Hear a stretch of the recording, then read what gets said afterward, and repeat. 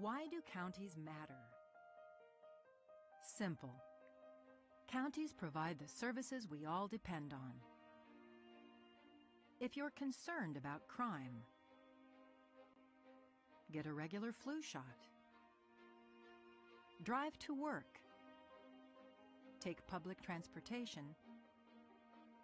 Or experience a natural disaster in your community. Chances are you benefit from county services. That's why counties matter. With America's system of federalism, counties are a key level of government, serving the people directly. So, do you vote? Had a recent hospital stay? Know someone in a nursing home? More reasons why counties matter. There are 3,069 counties across the country, with populations big and small. Most of us live and work in one. Even the nation's capital is considered a county.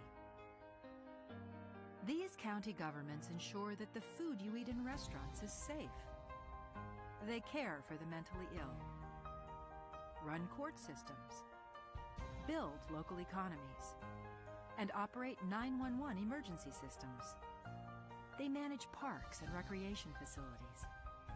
And the list goes on.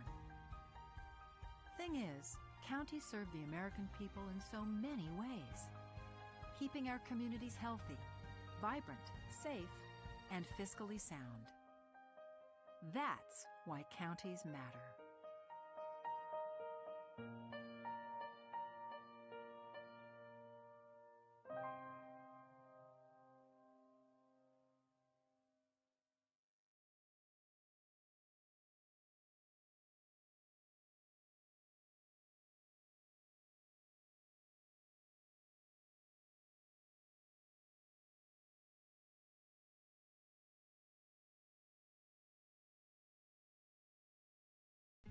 Everything starts out small.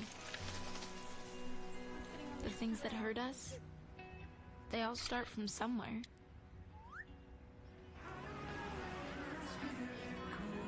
The words we say, the things we do, they can grow into something else. What was small and innocent can become big and sometimes scary. All it takes is one comment, one picture, one video for something to catch fire. But a big problem doesn't need a big response. Not at first. Even if we don't know what to say, the eye emoji can be that first step we take. Let's all pledge to take that first small step together and change the world in a big way. I'm a witness, and so are you.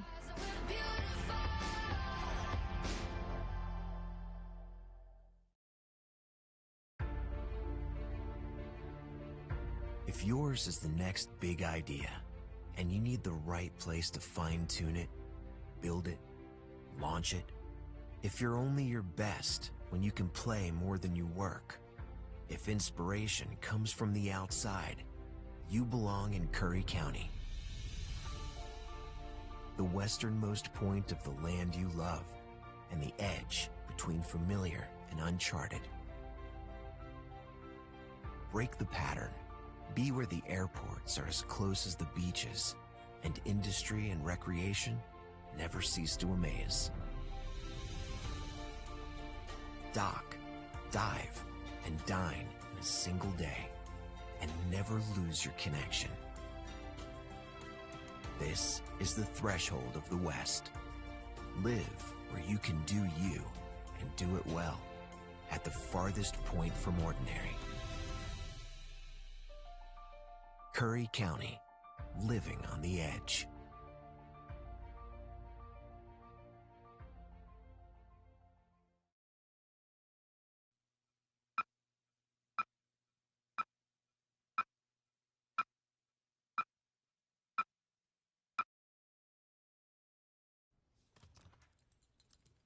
There's a shelter pet who wants to meet you.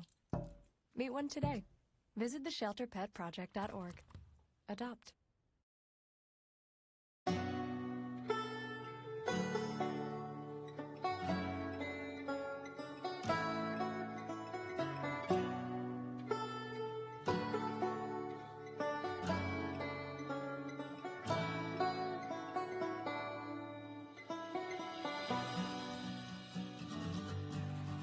One of the things I really appreciate about our entire region is that we embrace who we are, and I think that's what unifies us.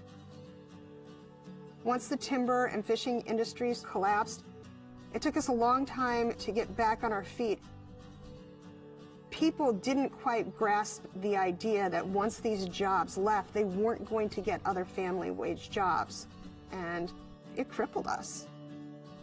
Things were getting really dire. So we just saw that this was an opportunity to maybe look at that public land a little differently.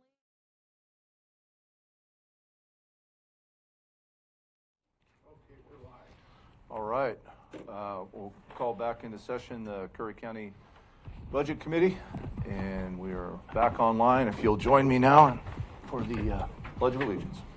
Oh, sorry. I pledge allegiance to the flag of the United States of America and to the republic for which it stands, one nation, under God, indivisible, with liberty and justice for all.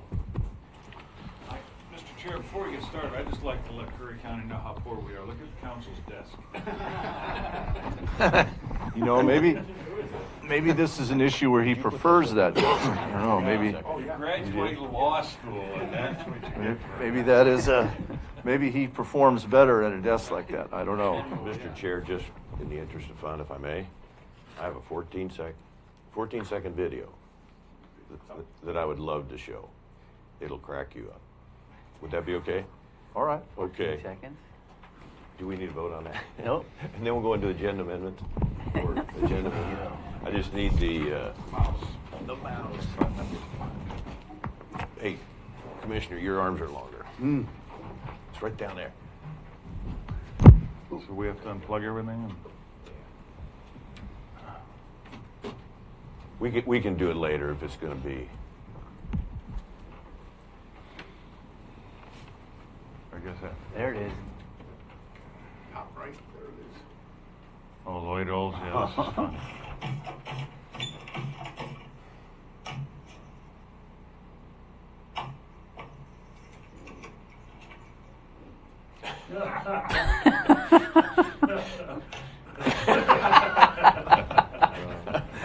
Thank you all. I could not resist. Thank you, Mr. Chair and committee. You want to see it again? No, but you got can a, send it to me. I like that. I've got a dog at home that I did that with, actually. I've seen the same video, but for cats. Oh. They're up there. I'll bring it early June to the budget meeting. All right, let's move on to, thank you for that, Mr. Boyce. Let's move on to public comments. Mr. Cecil, you have a request for public comments. And I saw in the back you've asked for a couple more minutes to address the upcoming election. So Thank you. love to hear from you.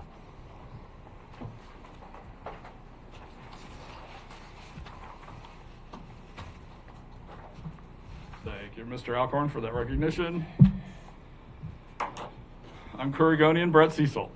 I live in Curry County, north of Port Orford, not within the city limits. Today I make this distinction for a specific reason.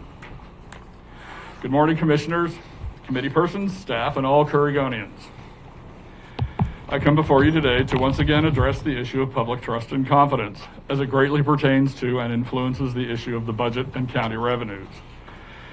I recently, just before last week's Board of Commissioners meeting, corresponded with a commissioner and CC'd the others because I had referenced them in my comments and felt that they should be aware of my words concerning the proposed budget for fiscal year 2022-2023.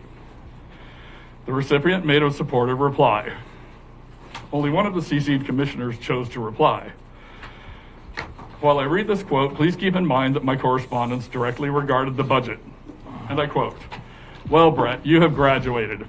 I know you're running for David Brock Smith's seat, and you have accomplished one thing. You sound just like a politician. Please remove me from your email list."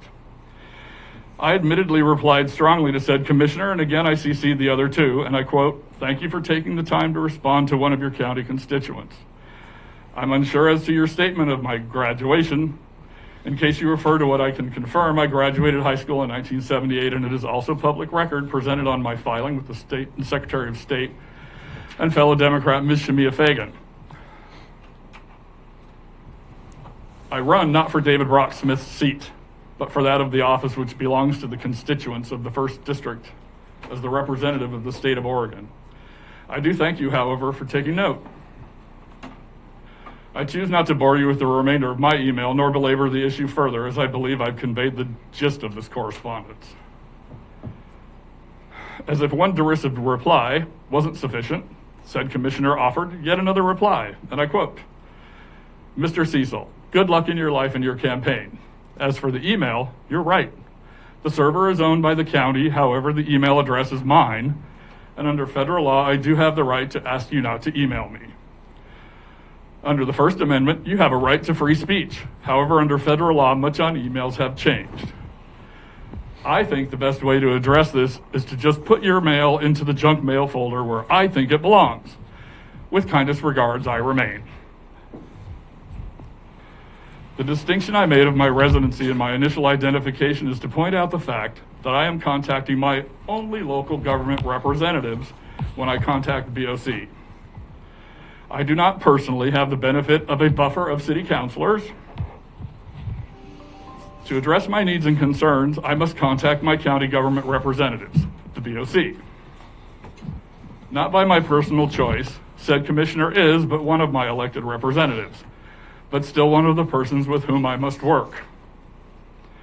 So I ask, if this is the response that I receive, what is the tone and tenor of said commissioner's replies to others? I seriously doubt that I'm a one-off. This disrespectful mockery is thinly veiled bullying and is not an admirable nor tolerable trait for anyone, much less an elected public servant. I'm not here to attempt to change in said commissioner because I believe that ship has already sailed.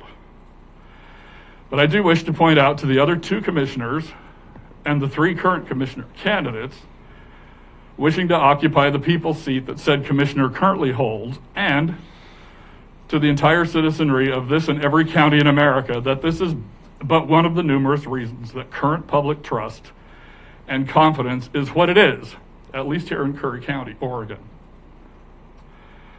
My suggestion to begin the resolution of this situation is that Currygonian voters study up on the 3 commissioner candidates who wish to serve all Currygonians. On April 27th, this upcoming Wednesday at 6 p.m. in our beautiful Curry Public Library right here in Gold Beach, the League of Women Voters is organized and is hosting a candidates forum where Currygonian voters will have yet another opportunity to hear from said commissioner's replacement. Ballots will begin mailing out after April 26th. That's only 2 days away.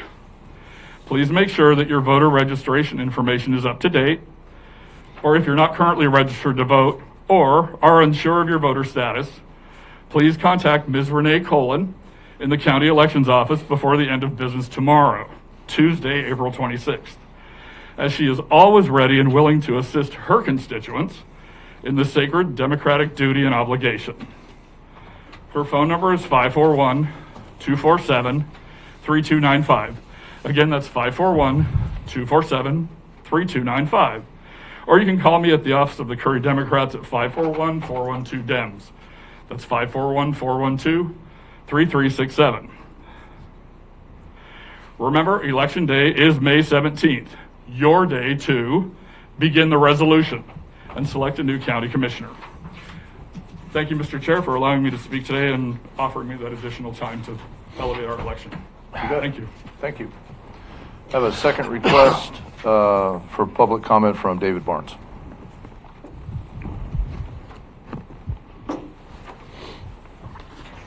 Mine's kind of completely off topic, but last Monday we had an incident here in the county, and I just want to let people know I went down and saw Chet Brewer yesterday. We spent a couple hours together. Chet's home. He's his hands are bandaged, but he's alive. He's breathing. We had a nice talk when I was down there, and I just wanted to give everybody an update to let you all know that he is home. So that was it. Thank you. Yeah, I actually got a talk to Chet yesterday a little bit via text message, and he's doing much better and has some upcoming procedures that I think will help him further along. So very, very thankful for that outcome. That could have been significantly different. So much appreciated.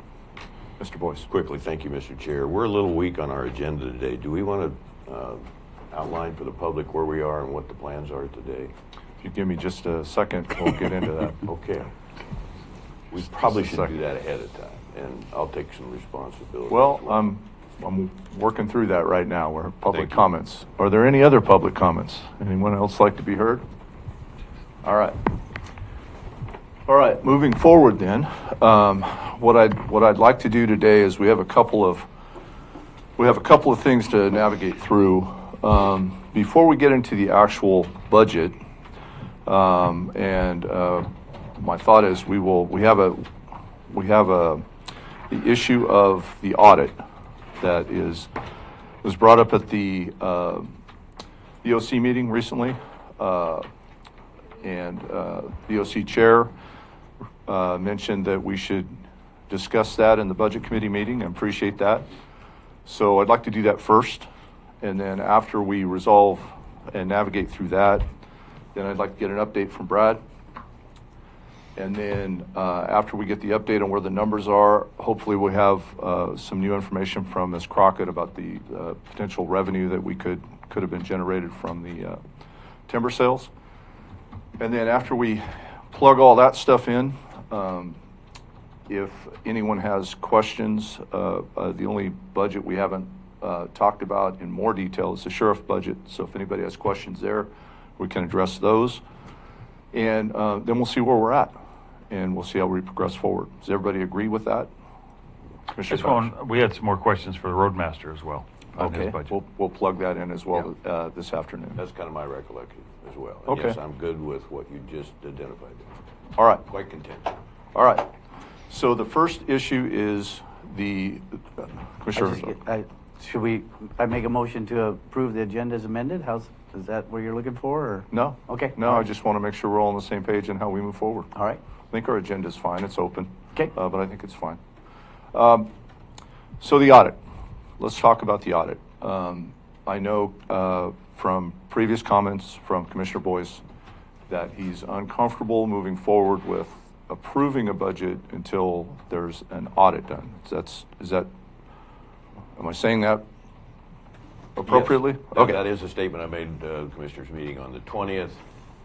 The trick is, the touchy part is identifying audit evaluation, where we are on that, and what the work is by this company or any other company this group might want to recommend or consider.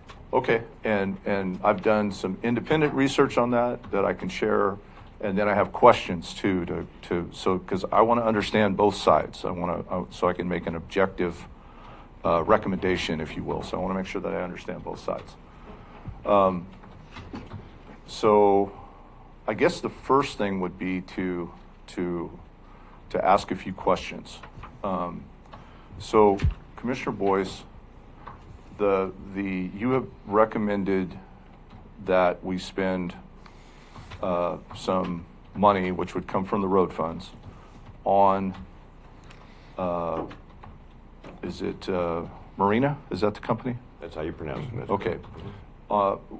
With Marina Company to come in and do exactly what? What are you asking them to do? I put quite a bit of information on your desk. Forgive me on that. I know you didn't have time to read it, obviously, this morning. Mr. Chair, we're spending $80,000 on an audit that doesn't look and go forward, a path forward. So here's what I can offer you, and it's fairly quick read. Two things that I received recently. I'll back up just a little bit. This is absolutely an audit company as well as a consulting company. So any notion that they're not an audit company, I mean, this is a big, like Moss Adams, very, very well respected, excellent reputation. So when I first brought this before the board back in November, with the reputation they had to the state of Oregon, that was part of the process that gave me the confidence to recommend to the board. And I'll just read you one quick paragraph there. Hi, Court, thanks again. This is from Rob Moody. the person I've been dealing with for over a year. Thanks again for the conversation this morning. As promised, I want to pass along the procurement information related to our price agreement with the state of Oregon. Our current agreement with the state expires December 31st, 2021. But the state is in the process of reviewing our information for renewal. We don't expect to have any issues with the renewal and are checking with them on the timeline when that might be expected and effective. The state doesn't offer extra money, but they do support this company, so they're able to go to entities, counties, municipalities, and offer essentially what is a good rate. So here's what I want to also add, and you do not have copies of this. I do have copies available for the committee. Good morning, Court. It's very difficult to put specific steps to a consulting engagement such as this because we don't know what we don't know. If we were to engage with the county, we would first gain an understanding of the current financial drivers and practices and then work with your staff to identify alternatives to help reverse what has been referred to as the gap. This could include any number of things, including cost control measures, revision of master fee schedules, operational or organizational adjustments, etc. And here's a second note that I can communicate to the board here, and it's basically 7 bullet points. Okay. This was the original thought on scoping. Determine annual ongoing resources to the county. Determine mandated services. I hope we don't have to go there. I think we all share that concern. Determine high-level costs of services evaluation. Determine high-level costs of services evaluation. Determine or address any clear situations of waste. Formulate baseline service levels within resources. Provide written report with the findings and recommendation. And of course, that would all be public, and that's part of what drives me on this thing. It's to know how we got here, how to avoid it again. That's where history works to our advantage. Okay. And I felt like, if I can conclude with this, Mr. Chair, I felt like we're not going back there. We don't want to talk about that. That's really rubbed me the wrong way, because I think it's part of the reason. If you remember my budget message a year ago, May 10th, where basically I was shut down by Commissioner Pash. The next day, you also got onto me a little bit when I said, here's the warning. What in the world is going on? That was a year ago, and I was ignored. In addition to that, that's why committee members Krieger and Duque resigned from this committee, because they knew we were headed for a dark time. So I'm going to stay strong, and I think you understand that, and I believe you respect that. So I'm available for any other way that we can convince this committee that this is in the best interest of the county and the separation between Moss Adams. In fact, I would encourage them to come here. For the $80,000 we're paying a year, let them tell us if they're apprehensive or reluctant to come before this committee and say, we don't want another audit. We're out of here. We're not going to, they have an incredible reputation, as I mentioned, as we know. And so to not take advantage, they've been in that situation where they have to explain themselves and their positions hundreds of times. That can only be to our benefit, in my opinion. Thank you, Mr. Chair. And like you, Mr. Boyce, I've been here for 4 years, and I'm certainly not fearful or afraid of any dark times. In fact, I'd rather face it head on and deal with it, and that's why I chose to remain part of this budget committee. So I've read and reviewed your November 11th, 2022 document here, and then your March 2nd document, and then your April 20th document. Those are the 3 that you were talking about previously, right? That's correct. Okay. Another question I have for you, Mr. Boyce, is, so if we hire this company, we hire them, we pay them whatever the fee is, then we're going to get a document from them, and that document's going to consist basically of recommendations, correct? As I just outlined there, yes. Okay. And that's not a conclusive list, Okay. obviously. Okay, and that's what I'm trying to wrap my head around, and I think I'm tracking with you now on what you want, and I think I'm tracking with you on what you expect from them. Okay. Pretty high expectations. Okay. Commissioner Pash, did you have a comment? Well, I just want to say part of the issue with our meeting the other day on this conversation was that the word possible fraud is brought up. And when you bring that into a mix, audit companies automatically, their antennas go up. So sure.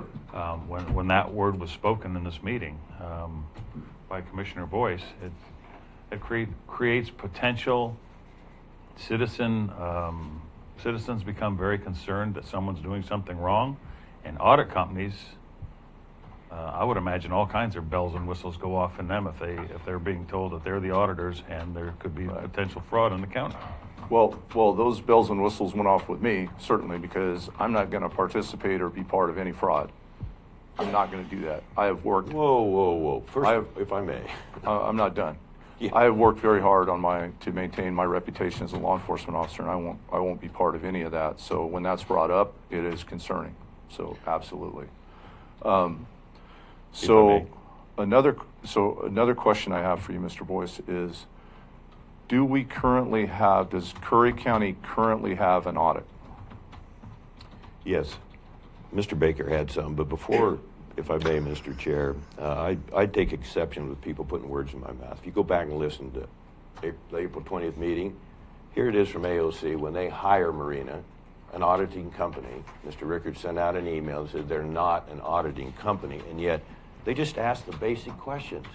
Do you know something that makes you uncomfortable? There's no accusation here. I'm not going to let any part of this county make me the problem. I'm not the problem here. I'm not the reason we're multi-million dollars in debt. Well, I don't think anybody's accused you of being the problem, Mr. Boyce. But what I did have is I had people reach out to me in the community, and they questioned the integrity of our finances here at the county. Shouldn't we do that? They questioned that, and the reason they questioned it was they said, their comment to me was, how can you have $1 million budget, millions of dollars, and not have an audit?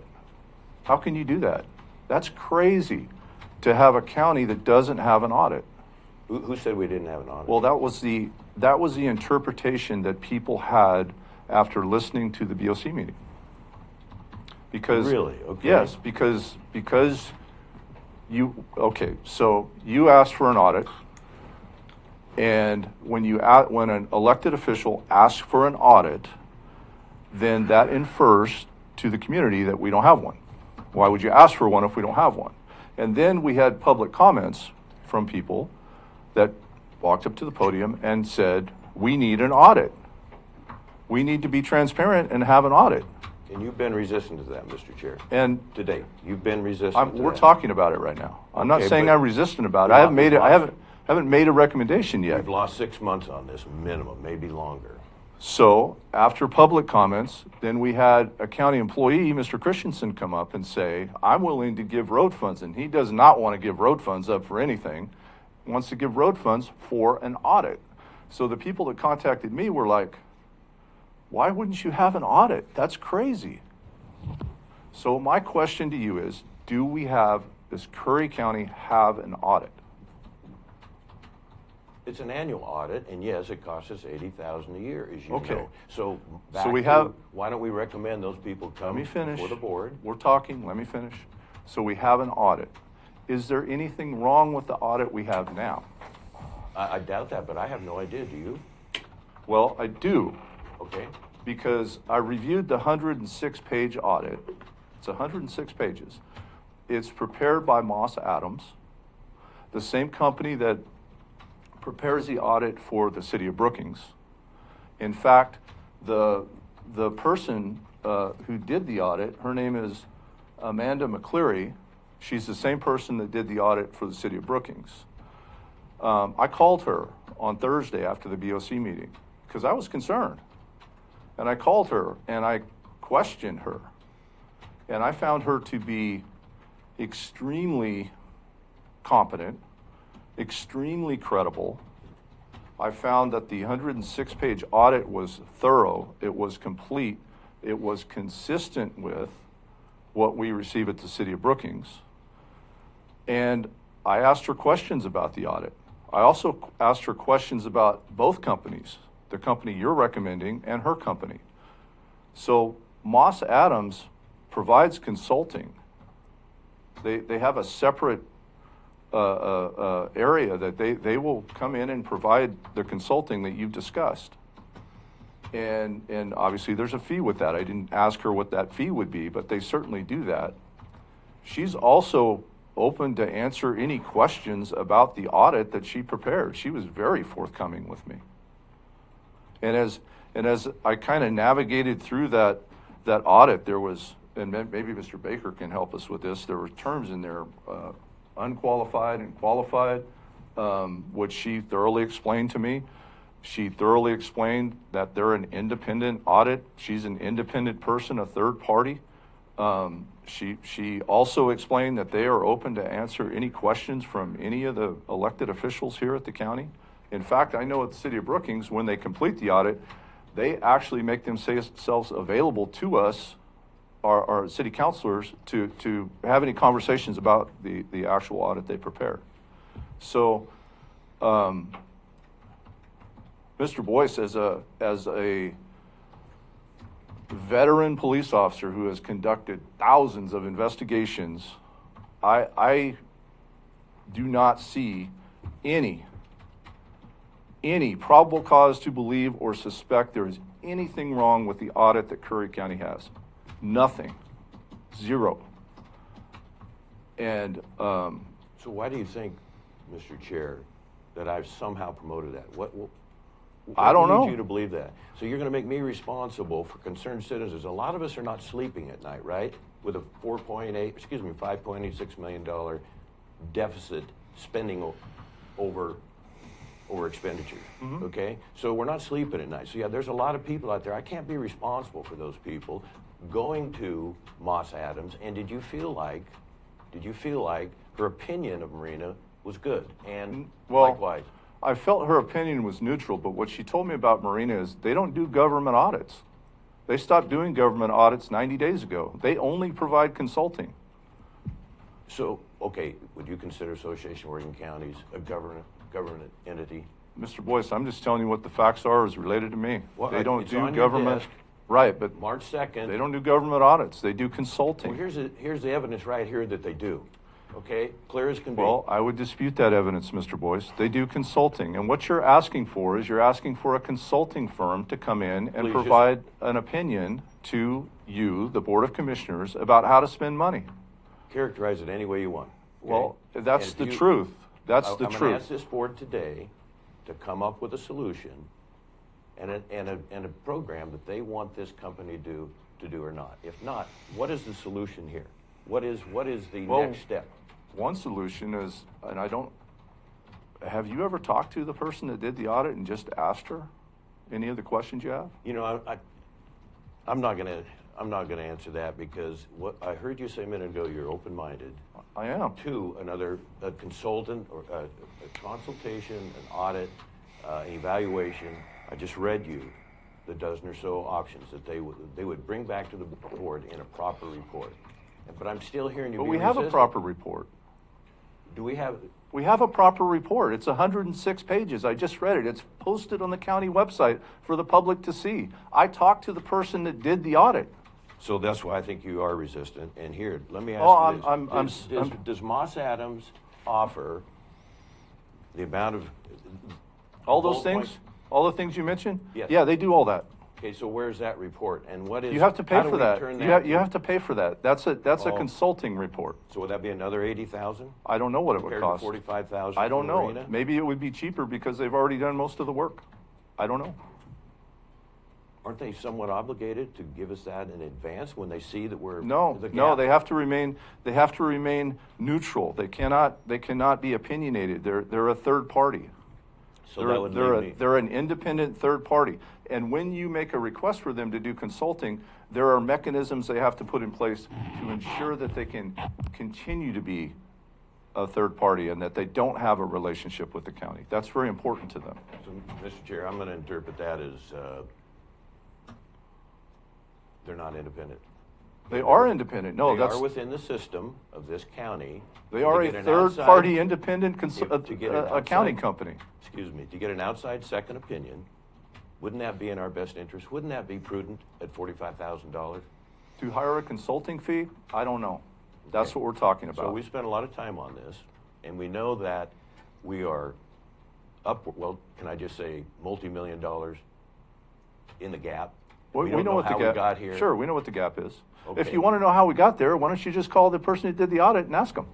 Because that's not good enough for me. And you just said that we have to reverse and ask for a second fee to accommodate them to determine how we're going to correct this problem. Again, back to the... That's consulting. So you do have to pay for consulting, absolutely. So you want them to do it, or you want it to be outside of... Well, I don't know. I don't know that it's or the do right... you even want to do it? That's what we're talking about. That's why we're talking. Well, you're trying to make me the issue here, and I'm not trying to make you the issue, Mr. Boyd. The facts and evidence speak for themselves. That's the great thing. That's the great thing about evidence. People lie, people mislead, intentionally or unintentionally, but the evidence never lies.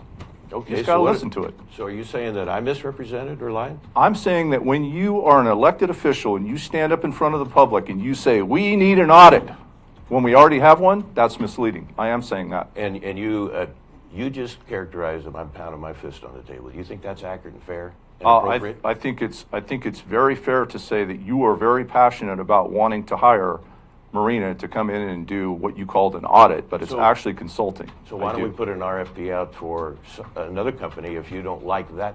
That is what we're talking about, Mr. Boyce. That's what we're talking about right now. You just accused me of pounding my fist on the counter. I appreciate that you said passionate. You bet I'm passionate, because we're in a lot of trouble here, and we got here through poor management. And I got a lot more to say about it, and maybe we can reverse that course. So far, we haven't in the 4 or 5 years I've been here. Well, that's why I'm running for office, Mr. Boyce, to reverse Don't make this a political thing. It has nothing to do with you and your bid for Curry County Commissioner, and I think that's inappropriate. Well, I don't. Well, is there more discussion, Mr. Pash? I just want to make one comment that this is something that needs to be compared apples to apples.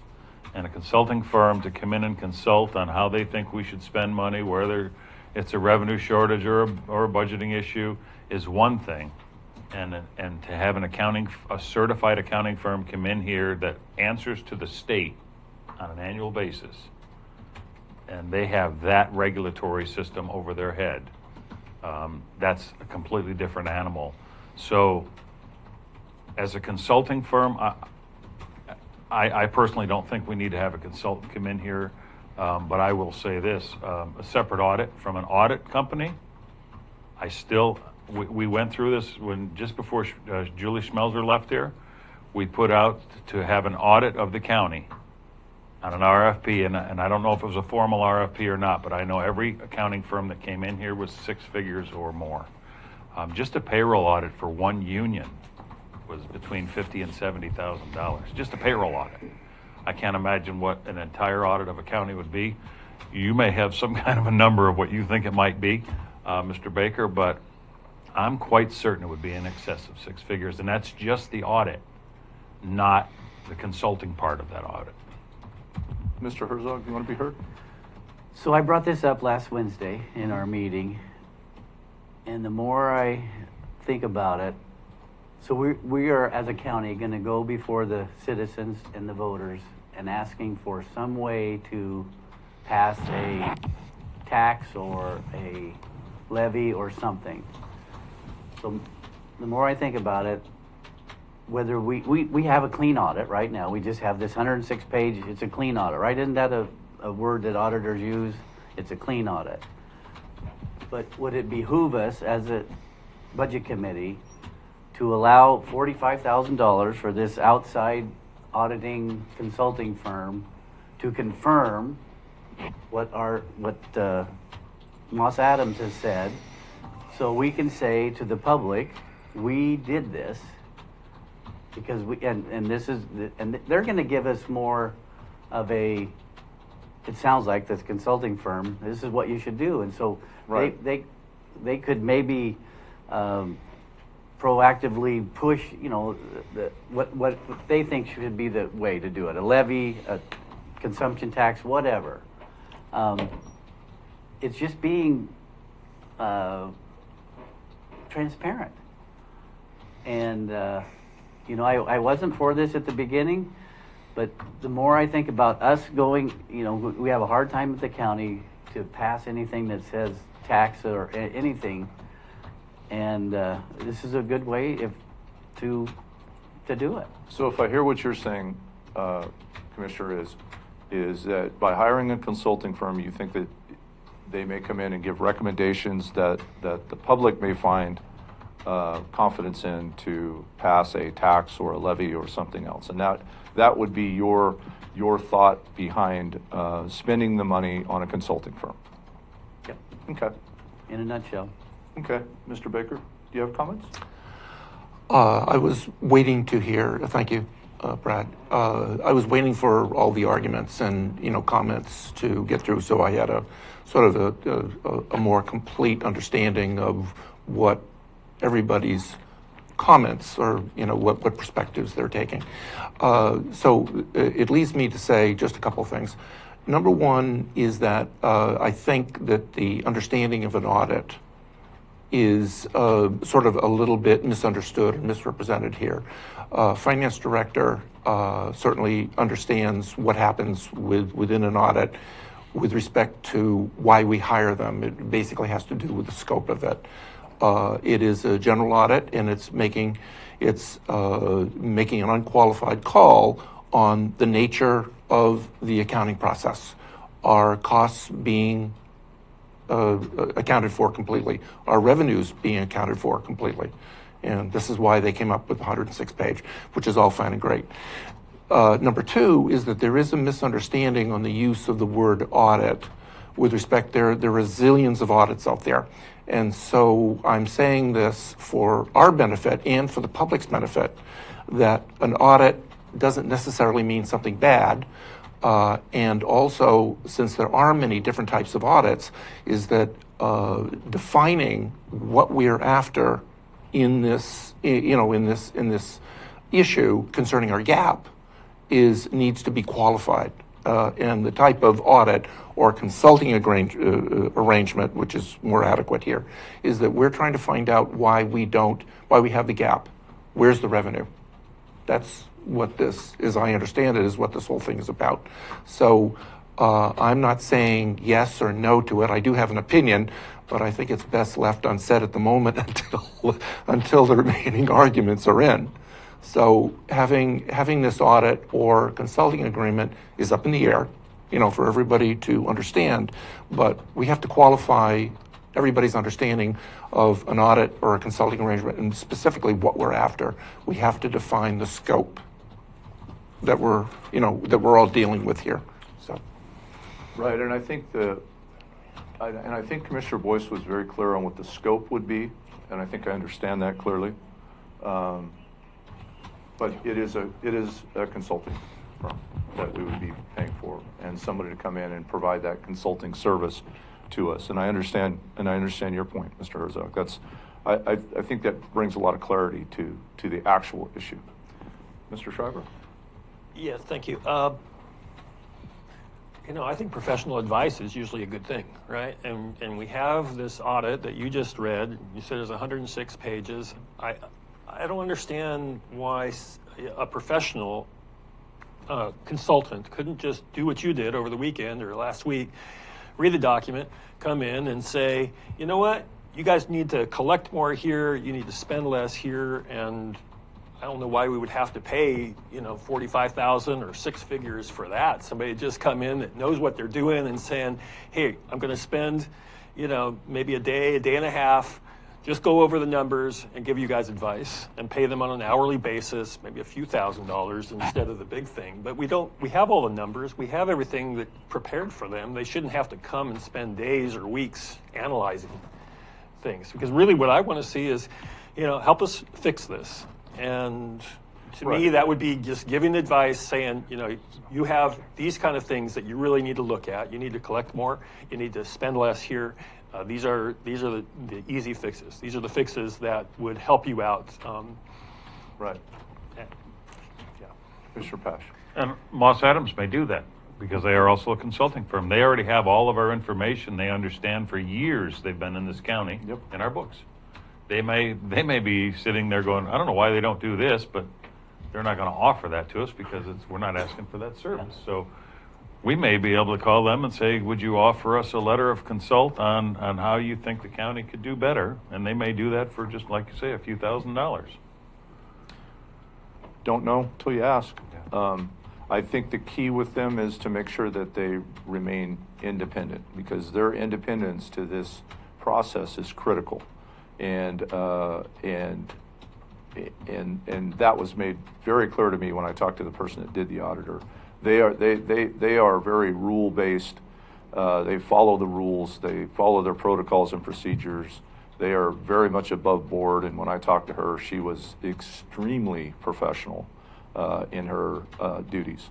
They have compliance issues with the state. That's why they have to be that way. They have to have a fiduciary Yeah, responsibilities. yeah. No, she follows the rules absolutely, and I respect that. So I think it would be a good question to ask if that's even possible, and if they could do that, and they already have the numbers, and perhaps they could provide financial expertise to us that could be beneficial. But maybe we should ask them.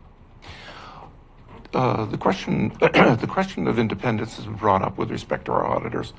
As a CPA, and there are literally there's rules that go way beyond anything that we could possibly talk about here.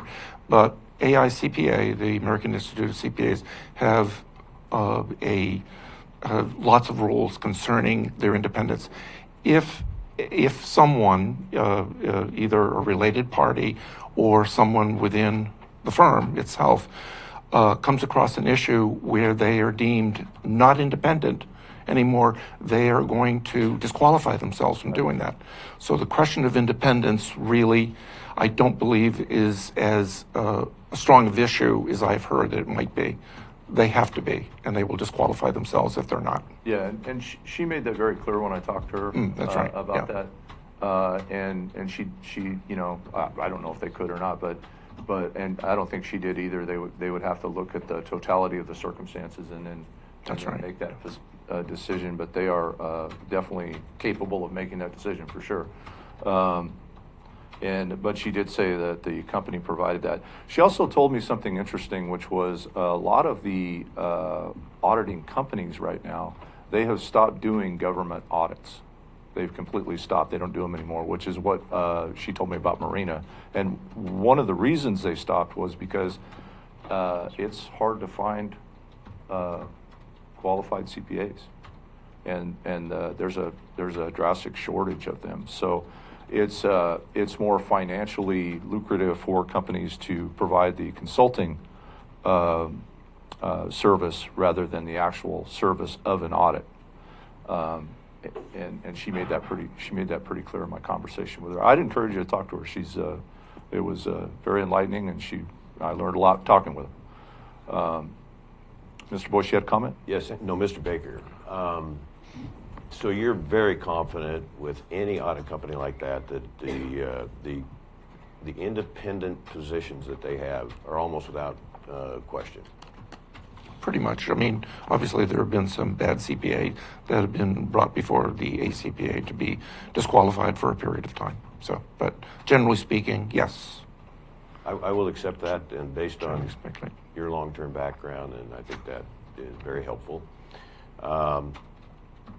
But just going to Moss Adams without the request of a comprehensive review, I mean, I'm hung up just a little bit, Mr. Chair, and board committee, on $80,000 we're paying a year. Is that efficient? Try and go without it. I'm not interested in that. But having a little bit of competition, having a separate second pair of eyes on what we're dealing with here, I don't know how we could go wrong on that. I'm really struggling there. And here it is 6 months later, we still haven't got that done. I would also like to ask you, Mr. Chair, in your conversation, and I appreciate that recommendation, that we contact this lady. If Brookings is happy, and as far as I know, Curry County is happy, that also gives me some confidence. I ask you about, excuse me, I ask you about her opinion. Maybe that was off the record. Correct me if I'm wrong, if I'm overstating here. Her opinion of Marina Company, and you reported that they don't do audits anymore. We had a little dispute over that. Sure. So, with Moss Adams, do you feel like that should be? And I think maybe Mr. Schreiber mentioned a minute ago. That should be part of their program. I'm just interested in a very comprehensive program to dig deep, look at the waste so we don't make those mistakes again. And in my opinion, it is gigantic, which is part of how we got here, the spending. And one more thing, can you add to her opinion, would she be willing to come before this board? Was she concerned that they're going to leave Curry County? Because we have looked for a possible second opinion, not unlike medical people recommend, go get a second opinion if you're going to have this operation. So was she resistant to that, to the extent you can answer, and concerned that she was going to, her and her company were going to leave Curry County? Did you get any indication at all on that? So I'll answer your last question first. Okay. Okay. So my opinion in talking with her was that she had no intent or wasn't planning on leaving Curry County or stopping doing anything with Curry County. However, she was concerned about a potential allegation of fraud or the audit not being thorough or something being wrong with the audit. She was concerned about that. And that seemed to be troublesome for her. It seemed to be a point of caution, and it seemed to be a point of concern for her. Because if there was some allegation of that, or there was some substance to that, that would obviously be a major problem, and I'm sure that company would separate. Absolutely.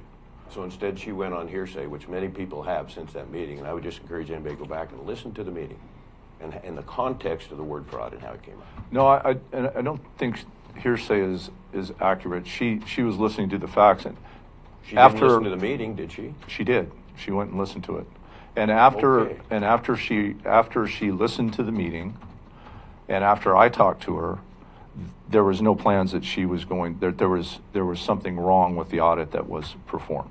So she was confident in the audit itself. Yeah. But yes, she did tell me she did listen to the BOC meeting. Okay, so she did she indicate that somehow they were implicated in some fraud claim? The reason she listened to the meeting was a concern that was brought up by you, I believe. Okay. And that's what prompted her to listen to the meeting. And that after she listened to the totality of the meeting and the context of everything and reviewed all of the circumstances, she was comfortable with the audit and remaining as a company that would continue to do business with Curry.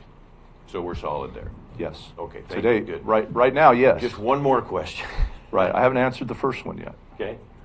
So the first question. Well, go ahead and repeat that if you could. I can't remember it. Well, the question was about having confidence in the audit and the city of Brookings, having confidence in the audit company, the audit itself, and the answer to that is absolutely.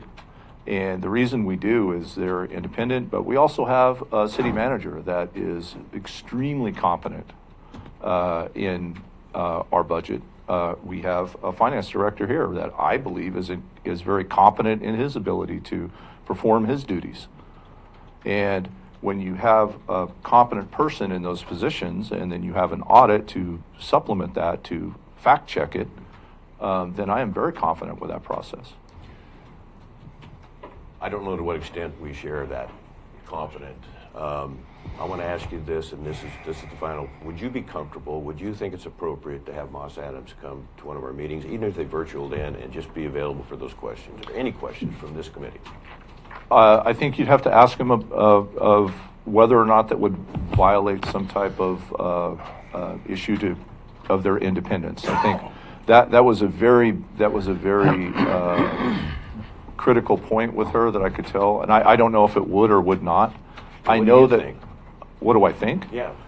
I think that she would be comfortable talking to any of you. I don't know if it would violate her policies or procedures to do it publicly, but I think that she would absolutely talk to any of you, like she did with me.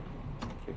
Well, I'd rather have it be public, but if that's a legal issue, then obviously can't do that. I don't know. I don't know the answer to that. Nor do I. Thank you. That's all. Brad. Yeah, I do just want to make a couple comments on some of what we've been talking about, specifically, Mr. Boyce, your question about where we're at with the auditor right now. And what Mr. Alcorn said is true. As of today, as of today, we are still a client of Moss Adams. They are still performing our audit. But, and this is part of the email that I sent the commissioners, after the comments that were made in the meeting last Wednesday, there were members of the public that took what was said in the meeting to represent that that the audit was not catching the fraud in the county, and that member of the public called the auditors, and at that point the relationship with the auditors was in jeopardy, and she called me to talk to me about what was going on and these claims that were being made. So at that point, because could you be specific on those claims, please? What were the claims being made? Pardon me? The fraud. Okay. That the audit was not catching the fraud that was implied in the meeting on Wednesday. Against who? That the audit. Against the audit. Yeah. Okay, thank you.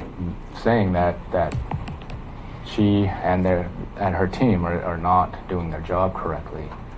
That's a big reach. Apparently, it wasn't for the members of the public who saw that, because they're the ones who complained, not anyone here. So I just wanted to clarify that point, that those statements did put the audit in jeopardy for that time being, and after a lot of work, a lot of talking with her, we did arrive at the position we are now, where they are still our auditor. And what I got from the people in the public who contacted me was a similar sentiment, that was what their interpretation of the entire meeting. And I think, you'd have to ask her, but in talking with her, it seemed like that complaint is what prompted her to review the meeting. So that's what I got from her. And after the meeting, she apparently was okay after she reviewed it, generally speaking.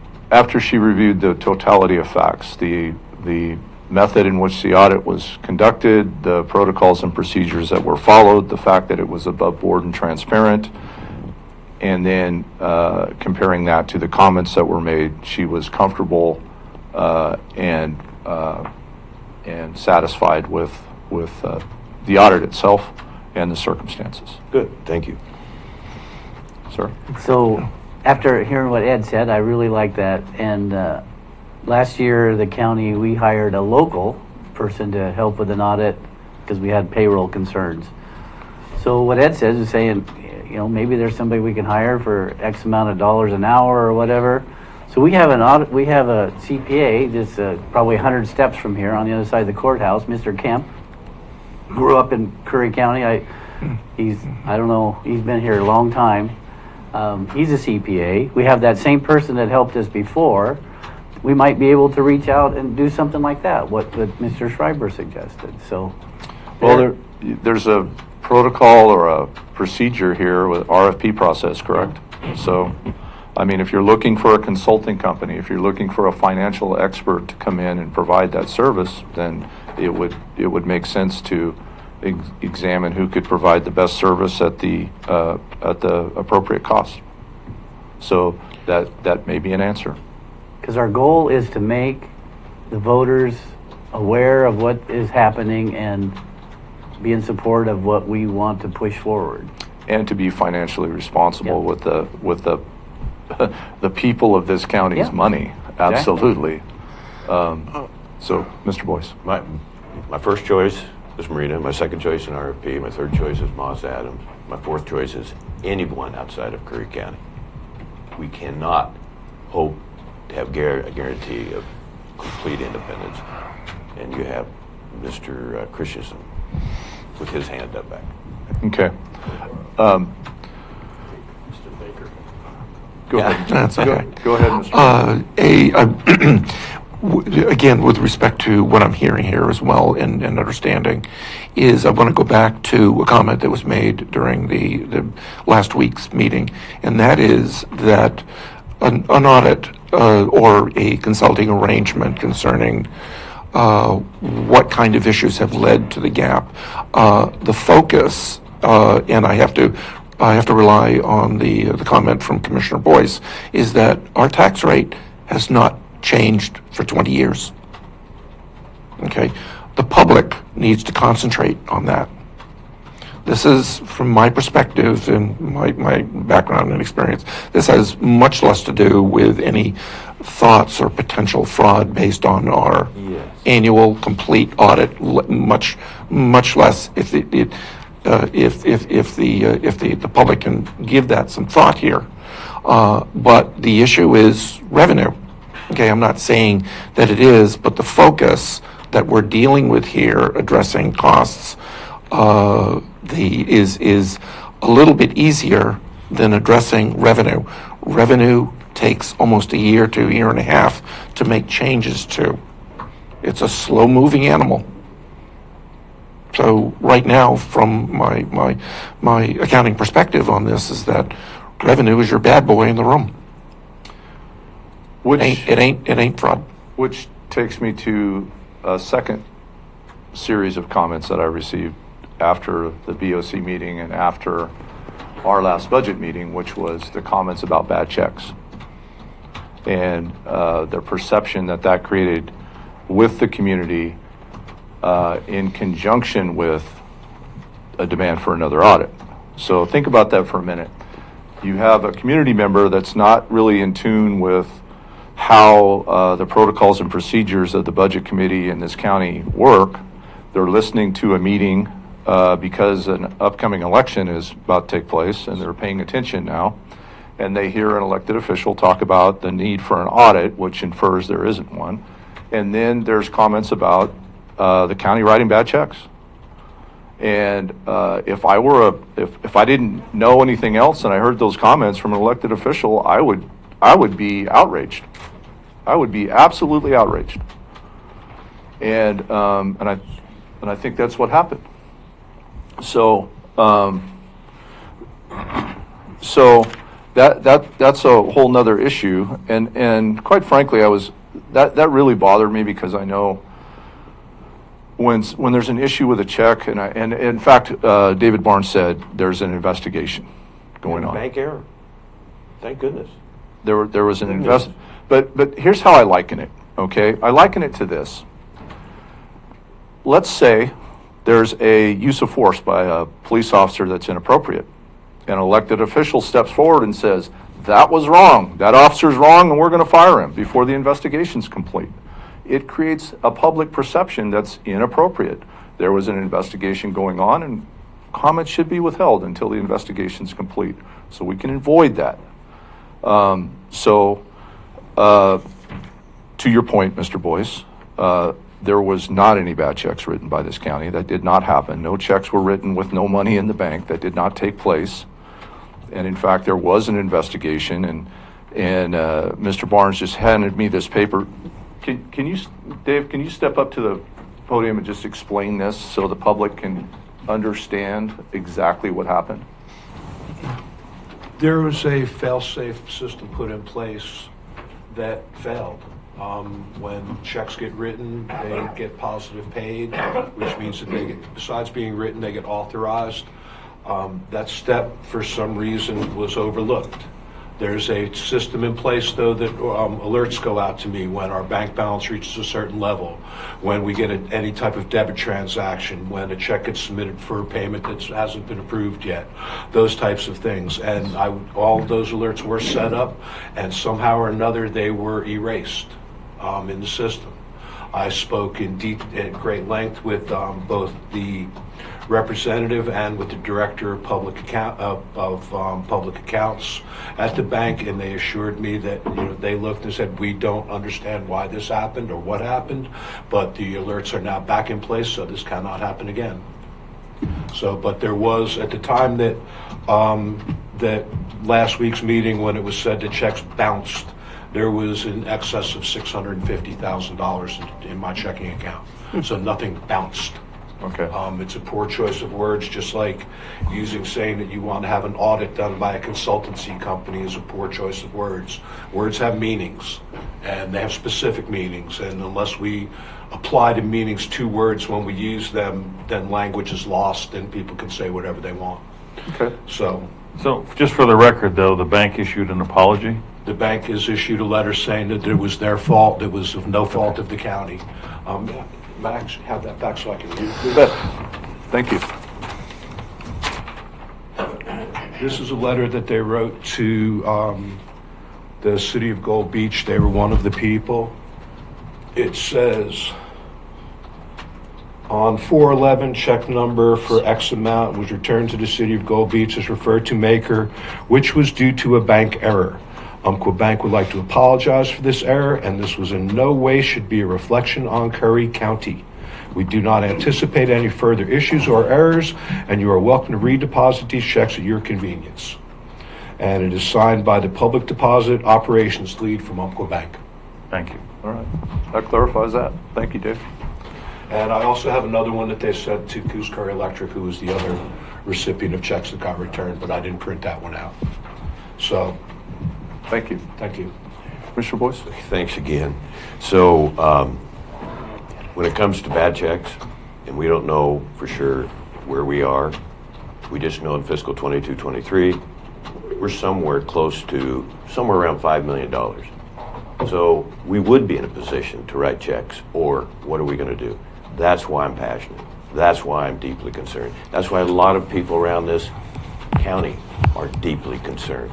Not from any comments I've made, okay? If they want to call me, they're more than welcome to, and I'll apologize for if I used a comment flippantly like bad checks. But I'm also going to come to the defense of Curry County, and with that letter just read, and I already have started that process. So I'm going to just conclude with,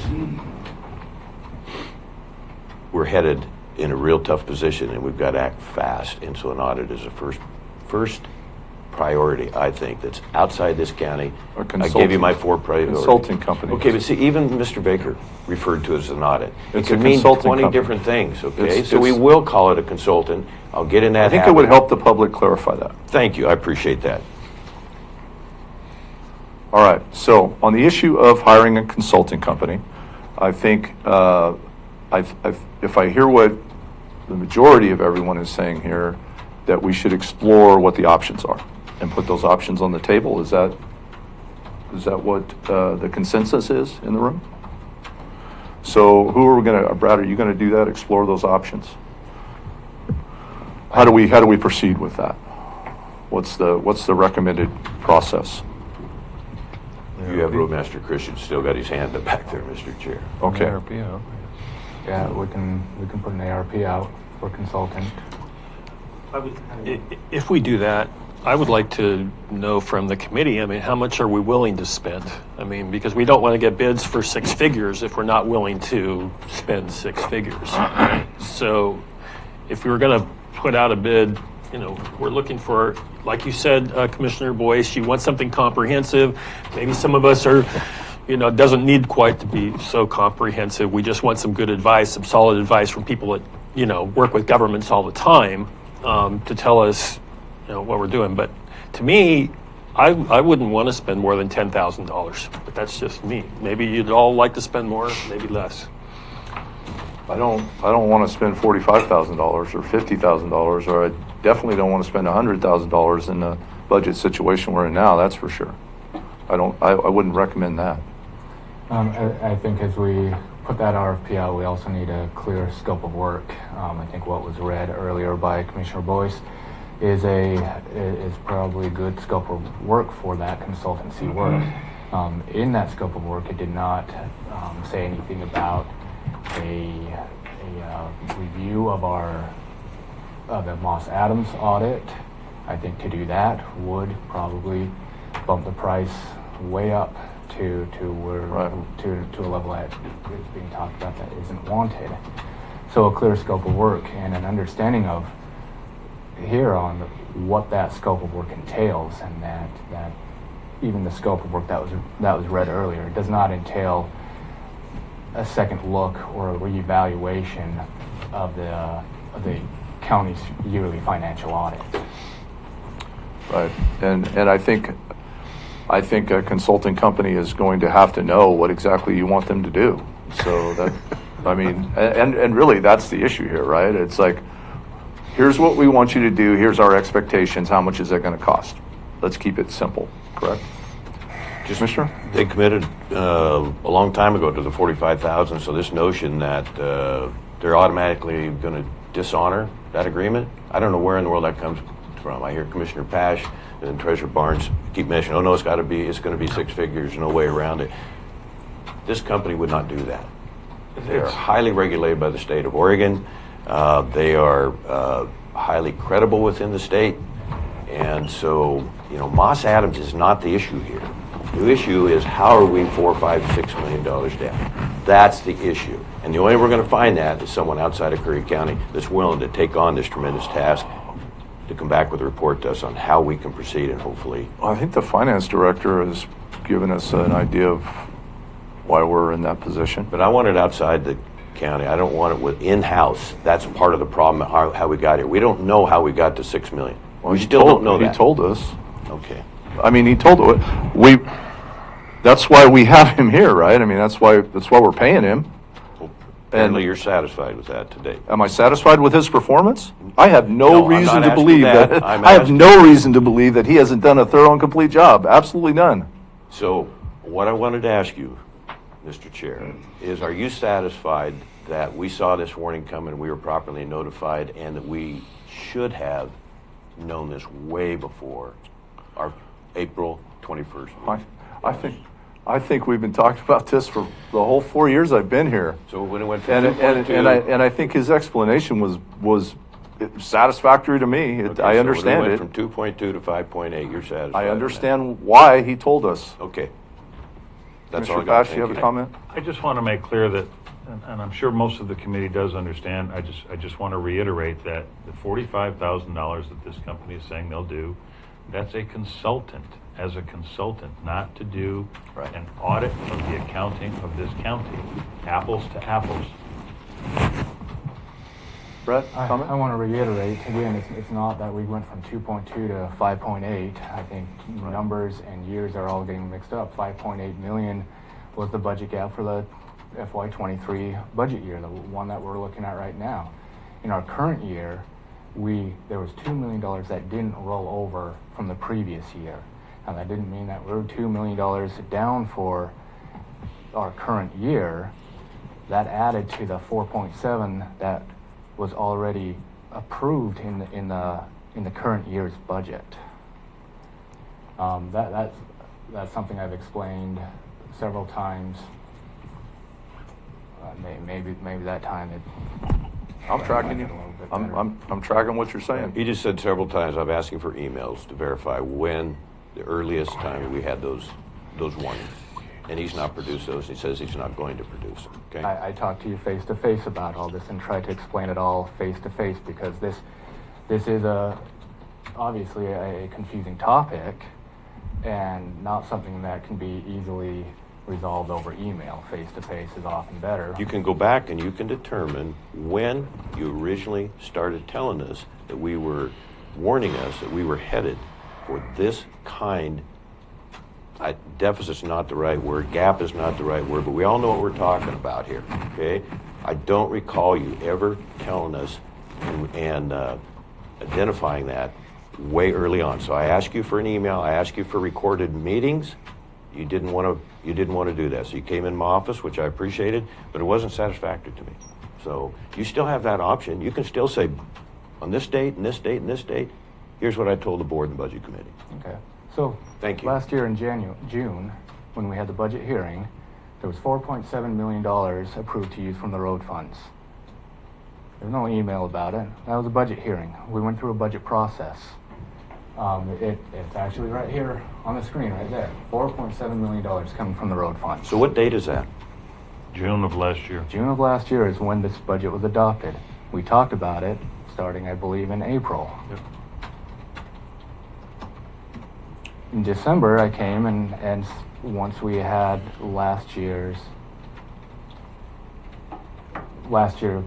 we'd finished the finances for last year, I came to the board and said, hey, there's $2 million that it was expected to roll over in the general fund, and it did not roll over. This was at the same time, Commissioner Boyce, that you and Commissioner Herzog made some amendments to the budget, and then right after you made those amendments, you adopted the budget. And that was early June, correct? Yes. What I see here, Director Rueckert, in the total resources, what you're saying on the adopted budget, it's 23 million up there. That actually ended up being 21 million. No, we're just looking at the road reserves right here, which show $4.7 million being used from the road reserves. But knowing in December, you would have said what you knew in December, not in June. 6 months later, that would have been 6.8 because you could say that. Of course, so many things have changed in the budget since it was adopted due to positions not being hired, due to overall expenditures not being spent at the level that was budgeted. There's a lot of things that have changed in that time. There are some revenues that aren't coming in that were expected to come in. So to say in December, well, let's just add the $2 million to the 4.7, and that's what's going to come out of the road fund. It's tough to say that. Right. I understand. Thank you. Okay. Break. Yep, I think so. I know JJ got to take that break, and we're going to do that. Let's come back at 10:30.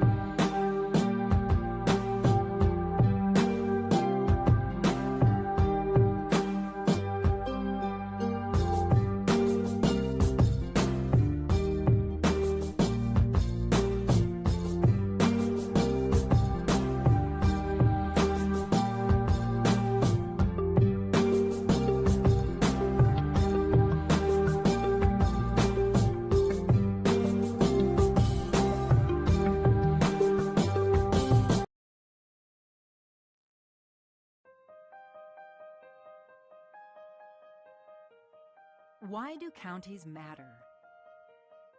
Simple. Counties provide the services we all depend on. If you're concerned about crime, get a regular flu shot. Drive to work. Take public transportation.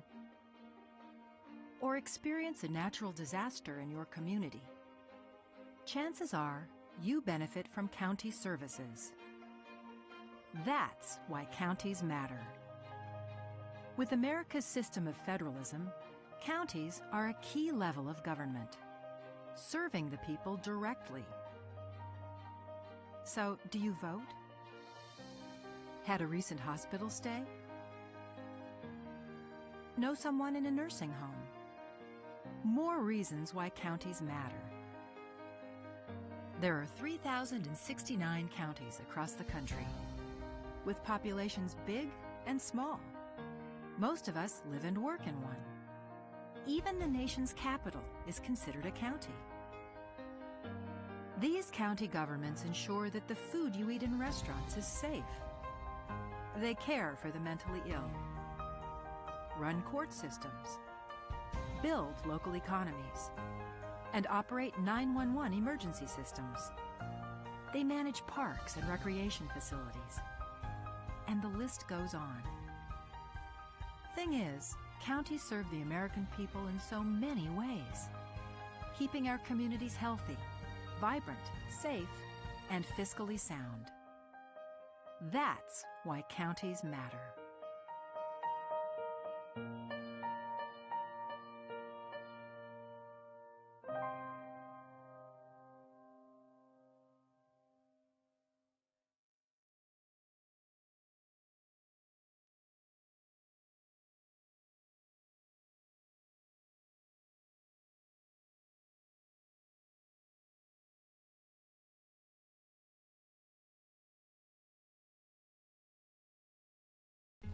Everything starts out small.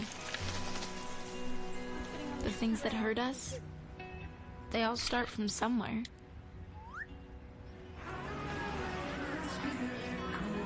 The words we say, the things we do, they can grow into something else. What was small and innocent can become big and sometimes scary. All it takes is one comment, one picture, one video for something to catch fire. But a big problem doesn't need a big response. Not at first.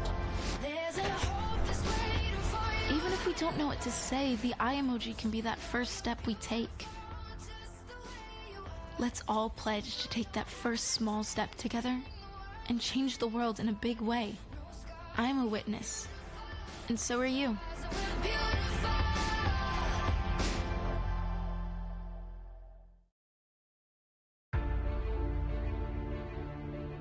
If yours is the next big idea, and you need the right place to fine-tune it, build it, launch it, if you're only your best when you can play more than you work, if inspiration comes from the outside, you belong in Curry County.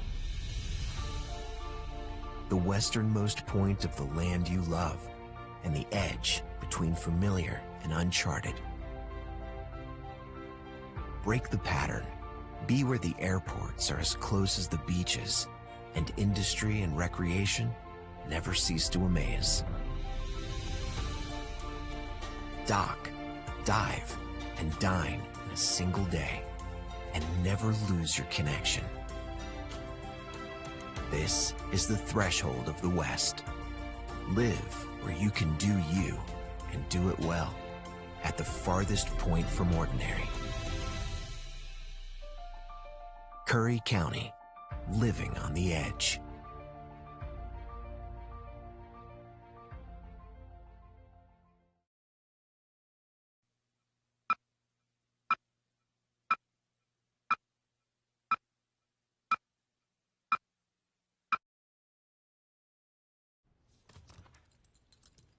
There's a shelter pet who wants to meet you. Meet one today. Visit theshelterpetproject.org. Adopt.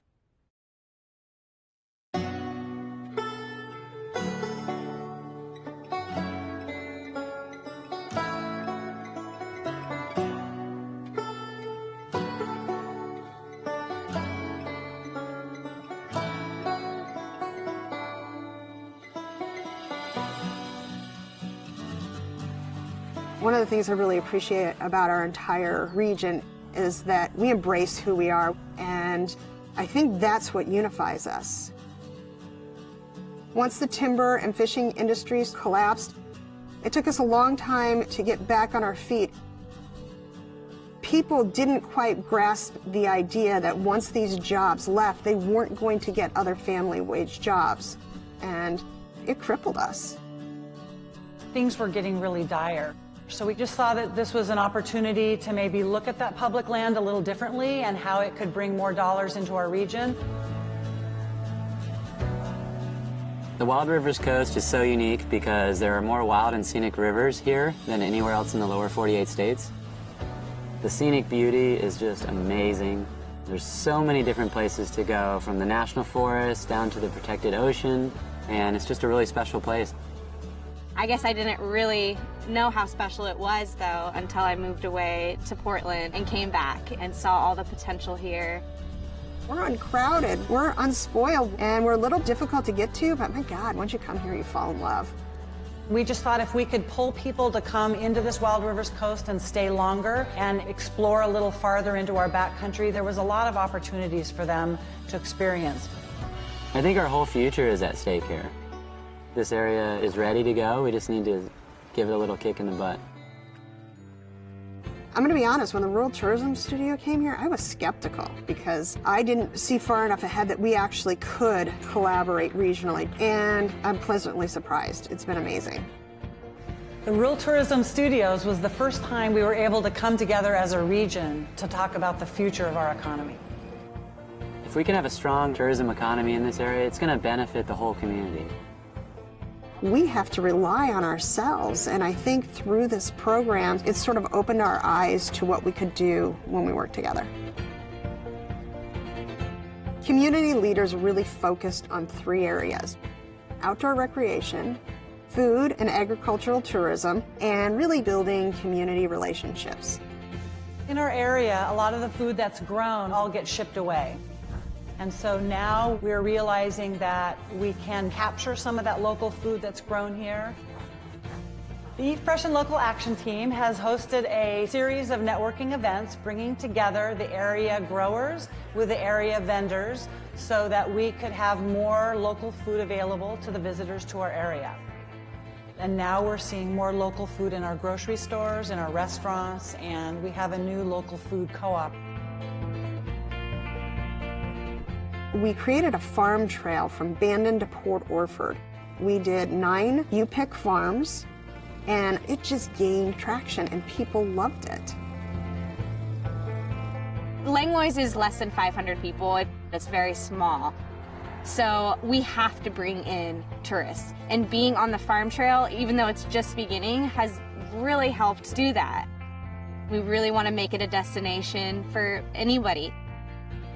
My mom and I began Dragonfly Farm just 3 years ago. When I found out that I could grow a seed and turn that into food, it was like, oh my gosh, why wouldn't you do this?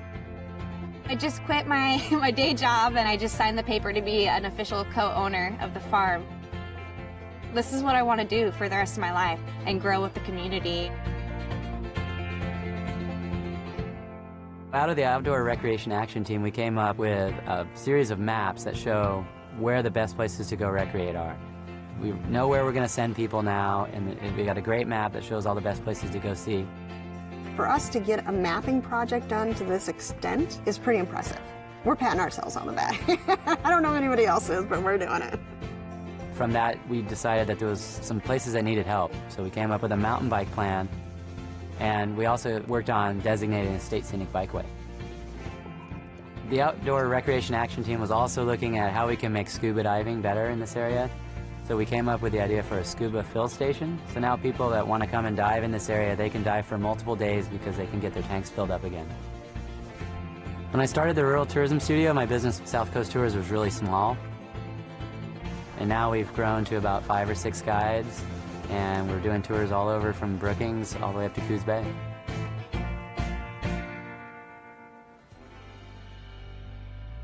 Overall, tourism is on the rise here. We've had a bang-up last 2 years, and it's like a breath of fresh air down here. My hope for the area is that we still keep that sense of place. Loving a place to death is a big concern that I have, and it's a balance. We're going to promote tourism, but we want to do it in a sustainable way. One of the biggest reasons that this area has been so successful since the Tourism Studio is the people that are involved. We have a lot of great, motivated, smart people who understand the need to promote tourism in the right way, and it's really all about the people. When you live in a rural community like we do, from Bandon down to Brookings, and you're strapped for cash, relationships are crucial. As a community, I think you need to come together and find out what your mission and goals are collectively. Then you can work into smaller groups, knowing that you have the backing of the whole community behind you. As long as everybody's just super excited about it and passionate about what they're doing and they can work together, then anything's possible. Own what you have and don't try to be something that you're not. It's gonna be hard. It's gonna take a long time. So roll up your sleeves and just dig in with an open mind.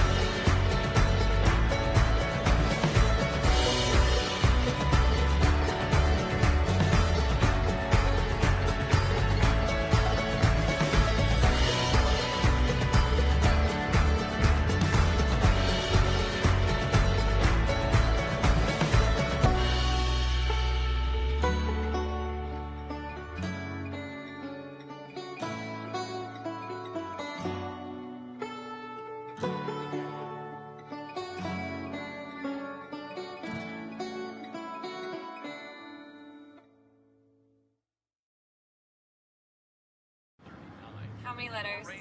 5 letters? Just think about what am I doing right now? Smile. Smile? Uh-huh. This is so easy.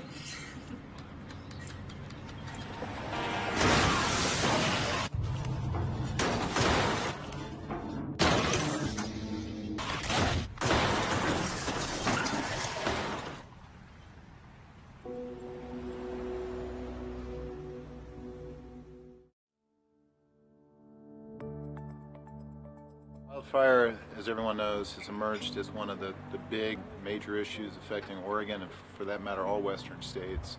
A real actionable response that's including how do we fight fire, actively managing our forests so that we don't have the fuels out there, and how are we going to protect communities from smoke exposures. The council is really set up to have a comprehensive strategy that's based on action and based on protecting our communities. The primary focus we as a board have come through with is that in researching the policies for fire management, yes, prescribed fire has its place on the landscape, but not during fire season. We, as a county, passed a proclamation that says once the state fire marshal declares fire season, it'll be nothing but full suppression, and recently took a resolution to the National Association of Counties, essentially says that they support coordination between agencies and local governments for the health, safety, and welfare of the citizens regarding fire, prescribed fire, fire season, anything that affects our citizens. This is Lily Morgan from Josephine County, and we are at the Rogue Leadership Forum today looking at the best possible partnerships that we can come up with to fight the fire issues and the smoke issues that we're facing in Southwest Oregon. So looking forward to coming up with solutions and the partnerships to get the job done so we don't face what we have the last few years with catastrophic fires and smoke that invades our communities for months to come. So this is a good opportunity and we hope to be successful in the outcome. Seeing so many people come together has really been exciting for me because there's a lot of expertise, there's a lot of resources, and as we attempt to do a shared stewardship approach to keeping people safe, it's really important that we get together. So my name is Merv George Jr. and I'm the Forest Supervisor for the Rogue River Siskiyou National Forest. The first things is making sure to get fires out if they're threatening life and property. The second thing that I'm going to focus in on is when it's safe to do so, to put some fire on the landscape when it's cooler and not during fire season, to reduce these same fuels that are giving us so much fits during the fire season. Bob Horton, I'm the Fire Chief of Jackson County Fire District 3 in Southern Oregon. The challenges that are facing us in terms of the mega fires and the wildfires that we've been experiencing out in this valley, particularly in the last couple of years, but across the state and across the region, incredibly concerning to us in the fire community, those in our communities in general, our constituents and our patrons are extremely concerned as they ought to be. And really the takeaway from the work that's being done now is this is an extraordinary collaboration of dozens on dozens of interested stakeholder groups who are coming together with a common purpose. It's really an inspiring showing of humanity to not only be able to provide for a greater quality of life for our people, but to be strong stewards of our land so that our future for us and generations to come is incredibly bright. Very pressing issue. It's bearing down on us. Fire season is approaching, and I am really interested in preventing my home and other homes in my community from being impacted by wildfire, specifically from being burnt down. That's my main reason for being involved. Quite a collaboration of folks. We're here looking for practical solutions to help us unravel some of the issues surrounding wildfires today here in the state of Oregon. And my focus really is on planning for large wildfire events in advance of their occurrence. That way, when they do occur, we can respond more appropriately to those situations. Well, I just think it's grand if all of the people all over the state have come together today to be concerned about water. It just warms my heart because I know that they really will leave here today feeling more impressed about the water, because I have told them that we're all born in water. We cannot live without it.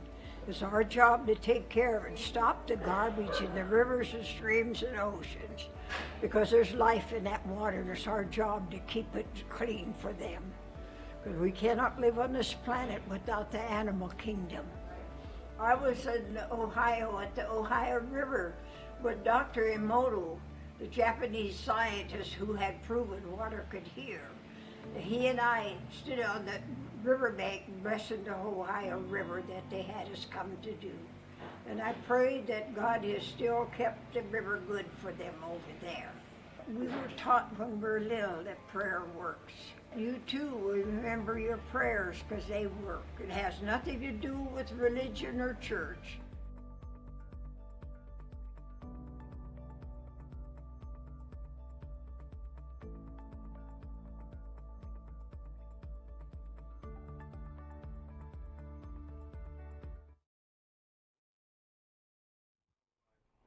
We're back on the Curry County Budget Committee is back on the record, and we will conclude our discussion on the hiring of a consulting firm. So I think, Brad, we're going to use the parameters that Mr. Boyce had mentioned, and then any additional parameters that any of the commissioners would like to weigh in on, and then we'll see what our options are, and then have further discussion about what those options may be. Safe to say? Yes, sir. During the break, talked to Brad Rickert, and his suggestion, or just a thought, was, what if we looked at hiring a marketing PR firm?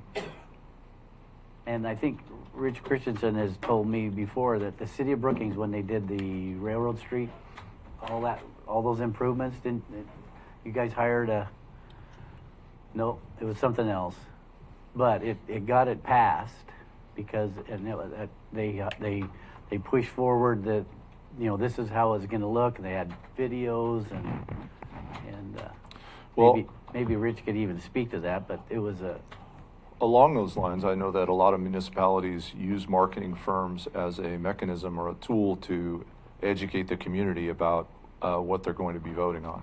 And that really is the issue here.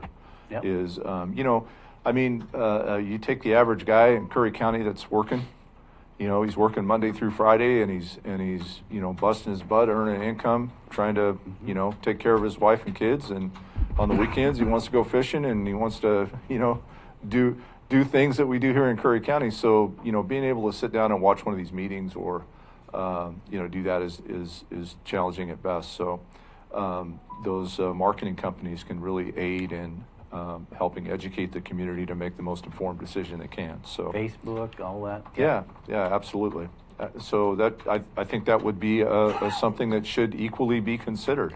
Marketing company, consulting company. Those types of things make sense in terms of educating the community. The biggest bang for our buck. Yeah.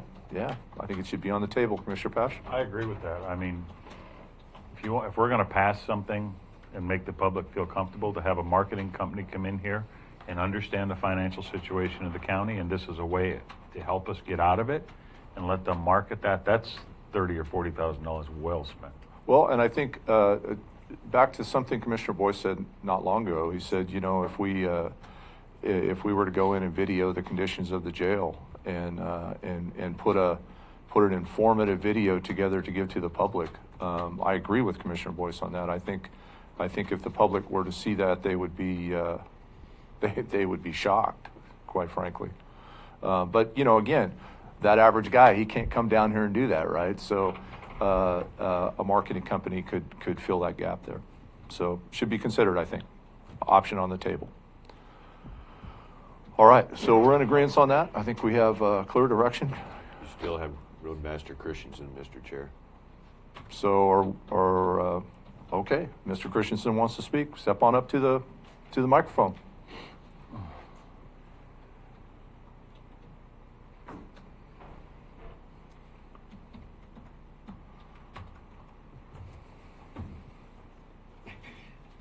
I'm just going to get off track for a minute for what Commissioner Chair mentioned about the city of Brookings. That was a gas tax measure, and that was staff driven through the city manager, and we used a local media company by Candace Michelle, and we did a series of videos, and we did handouts and we put it on our public channel at the time. These public channels are no longer working. They haven't worked for months for City of Brookings and the City of Curry County, 181 and 182. That really concerns me because all this isn't really getting out to the public.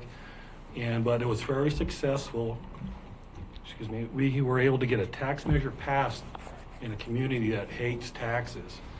And we had a really unified team with the city council, the city manager, and all the department heads. We did these videos, we did public meetings, all unified, and it worked really well. It was very successful, and I talked about that, I think, 4 years ago at this budget committee meeting, how that process works, and so I know we can do it, but we have to be unified, and we have to have a good public message.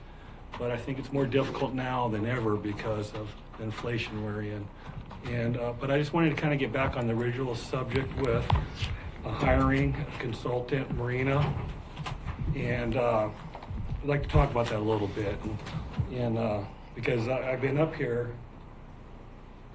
4 times on budget committees, you could all see it on YouTube for the last 4 years, talking about, not Marina, but the situation we're in, how we're coming into this situation. And so I just took some of my notes while we were all talking. And so Marina Consulting. So I believe that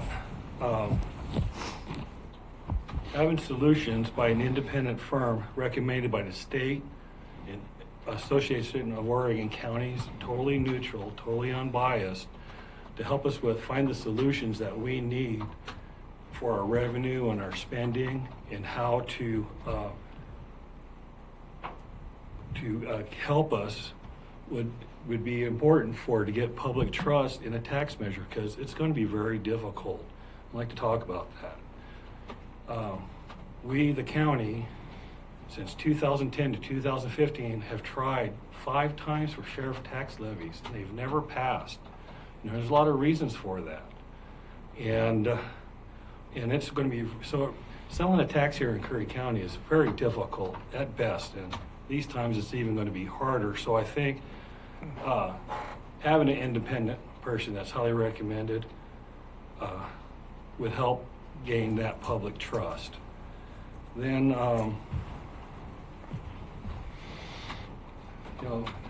10 years ago, we had $35 million in the road fund. You could look up here, reserved for expenditure road fund, $17 million. We all, and this kind of goes to this whole meeting, it's really confusing. And we're all using the wrong words, we're all using numbers, and we're not using the right numbers. And so that's why I think it's real important to have a consultant that's independent of all the politics say what the numbers are, because the numbers I'm using are different from the numbers everybody else in this room is using. And it's confusing in the terminology, and we need somebody to do that. And it's real important because things are escalating. Just in the last 4 years, we've used $11 million, with projected what's this year, by my loose call, $11 million to support the Sheriff's Department.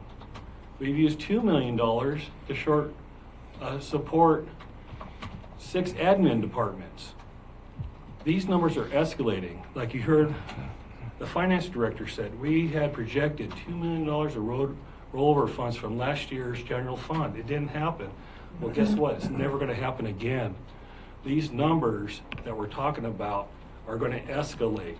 And this road fund, this road reserve, by my estimation, it's going to be gone 3-4 years. It's going to be done. And all those grants and all those opportunities we have disappear with that. And so, so I highly recommend that, I like the idea of Marina, and because of their recommendation by the state and AOC, being totally independent, and that way it's outside of the politics. And because where we're going right now, $45,000 is nothing toward the millions that are going to disappear these next 3 years. So we have to get it together. We have to get unified. We have to have a good public message that the public trusts. And even then, it's going to be a really hard sell. We haven't been able to sell it 5 times in the past. That's all I wanted to say on that. Thank you. All right, any further discussion about the consulting company? Sure.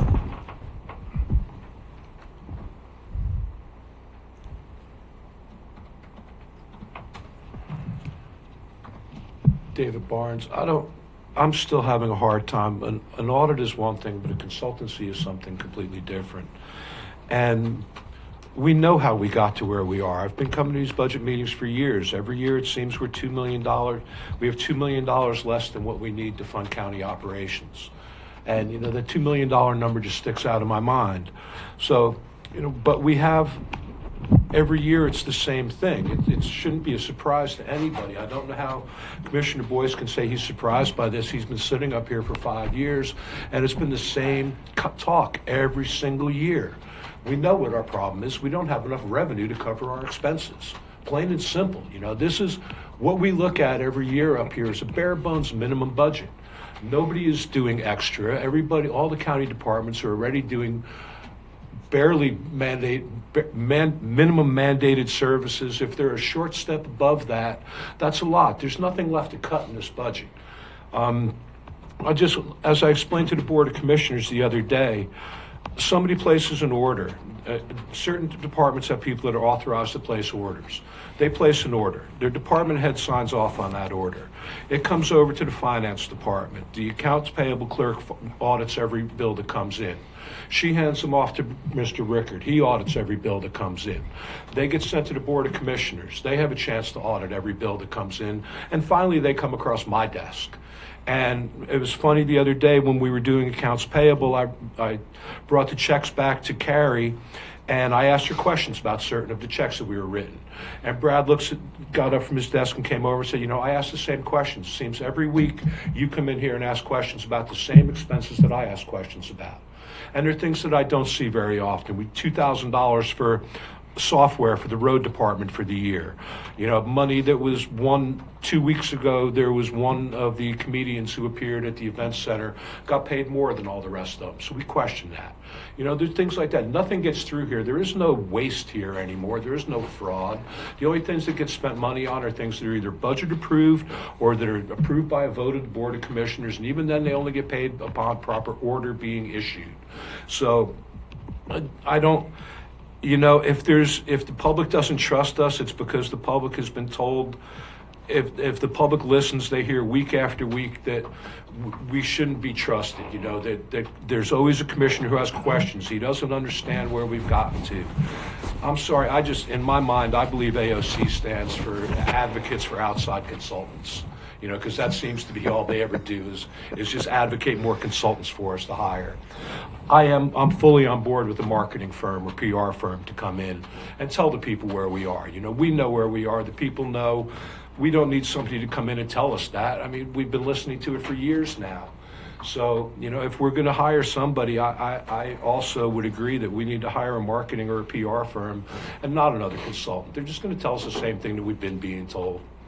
You know, we already know that. It doesn't, if we know it and the people know it, there's really no point in having somebody else come in and confirm it for us. To me, that's a waste of money. You know, we're talking about wasteful spending. To me, that's a waste. We already know how we got here. Now we need to get out of it. We know how to do that too. And it doesn't take somebody outside to come in and tell us. You know, everybody who works here, Mr. Rickard, myself, we're professionals. You know, I'm a retired certified internal auditor. Mr. Rickard is a finance professional. The other people we have working in different departments are all professionals. We don't need someone to come in and tell us how to do our jobs. We know how to do it. It's a matter of having that the public has confidence that we are doing those jobs. And that starts with the Board of Commissioners having that confidence. And unfortunately, that's not been happening. So, you know, it's not been happening for us. So that's really all I have to say. Thank you. Thank you. All right, I think we've concluded that. We have some future direction. So let's move on to the budget now. And so this subject is closed now? I'm not sure exactly where where it is closed is we're going to see what the options are, what the cost regarding a consulting firm. Okay, thank you. And we're going to see what our options are regarding a consulting firm. So is the board going to, or the committee going to agree to that outline, that structure, and then that's going to be a report back to the next meeting? When would that be? Yeah, I would think that your trying to think of the right word for it, recommendations for our recommendations for expectations. I think that was pretty concise, what you asked for, pretty complete.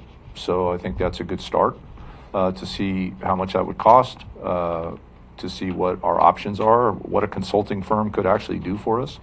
So I think that's going to be explored, and then we'll have future discussion about that when we have more information. Okay, so we're not going to move on the marketing firm or a combination of the two at this moment? We're going to get more information about it. About the marketing? We can add that if you'd like. Well, I'm just wondering what, so we have Is a that the clear understanding consensus? how we're proceeding. Would you like to explore what the cost of marketing would be as well, and what the parameters of that would be? I do. Okay. So So would that- we'll get options for both then. So would that be an RFP? It'd have Is to that be. your interpretation? Yeah, it would have to be. That'd be a protocol that the county has in place that we should follow, correct? Yes, I'm glad to hear you say that. So, why don't we just repeat or type it down so that we know we're all on the same page here and what the outline and the direction we're headed. Okay, so Not to put you on the spot. no, but I think will. we're on the same page here. I will go back to what you stated originally when we started talking about the expectations that you had if you were to hire Marina as a consulting company, what those expectations were. We'll use those as a guideline to communicate with consulting companies. And then as far as as far as a marketing company, that's a much more broader perspective. Is what would a marketing company cost to come in and educate the community about the revenue issues that we face. So two things, Mr. Chair. I'll make sure you get these copies. I meant to get them to you Sure. earlier, but that is basically a quick read what I communicated to the board in the very beginning of this discussion. The second thing, how do you feel, and this is a question to the airport, how do you feel individually about how the citizens, the taxpayers would interpret a marketing company to tell them or to remind them or to educate them where we are? And I'm not in favor or against, okay? I just want to learn all I can here, but I wonder what the average, and I know we're all careful how we use the term average. I think your point as far as the normal Curry citizen is out there just trying to figure out how to pay his bills, and he's counting on us to do our job. So we're in agreement there. But how do you feel people, before we move off this subject, generally how do you feel people would interpret, quote unquote, a marketing firm on where we are as a county financially? Well, I'll go first and answer your question. My opinion about that is that if you have a reputable marketing company that is presenting facts, just like you would present facts of evidence in a courtroom, that can be verified and that can be a person can do a Google search and check and verify it. I think that's a good way to. I would rather spend money there than have someone hire a consulting company come in and give you an opinion. And I'll tell you why. So in my profession, it's quite common to be in a courtroom and to hire professional experts to provide opinions, right? And I can't tell you how many times I've been in a courtroom and I've had an expert get on the witness stand and provide an opinion about a case. And then 5 minutes later, another expert gets up on the stand and provides a polar opposite opinion, and they are both experts. The point is, when you pay for that opinion, you have to be careful that the opinion isn't somebody trying to satisfy what they think you want them to say. So you got to be careful with that. Whereas if we use a marketing company to come in and present facts to the community and educate the community, you take pictures of the jail and you show those to the people of Curry County, that is undisputable evidence of the situation that jail's in. 90% don't know, but 90% would like to know. They would, and I think a marketing company could convey that message. So that's my opinion. Commissioner Pash? I fully agree. Actually, you said a lot of what I was going to say, and that is if a marketing company comes in, you can sway them whichever way you'd like them to go. If we were to do this properly, I think the marketing company the parameters should be that they have to only discuss the facts of where the state of the county really is, so that it is not irrefutable, I guess is the word. You know, if a citizen wants to come in and verify those facts, it's verifiable. And that is what's going to sell the truth of why we need this. Because if you're telling the truth, it's irrefutable, you can verify it, and now you have the reasoning for what you're asking for, and that's a pretty marketable thing. And I've said it many times, people lie, evidence never lies. Any other comments? Thank you. Yeah, I would agree that marketing can't get a bad word. Like you wouldn't want the county to come say we're trying to sell you on an idea, but if you do it as an educational campaign, like you said, just tell the facts, and people make up their mind for themselves. And I think that's what happened in Brookings. Okay. Yeah. Your gas tax is going to go up, but your other tax is going to go down, and this is going to be the weight is going to be on the people that don't live here that are getting gas. It's going to make you get your streets done quicker and at less money out of your pocket. And telling the facts seems to work. Keep it a simple language like this, so everybody understands. It's a great way to do it. But Committee Member Shriver said something very interesting there, and that's why I asked the question. It comes across as a sales deal. We didn't analyze full public transparency how we got here. That's my concern. Yeah, no, it would be full public transparency to educate the community and get to that guy that doesn't have the time to pull up these meetings and he has a set of facts, and if he's interested in fact checking or verifying those, he can. There's a mechanism, an easy way to do it. It's not hard to do. It does have to be simple, though. And to your point, Mr. Alcorn, showing picture, before I was involved with the county or the city or any elected office, if somebody showed me, hey, the jail's falling apart, I would say, well, I'm not going to spend money on those prisoners in there, those jailmates. They can suffer. So I'm not sure that's a winnable strategy with the public. But a sheriff's coverage, patrol, having response time, to me, those are winning things. People want to be assured that they're safe. Especially if they're out in the county somewhere, they want to get that response. And to me, that has great value. And so then the condition. If I were an uneducated voter, I would vote for this for the conditions of the jail. I'm just saying that, knowing what I know, seeing what I've seen. But I don't, in our county, I think a lot of people would not think the condition of the jail is a huge priority. And I would think that a marketing company is going to come up with their top 2 or 3 approaches on how to get it done and bring that to us and say, how do you think would be the best approach for you? And then we pick one. So, Brad? I was just going to say, they may not think that the condition of the jail is important enough to upgrade for the inmates, but what about the safety of the officers that are trying to run that jail? Right, and the whole jail is just one example of many, many issues that this county faces in the future. So, just again, as an example. So, all right. Mr. Chair, briefly, very briefly. Today being April 25th, it's going to take a week to create an RFP. The RFP then has to be posted. It's going to take 2 or 3 weeks to get responses on it. We're looking at a minimum of a month to a month and a half before we even engage somebody to come in and do work. Any work that this consultancy would do wouldn't be applicable to this year's budget process. We wouldn't get a report until, I can't imagine we would get a report until probably July from someone. It may not, but it may be, you're right, it may not. But we also have some time-sensitive issues with this budget. Right. We're just going to run out. We're not going to get a report in time for it to impact what we're talking about today. Right. We have several time-sensitive issues with this budget that we've got to get to the budget now. But thank you, Dave. Thank you for pointing that out. Okay. So, are we good now? Can we move forward? Any other comments? All right. Just one quick thing on the whole fraud thing. I also provided you this 2-3 weeks ago, I think, at the first budget meeting. Just basic standardized questions that anybody can come and say, yeah, this made me uncomfortable, or there's no accusation here. Anyone in our county or against Moss Adams to the contrary. So that's all. That's on the AOC thing that I handed you some time ago.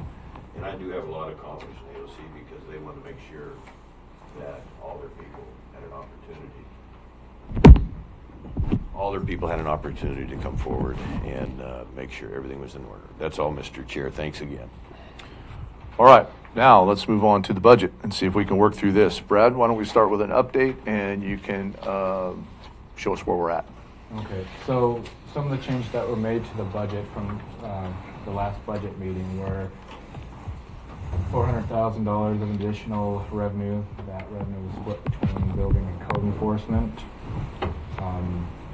Salaries in the treasurer's office were adjusted down by about $17,000 to reflect the deputy treasurer covered in full-time status in December, not at the beginning of the year. I think there were a few other small adjustments that were made. Overall, the amount coming out of the road funds reduced from $3 million at our last budget meeting, now down to about $2.5 million. Okay. That is what is coming out of the road reserves. Okay. Again, just in way of review, we also used $1.8 million of ARP funds to help offset this cost. So we started off the budget process with about a $5.8 million budget gap. We are down to about a $4.3 million budget gap, with only $2.5 million coming out of the road funds instead of the full amount. Okay. So that is where we're at. Ma'am, Mr. Chair, just 2.5 out of the road fund reserve. 2.5 out of the road fund reserve. 2.517. Okay, thank you. And that's for the 22-23 budget. That's correct. Thank you. And how much on ARP, just reminding the public? 1.8. Okay, thank you. All right. Did we get information back from Ms. Crockett on the? We did. I don't have the email in front of me, but it was about $350,000 that they thought we could net from logging that. There was also some information in the email about the possibility of selling the land instead of logging it. Maybe. Different parcel. Say again. Different parcel. That's a different parcel, yeah. Different parcel. Yeah. Okay. The 350 was for the $350,000 airport road. for timber sales. Yeah. Okay. And that is not reflected in the budget at this point. Okay. It sounds like that would come in next year. Okay. In this fiscal year, sorry. It'd be for the next, 22-23 fiscal year. For the year right. we're looking at. Right, okay. So that'd be another 350,000 off down to 2.25 or 2 point. So we're right at $2 million then, if we were to include that as revenue. 2.2. 2.2. And if we Okay. sold the other parcel, whatever that sale was for too. Okay. Thank you again. I'm absolutely shocked. I thought the timber value on the 25 acre portion of the 34 acres we have, that's right parallel with 101. There's a little bit of cedar in there. There's a lot of spruce. I didn't think there was any Doug fir to speak of. So I'm really baffled about that. No lack of confidence in the Goose County Forestry Department. But then the 38 acres of Dry Creek, to hear that's 60% tan oak, I just about fell out of my chair. Everything around there's been logged, either by the Coquille tribe, Douglas timber operators, and I think South Coast has property up there too. But except for our section, it's all been logged. They wouldn't have logged it unless it was good. So I'm just really, I almost want to just go up there and walk through the whole thing and see. I can't believe there's that much tan oak. And in fairness to this committee, I'm the one that said round figure of $500,000 that we could clear. And now we're hearing, maybe we better sell it. And I'm just going, wow, that's a beautiful piece of property. And why would all the other programs log it if it wasn't profitable right now? So again, Coos County it really went out on a limb for, no pun intended, but really wanted to help us on this.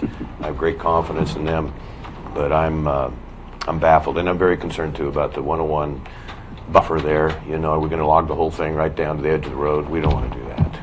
Yeah, we do. Want to do that. Yeah, we do. Yeah, we do. Okay. Counselor, you had a comment. I just wanted to point out, I believe that these estimates were actually from Next Generation Forestry and not from Coos County. I think this was a report that we had them do and we approved before we went to Coos County. And pulling up Director Crockett's email, it looks like that's who sent that over. I just wanted to clarify that. Thank you. Thank you, Council. Yes, sir. And the reason I say that, Chair and Court, is if we don't take that right to the road, then they're going to blow down, because all those trees are in a forest and they're not strong unless they're together. So just like south of there, just not even very far, is or just north of there, Bob Sweet did a logging thing and took it right to the road, because you can't if you leave those trees in high winds, which that is notoriously high wind area, you know, we can do another different kind of a buffer, but you take the trees out when you're logging, you get all you can for them, right? Just not that big is what I don't think they're going to come down until they get a lot bigger, but that close to 101, I'm going to say again, I don't want to harvest that all the way to the edge of the road. Ooh. Well, that's for the three of you to. Yeah. That's for the three of you to work out, I think. So, do we include that $350,000 estimate in this budget? Can we include it? I think we need to get some interested parties to possibly bid on deficit.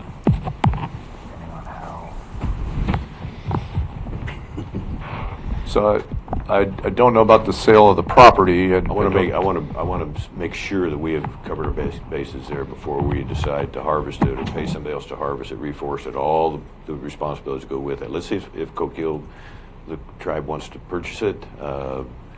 Douglas Timber, excuse me, Douglas, the Ford family, that whole Douglas Timber Operators. It's a valuable piece of land. I just want to close that door and make sure we're not making a mistake there. Well, that's for the three of you to decide. So that's We're outside on it our today. Okay, so yeah, that's outside of our umbrella. So the question though is the estimated revenue from the timber sale. Do we include that? I would like to include that, yes. Because I believe this board is going to move forward to do that, if I'm correct. So I see we'll definitely have that done in the next year. Look at there. Absolutely. We can include it. There you go. Thank you.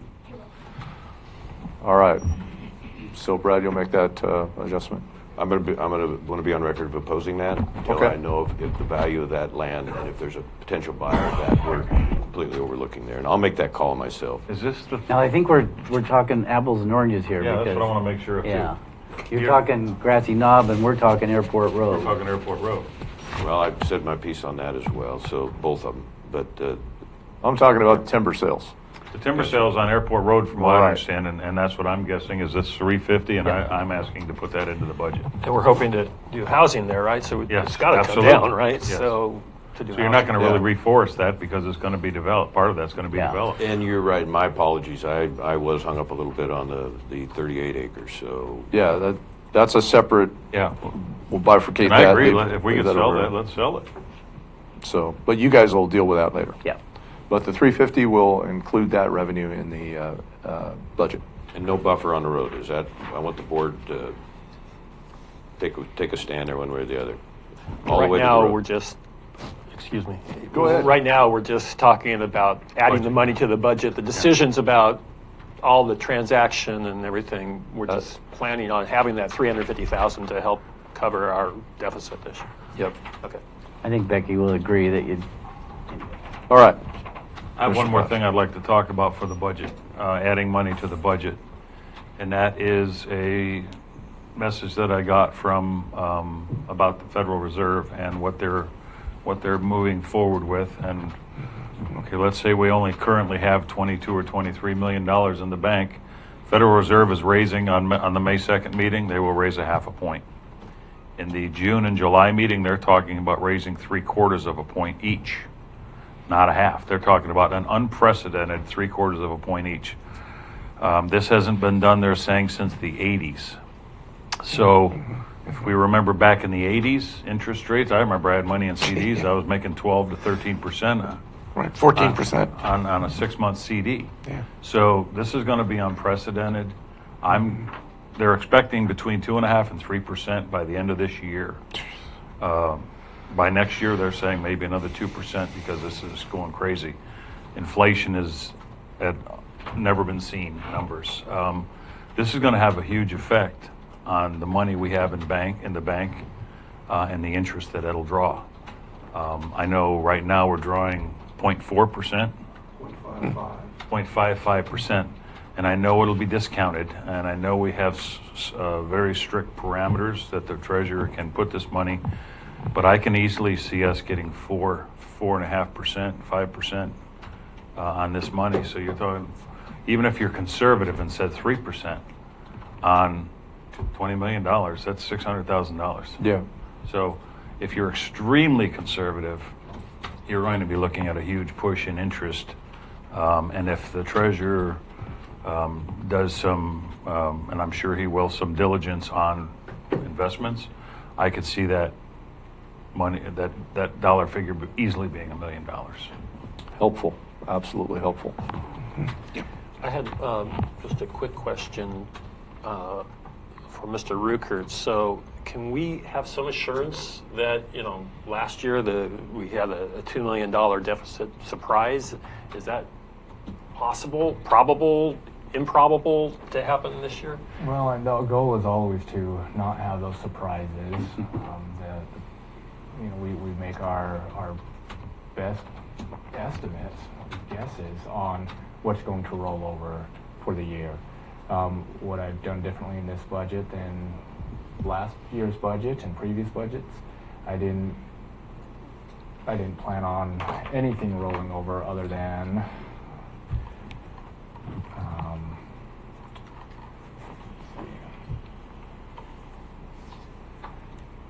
$245,000 rolling over in the general fund. And along those lines, one of the concerns I have as we kind of navigate through this process is, we with some departments have gone line by line and cut and cut and cut. My concern is that we cut so much we take away their cushion, and then they're coming in down the road and saying, hey, gas was more, so this costs more, and that cost, paper costs more. Everything costs more because it costs more to get it here. So, we keep making those cuts to the bone like that, and then, the concern is that we cut that cushion away, and we get hit with something like that. So, Commissioner Patch. I just want to say to that point, I've gone through this budget a lot with Brad and the development of it at times as well, and he's been extremely conservative on this budget. I think Julie's input of the previous couple of years was a little bit more forward-looking in hopes, where I think Brad has been extremely conservative, and I actually think, as you can see by this year's numbers, most of the departments are at 50 and 55% of their budget, and they could be at 75% right now. So I think his careful planning, with the department heads, and the way he's written the budget, I think we'll all be pretty happy with the way he's done it. And I would encourage that continuous, conservative approach too. And the other thing is, if we get up against the budget on departments because we've cut to the bone, all they do is they file a supplemental budget. Right. The board makes sure it's something that they really need, and we give it to them. Right. I guess when I mention that, it's just to keep that in mind, and to be cautious as we continue to examine these numbers. All right, go ahead, Brad. As far as the rollovers go, if you want to look at the screen, looking at these two previous years, there was $3.9 million that rolled over. Then in FY22, $3 million that rolled over. Those are actual numbers. And then when we get to our current year, it was budgeted that $2.1 million would roll over, based off of some of these other rollovers and other variables in the budget. None of that happened. And you see here, none of that is expected. I'm not counting on anything rolling over to the general fund there for next year. Probably a good strategy. Yeah, the way that they're going out. All right, so 2.2 million coming out of the road funds. Any other updates? Anyone else? Any further discussion? We had talked maybe you're getting to this, but we had talked about vehicles and trying to, the assessor had a vehicle, but there might be money to save through the motor pool. Commissioner Pash said there were some new vehicles over there that might be, make it better to use those than actually buy new vehicles. So I'd like to hear a little more about that. Well, I think the assessor last week when he was in here, he said to us that, he already uses one of those motor pool vehicles a lot, I believe was his comment. I personally I think we've got 3 or 4 vehicles over there currently that are county vehicles. So, those vehicles sit there a lot. I mean, our roadmaster could tell you the miles that are on them. I don't have that report with me right now, but there's not a lot of miles on those vehicles. So that says that they're not being used a lot. They could be used a lot more, and to make it an issue that, gee, I don't want to have to contact maintenance and check a vehicle out. That's not a good excuse for me. Any department can call maintenance and say, look at the calendar and say, I need this vehicle next week for these 3 days in advance, and it's booked. I'd rather be doing that and spending $40 or $50, $60,000 on vehicles that we don't need to buy. That's my opinion. Any other comment? I would second that opinion. I just don't know if that's how much we save and how that works altogether. Can we calculate that and include it? Well, I think we got, the assessor was, I think, $28,000 for his, and there was someone else that wanted a vehicle, and I just don't know why we can't share those vehicles. That's what they're in the motor pool for. So the vehicles that are in the budget right now are the 4 for patrol, 1 for the assessor, 1 for building, and then 4 for the motor pool. That's how it's budgeted currently. 2 for patrol. That's all it's in and out for. Okay, 2 for patrol. They're more expensive. Okay.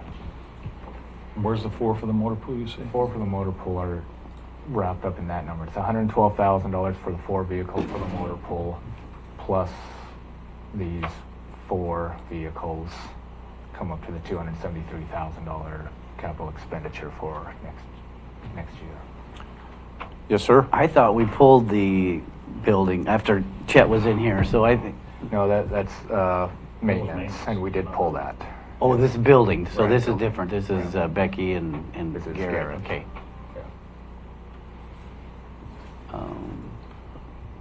And Rich's may be able to. Rich, you have a comment on vehicles? Yes.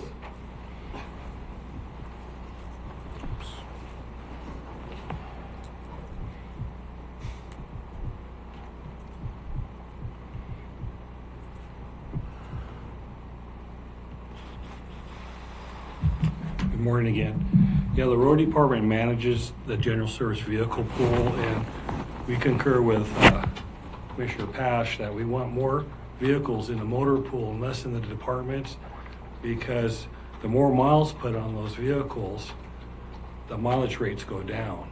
And so when these vehicles are sitting in other departments and not being used, they make our rates go up. Also, that we currently have 4 old trucks, road department trucks I was supposed to auction off, are being used by departments full-time. And so we need to, we're short on vehicles. And we may not spend this money, it really depends. These vehicles may not even be available this year with the chip shortage and everything. And if they do become available, I still have to come up here and present it to the board, and they can make a decision at the time to say yes or no. The only ones that I think are for sure that will happen are the sheriff cruisers, the 2 cruisers for 105, because I think Dodge has made a priority on sheriff cruisers over the other vehicles like pickup trucks and stuff. So I think we're pretty solid on the sheriff cruisers, but we're not real solid on these other ones I'm asking for. And we do have several old vehicles that we put a few $1,000s into this year that are just old vehicles, just to keep them running because we don't have enough vehicles. And I think it's real important that we try to keep the rest of these vehicles in the budget. Thank you. Thank you. And what's the consensus? Pardon me? What's the consensus now? I like that recommendation. I know when we're talking assessor and different ones, they're out in the boondocks. We want them to be in a vehicle that's safe, and I think we've got some cars and vehicles that aren't roadworthy as much as they should be. So, and like he said, if we get them, it'll if they become available, it'll be coming to the board. So. I'm for leaving that in there. Further comment? Well, if they can come to the board, why not take them out now, trying to balance, and they'll come later if the vehicles are available and approve it then.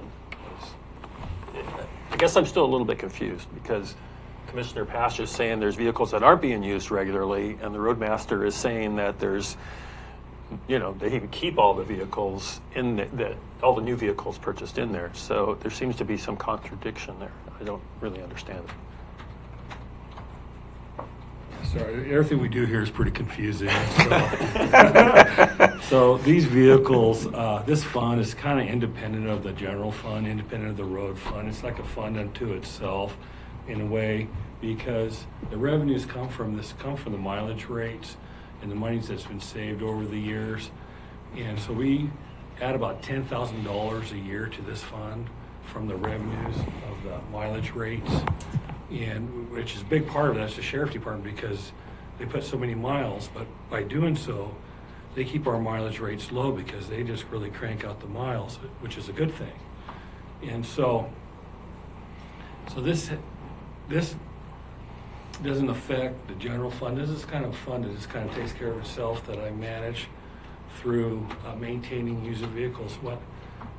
So this is just the vehicle. We have 3 funds for general service vehicles. We have the replacement fund, this one, and then we have the maintenance fund, and then we have the insurance fund. And they all kind of take care of themselves with the mileage rates, provided that there's nothing catastrophic happening. Like if we get, God forbid, we have like you mentioned, Mr. Alcorn, and your history as a law enforcement, you see multi-crashes where, if we lose 4 sheriff cruisers at one time, which I don't foresee ever happening, that'd be over $200,000. But I think it's really important that we maintain at least $100,000 in this fund in case we do lose 2 or 105. And so I don't think this fund should really be looked at for revenue to transfer into the general fund, because we need this fund to it barely hangs on by itself, and we need to let it function as it functions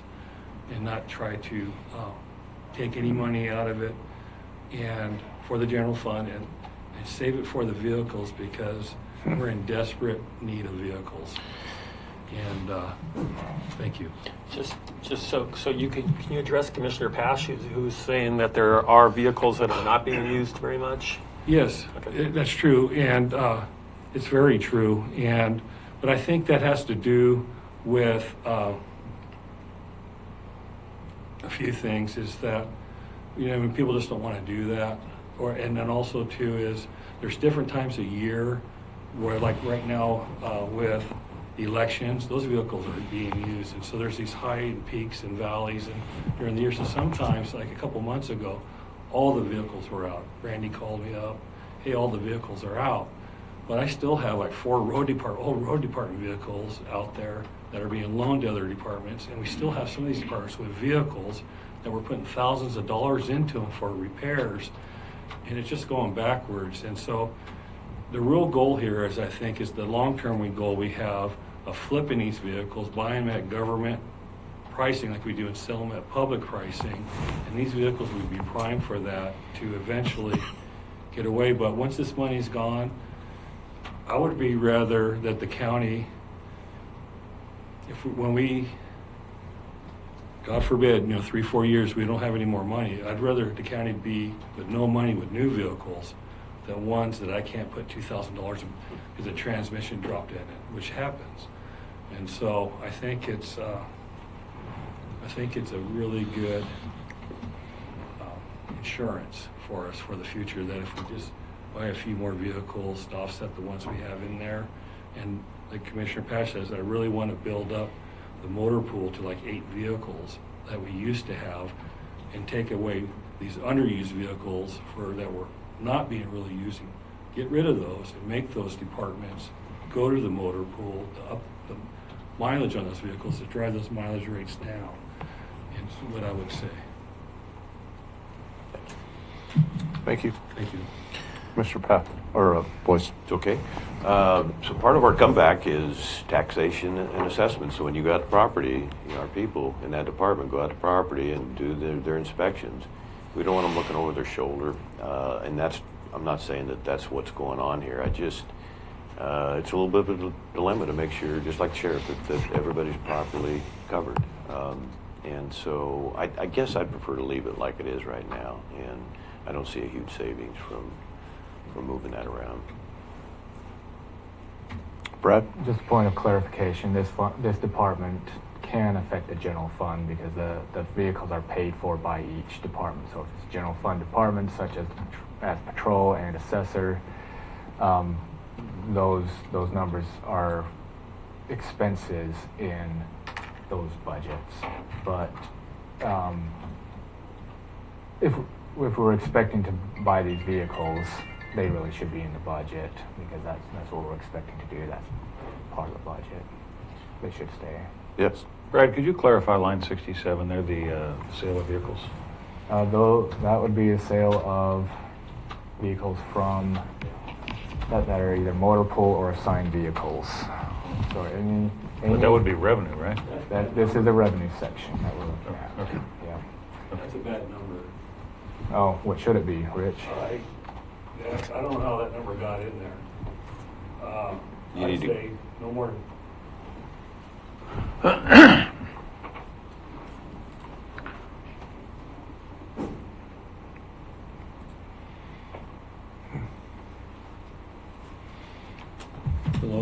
Below there. Yeah, I didn't put that number in there, and thank you for bringing that up. I think that's a really bad number.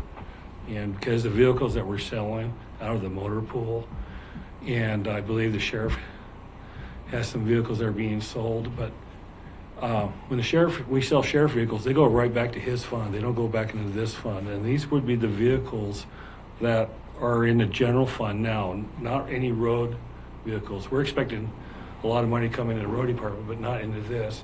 So these vehicles being sold, some might go for $500. Some might go for $1,000. Maybe 5,000. And if there's any, we get all the good out of these vehicles before we sell them. So I don't know how that $56,000 revenue came in for sales of used general service vehicles. I would make that. Just make it 0. Yeah, I'd make it 0 and just be glad we got any money. It won't have any effect on the general fund or any other road reserve funds. Right. Okay, good catch. I just wanted to make sure it was apples to apples. Yeah, That's no, all. good catch. I want a good Thank budget. you. So what would, if we pull those out and we don't fund that, what would the total savings be? To the general fund? Yeah. So what's You're the talking, option is leave it as it is or pull it out, and then if we pull it out, what would that number? 28,000. Yeah, if we're not, Sheriff's cruiser stay in. it'd be 28,000 plus 112 for the motor pool vehicles. But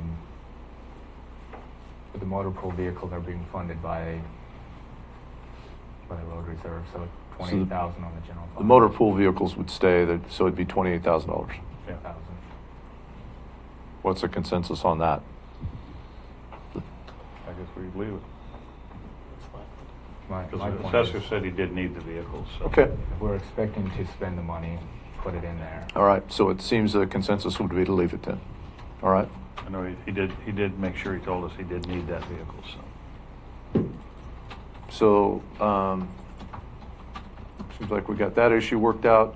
Then the next thing would be, Ed, did you have some questions on the sheriff's budget, or how would you like to proceed there? Yeah, I just think it's fair to the taxpayers to, to actually go through the sheriff's budget. I mean, we're going through everybody else's budget. I think I had some questions. I support the sheriff. I'd be the first person to sign for a sheriff's levy or some kind of district, but I think it's important for the public to not get the impression that the sheriff's budget is off limits. So I do have some questions on that.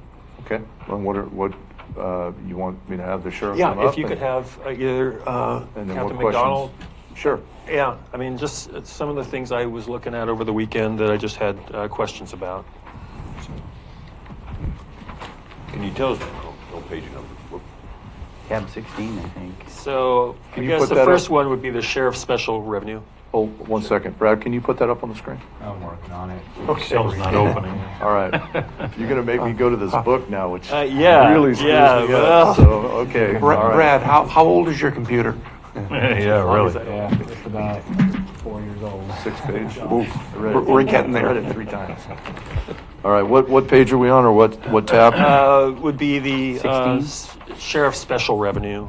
Tab 16. Yeah, it's tab 16. Got it. And Rich, we're gonna go to road fund after the sheriff's done, so. Yeah. Just so you know.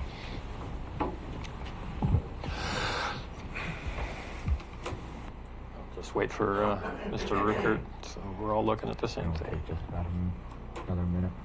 While we're waiting, Mr. Ruh-roh. Chair. Welcome, LT. Thank you. You're probably wondering why I'm asked Joel to be here, because he's my expert when it comes to the jail and all the funding that you have issues about, or the budget-wise, so. Maybe we could just start, Sheriff, about the Measure 110 on the special revenue portion. This last year, we were anticipating 182,000, and you said that might go down this year. Well, with Measure 11, what it is, they took and basically decriminalized drugs, and the money that was coming into that came from marijuana monies. I can't speak about what those monies are for because there's requirements about that and there's restrictions. But when they approved the 110 measures, excuse me, I'm having a hard time talking. When they approved that, the money that we were normally had come in for the marijuana monies was now going to go into special programs and to help pay for programs that aren't even there, actually. And the money is what we can spend it on is basically restricted to what we had. And what you guys did was took that $500,000 out of my budget right off the start. So there's no revenue coming there. Next year, the money for the marijuana money coming in from taxes and everything is probably going to be taken by the state for their mental health programs and things like that. Right, and I'm aware that just last week the state elected to give 1.5 million plus to Curry County to social service providers here in Curry County, and I just want the public to know that that's affecting, that money was, some of it was going to the sheriff's office, and now the sheriff's office isn't getting that, and that's bothersome, at least to me. But Can I interject something there? Yes. That's really a good point. And you use the term elected. No, we didn't go through the legislature. They went. No, it was a measure, it was election. And so that money And there's still $500 million out there that is designed for mental health, and we're struggling to compete for that. We're doing everything we can, but I just want to emphasize that's a very good point. It was an arbitrary decision, and okay, Curry County, here you go. Here's $1.5 million. Well, how does that compare to the other? So, well, it's a big issue. It's important to also because what you said, the county did not get that. It was dedicated to the county, but it's actually providers, separate nonprofit providers in the county. We do not have that money as No control. as a county. No. Well, because we don't have mental health services anymore. That's why we gave that. No, it's designed to go. If I may, it's designed to go to, as you just identified. Excuse me. It has nothing to do with local public health. We have no local public health. So, I'm not sure if that's the same page I'm looking at. I think it is. I'm having a problem with the spreadsheet. These numbers aren't popular. Okay, so miscellaneous revenue has been changed. That's $90,000 you have, right? So is that the marijuana funds? Yes. Is that the estimate on that? Okay. It went from 180 down to 90. Okay. And then 182. The restricted. And I believe it's just the shared funds, the shared receipts that they're redirecting. Someone can clarify that if I'm wrong, but in reading some of the documentation, it looks like it's the shared receipts that are being redirected. Those taxes that are placed on those pot shops by the county or the city, for that matter. I think 100% of those are still flowing through to those entities. Cities are still getting their portion, right? But the state portion is no longer coming to the counties. It's being redistributed to nonprofit organizations primarily. Okay. So, is this the $500,000 that was mentioned a few minutes ago that we have in the restricted fund balance? Where is that coming from? This is what is expected to roll over in this department from the current year to the FY23 budget year. Okay. Was that taken? Was that? That was taken from us? None of that was taken.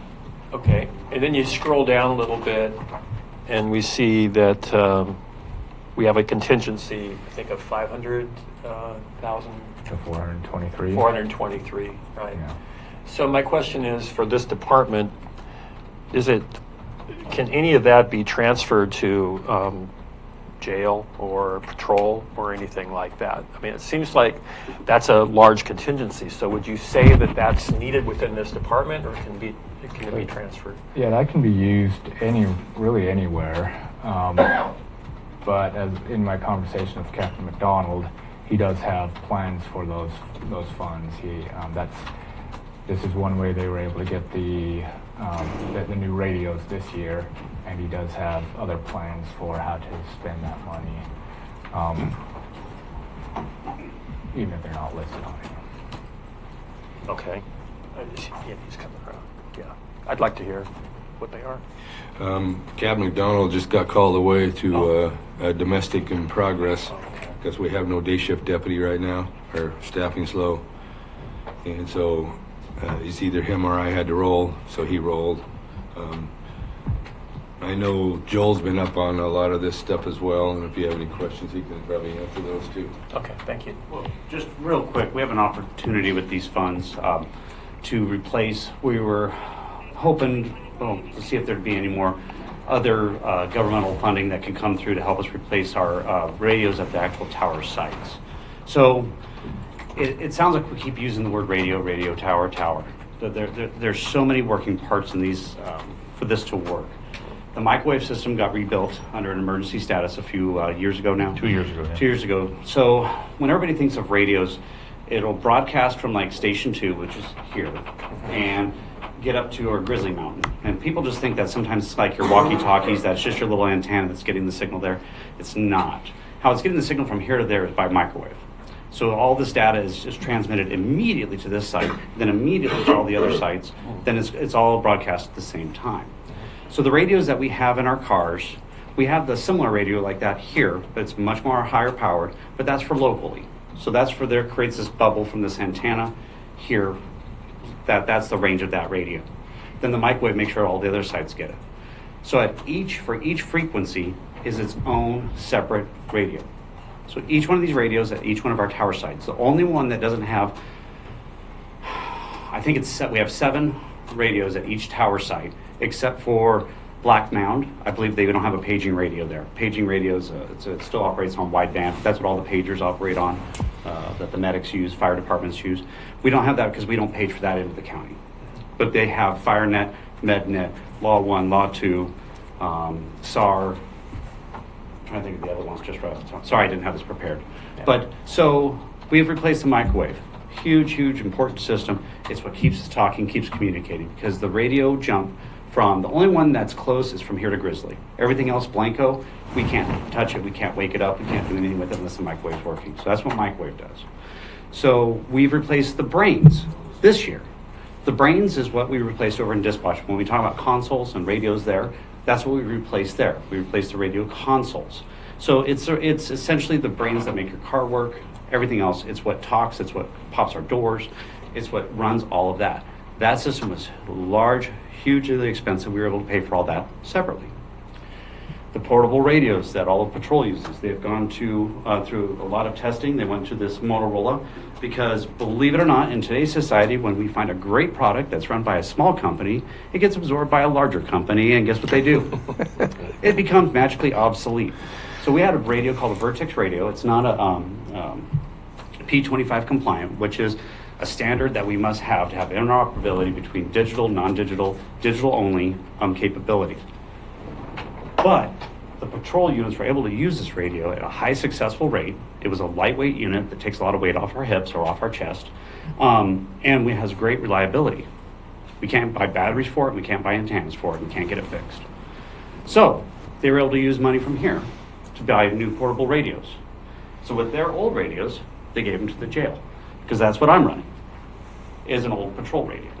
So we are trying to do a succession of events. So the radios we were running were still the Kenwoods we purchased back in,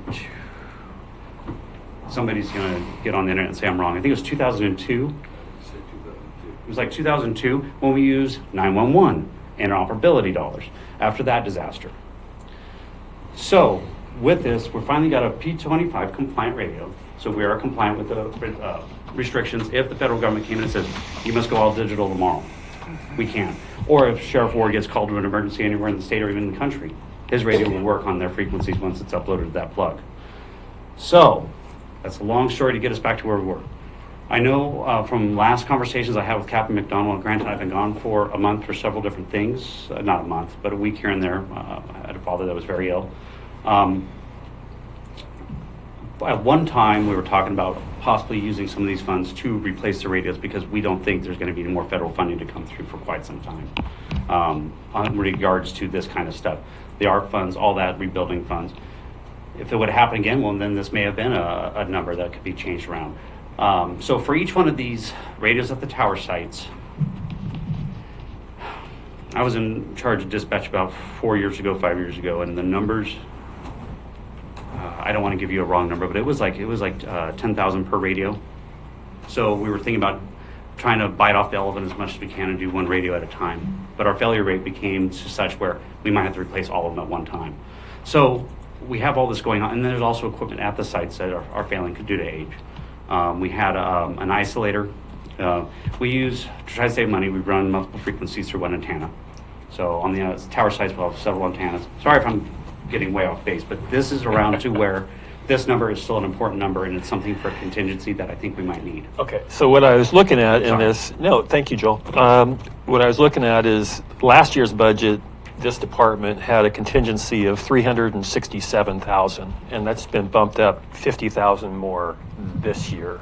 So I don't know if, is it something that there's a little bit of money there that we could just keep the same contingency we did last year and move this to patrol or another, or jail or something this year? I don't have the answer for that because I don't know if whenever that number was adjusted, what the purpose behind that number was. Honestly, I was a part of conversations prior, but Captain McDonald will be the best to answer that question. And like I said, he's unavailable right at this exact second. Okay, I completely understand that, but so that might be I something would we like can- to, we need the money in patrol, we need the money in jail, rather than just sitting it in this account where we already have, and I don't know what the figure is for this year so far, maybe has that contingency been touched this year? No, and what we're looking at are what we expect it to be at the beginning of this next fiscal year. So 423, I think that's a conservative number. It could be slightly higher. I'm sorry, on the original it was 515, so it's already been brought down. Yeah, because we lost $92,000 from the miscellaneous revenue. Yeah.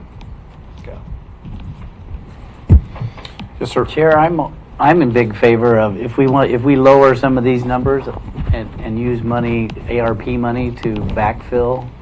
I'm a proponent of using the ARP funds for the county of Curry, and we spend a lot of that money on the dispatch center and stuff. So I'm a huge proponent of if we lower some of these, we will promise that we'll backfill it with ARP funds. That's what I have to say about that.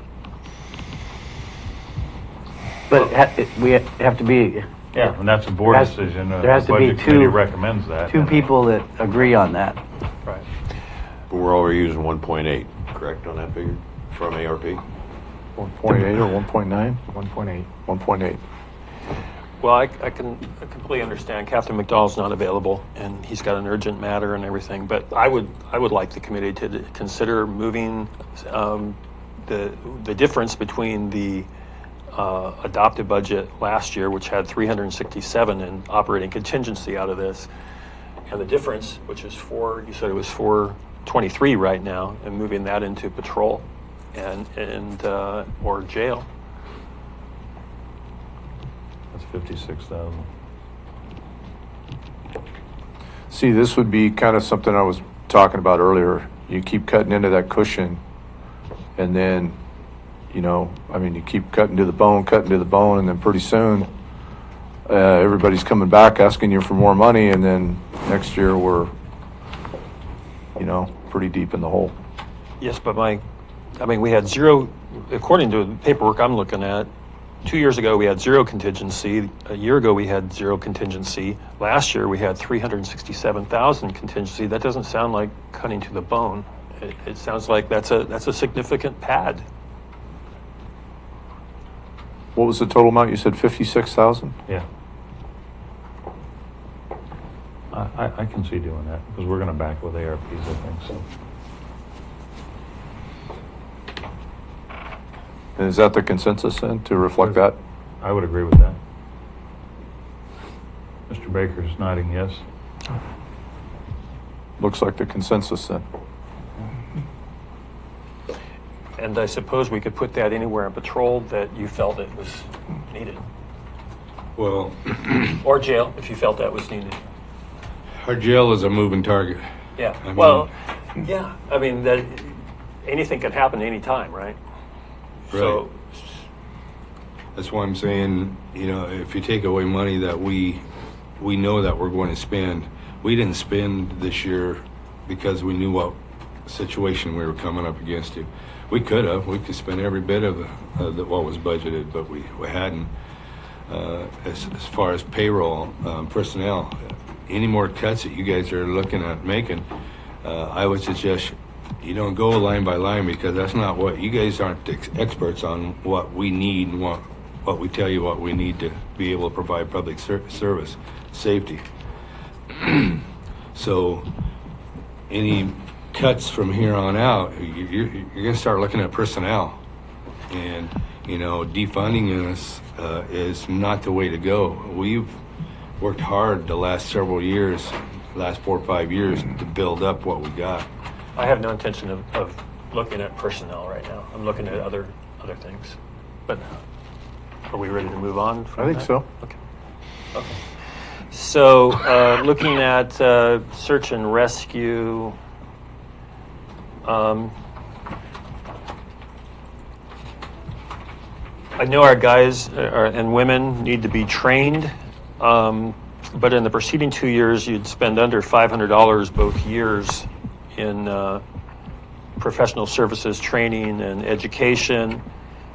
Last year, the committee approved $5,500 in professional service training and education.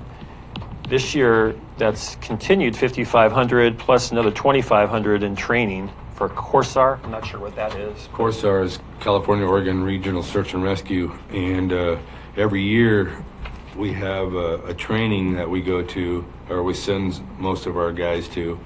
It's put on one county or another. Ours was probably 6-7 years ago, but it's coming back around. Everybody contributes to this training program for it. In other words, if we have a big search and we're going to burn out our small crew pretty quickly, so we have the option to ask for help with Corsar. And in order to have that Corsar, we have to reciprocate that as well. And that money, that $2,500 goes towards the training for all the 9 counties together, but in a pot. And we get together and we spend like 4 or 5 days training. Fair enough. Okay. And do you think, did you use the pro services training and education, the $5,500 this year, or? Yeah, it probably hasn't come out yet, but we just sent some people up to a whitewater swift class training. There are 5 of them, and that was quite expensive. But, you know, in order to be able to put somebody out in the water to help somebody, they have to have some training. Otherwise, Sure. Yeah. like county takes on a huge liability. And you anticipate doing the same training pretty much next year? Well, it's either whitewater training or rope rappel or, rope classes or just you name it. I mean, we've been pretty lax on getting people to it because we just haven't had the money to send them. Some of those specialties require certifications too, and there's a process that, they have to be certified every so often. Okay. Otherwise, if they perform duties without those certifications, it can incur liability. Sure, absolutely. Okay. Mr. Boyce. Sheriff, when's the last time you actually had to put a deputy in the water or use some of that training? And would it be fair to say it's strictly for Rogue River, maybe the Chetco, and really limited? Well, we put a diver in the water down here 3-4 months ago, I think it was, or maybe a little bit longer than that. A drowning down on the Chetco. I was a deputy because he was dive certified. That's part of this training, though. I mean, the training goes. We have to train people to be able to use that services and the resources.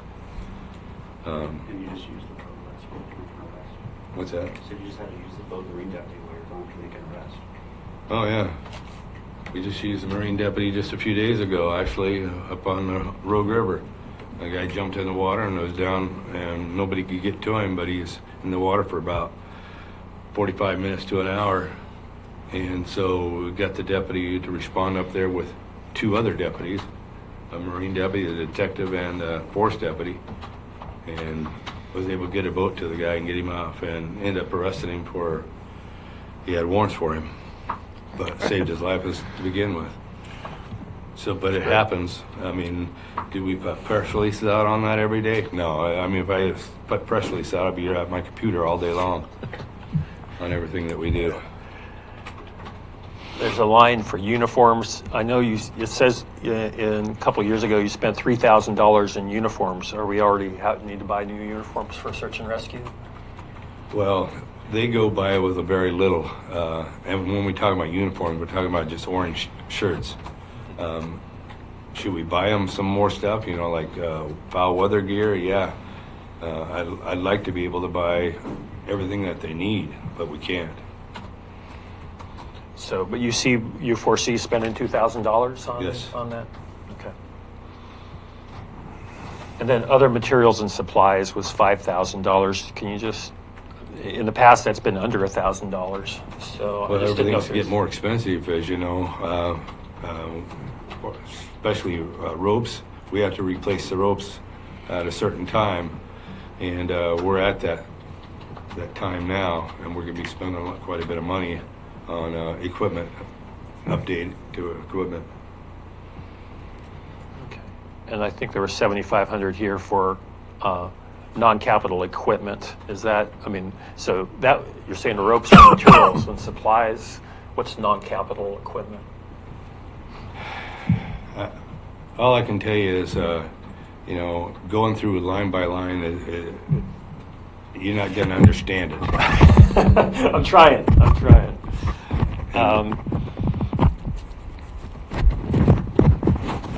I would like to try to understand it. Oh, Captain McDonald's here. Maybe he understands it. Sorry. What's the... Oh, we're going over the search and rescue. Okay. And so we have 7,500 here for non-capital equipment, and then 5,000. So it's 5,000 for materials and supplies, and so that's $12,500. $12,500. Correct. Yeah. Yeah. So that buys ropes, that buys harnesses, that buys cam locks, that buys everything that we need to perform search and rescue missions. It provides, it occasionally buys dry suits. Do you have all of those already, though, and do they need to be replaced? Okay, so ropes, all right, when you're talking actual rescue ropes, I mean, basically you use them and then they become training ropes after that. Do you want your life 600 foot down the bottom of a cliff, do you want your life, not only yours, who I'm going to rescue, my guys that I'm putting over the edge on a used rope that, we don't do that. So I'm going to be honest, okay? I wanted to stand up here and say this, but this doesn't fix anything. If you say, you know what, you only get 5,000 here and you take 2,500, that doesn't fix the issues that we have today, okay? But that's what that money pays for. It pays for the equipment that we need to do search and rescue with. It pays for all of that. That's where it goes. I understand. I'm just curious. I mean, when you do a search and rescue off a cliff and you have to use a new rope, what does that cost? Just curious. All depends on the length of the rope. So, I mean, honestly, it does. Yeah. I mean, $10 a foot, or off the top, I'm not going to guess off the top of my head. I know that we just this year ordered 2 new 600-foot ropes. And I know that that's a big portion of what we spent this year to date. Plus, we did a whitewater rescue training. I mean, all that stuff costs. But that's stuff that we use here all the time. I mean, last summer, we had 2 rescues that were back to back. One of them, unfortunately, was a fatality, and the other one we successfully rescued. They were within an hour of each other, within a half a mile of each other along the coast. I mean, it is. No, unfortunately. From my perspective, we do really well in search and rescue. We have a fabulous group of volunteers that support the mission of the Sheriff's Office phenomenally when it comes to search and rescue, and I cannot sing their praises enough. And this is televised. I hope they all see it. So, yeah. All right.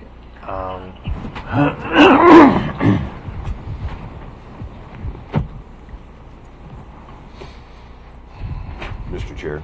Yes. Just while he's looking. Yeah, there, sometimes we hear, and it comes across, and I don't think this committee's intended that, certainly not the sheriff's, but it comes across as when a life's at stake, money's no object.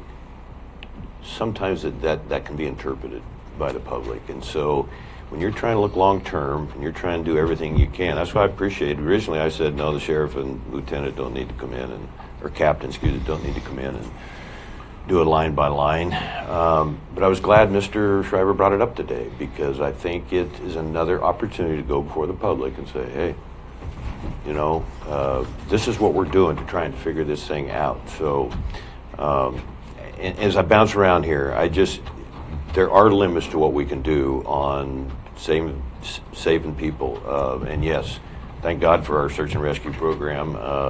More volunteers, great bunch, highly successful, but yeah, we got to look at every dime. on every department. Well, we got to look at every dime too, but we got to save people's lives, and public safety is first and foremost. And I'm going to tell you right now that when you have multiple search and rescue events going off at the same time, that requires multiple sets of equipment. And we're short on volunteers all the time. We're short on equipment all the time. I have been on scene of search and rescues, and they're scrambling to get enough equipment. They're scrambling to get, they're actually putting their own lives at risk trying to save someone else when they don't have the equipment they need. And I don't know. I look at this budget and I'm like, that should be doubled, in my opinion. I was just going to ask you, In is there enough funds there? in my professional opinion, that number should be doubled. Well, and I'm going to throw this out there. What you don't see, all right, what you don't see is we supply basically the bare minimum. What you don't see is what the volunteers themselves bring to the table. Like we have a unofficial, well, we have a dive team. We have the availability to have a dive team. We don't provide any of that equipment. They provide all of their own equipment.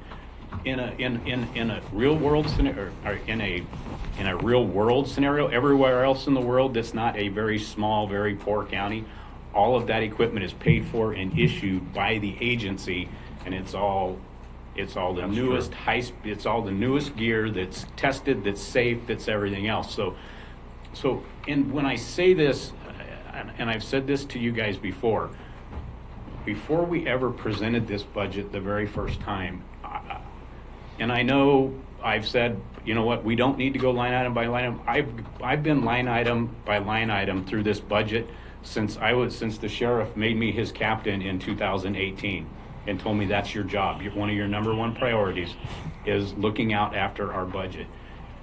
And even though I'm more invested in the patrol budget, you can ask Lieutenant Hensley if you want. I go over every bill, everything that we purchase, I look at it, all right? And this budget it's bare bones. I mean, it's a minimum service budget, all right? Why wasn't I here? Why was not I here to answer your questions? Because we had one guy call in sick today, and myself and Lieutenant Hensley, Lieutenant Inslee, our patrol lieutenant, are answering calls. He's south. I got called to go to Port Orford. Before that, I'm going to be honest, because we have somebody sick today, we had a 3-year-old toddler that was running towards the highway down in Harbor, all right? Lieutenant Inslee was up here. I was here. There wasn't a state trooper close. We didn't have anybody on, so I had to call. I have 2 Brookings city councilmen sitting here in front of me. I had to call Brookings and ask if they could send an officer to go corral this little 3-year-old toddler until his folks could be found. That obviously got out of the house and was running towards the highway, and a neighbor saw him. And the neighbor was old enough that he couldn't keep up with the toddler. So this is, I mean, and I've heard talk about, we have these positions that may or may not be open. We should do this or we should do that. Okay, well, those positions are open, but this is what we're facing. We're not asking for anything above and beyond a bare minimum.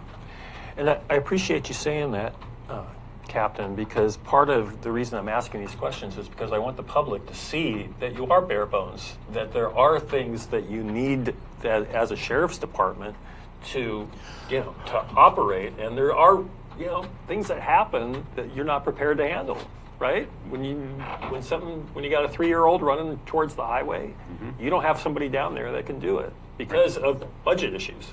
And that very well could have been an issue. The other day in Brookings, we had essentially a robbery that happened at one of our stores where an employee was assaulted and property was taken, and I think you're aware of that. We could have had our officers, Brookings PD officers, tied up on that, and nobody would be available to go to that. And that is my frustration right there. That is just unacceptable to me.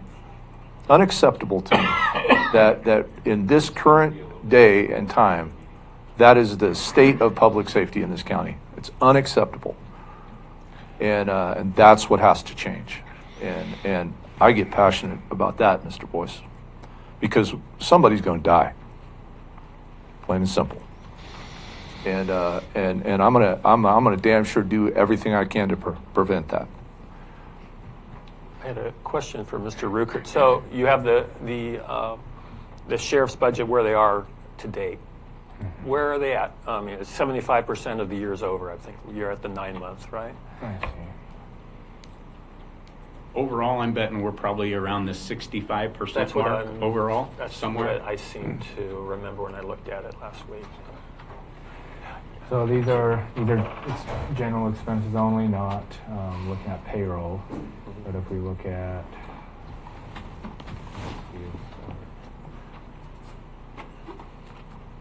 right here, Search and rescue is 23%. 23%. No, special projects. Oh, I'm sorry, that was special projects. I'm sorry. Special projects, 23%, and I think we understand why that's so low. Search and rescue, 54%. Marine Patrol, 53%. Forest. Anyway, you can see without me having to read it off. So they're all under 75%. Way under. Right. And if you average them out, we're probably, like I said, around that 65% mark. Let's not forget the large-scale event that's coming here with the boat races too. That's going to most likely turn into some type of rescue event as well. Well, and part of that is we do have, we have monthly expenses that, will continue till the end of the year. When I would imagine at the end of this fiscal year, we're probably going to be around on just materials and services, probably somewhere around the 80% mark. And if you look if you looked at the breakdown of everything, and if you looked at CrimSiv on the vehicles, we have $150,000 budget in there this year to pay mileage. We'll probably come in with 40 or 50 of that left, but that's not something that you can say, if you cut that down to 100, let's just say, well, you didn't use 40,000 this year, so next year you only need 110. All right, well, so those positions that have been empty that are full, and now all of a sudden you're $50,000 over budget because, see what I'm saying? Right. Yeah, and so I guess what I'm trying to get to is what we don't, and I've said this before, we don't just spend our budget. At the end of the year, you have $60,000 left, so let's go buy all this stuff. We don't do that, all right? That money rolls back. Well, that money just it should not get transferred. If we had $100,000 budgeted to transfer out of the road reserve into that fund, and we only spent $50,000, well, the transfer should only be $50,000 then, and then that would then stay. So that's what I'm saying is. So that stays in the road fund. It should, yes. Is that true? Mm-hmm. Okay, I just wanted to clarify that. So anything you don't, when you're under budget, if you're at the end of the year, you get 90%, you're only using 90% of the budget, but 10% you didn't use would stay in the road fund. Correct. Okay, good. So, last question, because I know we have lunch here. It's no more on the budget, but just for the public to know, for instance, I think Sheriff Ward, you were here when the plane crashed, happened at 4th of July a few years ago. Yes. The search and rescue mission on that was multiple weeks, right? I don't know what the cost was. It took over a month. That, but it took a month, and a lot of it was because of the weather. And the plane crashed out in the ocean, half a mile out in the ocean. And you didn't know where it was. What's that? You didn't know where it was. We had no clue where it was. Just by the relationship that I built over the years, one with Dan Bratton, and there was somebody had called in and said, look, that night I was out tending to my horses, and I saw this plane go over top of my property real slow, and it didn't sound like it was, running very, very fast or whatever. And so I met with him. I said, show me where you saw that plane. And so she shows me, and she said, from the time I walked from where I saw it down to the other property, I saw it out towards that way. And so I asked Dan Bratton, I said, so how often, or let me back up a little bit, how fast would a plane have to be traveling? And it was 20 seconds, I believe, it took me to walk. I walked from where she saw it down to where she last saw it. And he goes, it would have to be traveling probably 60 knots. So I said, I need you to pick me up. We're going to go fly, and we're going to fly over the same thing for 30 seconds, and we're going to find out where we are. Well, we're about a half mile out in the ocean. By the time that 30 seconds was up, we started circling around. We started seeing oil drops coming up from the bottom of the ocean. And that's how we located the area. And it took a month to deliver the last 17-year-old kid home. And was that cost on that It was primarily by the county? That was all county and Corsar. Josephine County, I had Klamath County, I had diet teams from Clackamas County, Del Norte County, I had a lot of people here. We paid a lot of their motel rooms and food-wise cost. But all in all, I couldn't tell you what the total amount was, but the county bore most of that. Yeah. Well, I think we have to be ready. That could happen again. It could happen at any time. I was on the 4th of July. Thank you. That's all my questions. All right. Any other questions for the sheriff? All right, let's break. What time are we coming back? Consensus 1:30. here? Are we done? I am. Thank you. Thank you very much. Nap. 1:30? Is that good? Did I give you enough time? See, he's thinking like I'm thinking. That's all right with you guys. 1:30. We'll be back.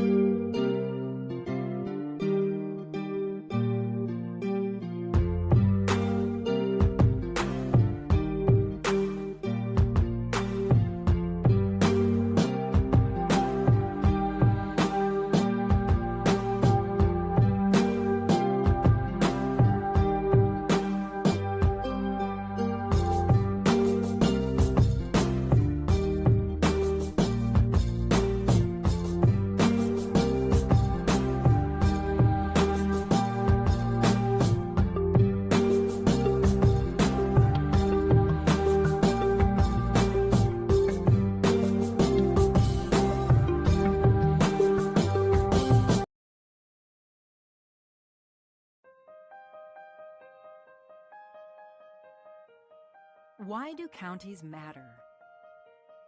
Simple. Counties provide the services we all depend on. If you're concerned about crime, get a regular flu shot. Drive to work. Take public transportation. Or experience a natural disaster in your community. Chances are you benefit from county services. That's why counties matter. With America's system of federalism, counties are a key level of government, serving the people directly. So, do you vote? Had a recent hospital stay? Know someone in a nursing home? More reasons why counties matter. There are 3,069 counties across the country, with populations big and small. Most of us live and work in one. Even the nation's capital is considered a county. These county governments ensure that the food you eat in restaurants is safe. They care for the mentally ill, run court systems, build local economies, and operate 911 emergency systems. They manage parks and recreation facilities. And the list goes on. Thing is, counties serve the American people in so many ways, keeping our communities healthy, vibrant, safe, and fiscally sound. That's why counties matter.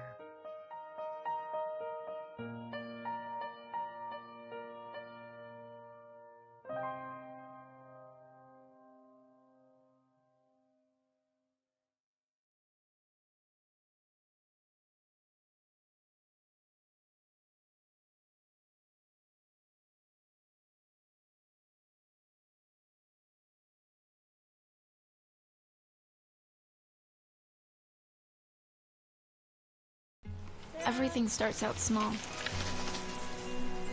The things that hurt us, they all start from somewhere.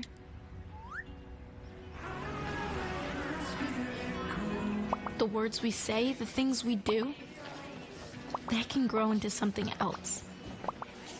What was small and innocent can become big and sometimes scary.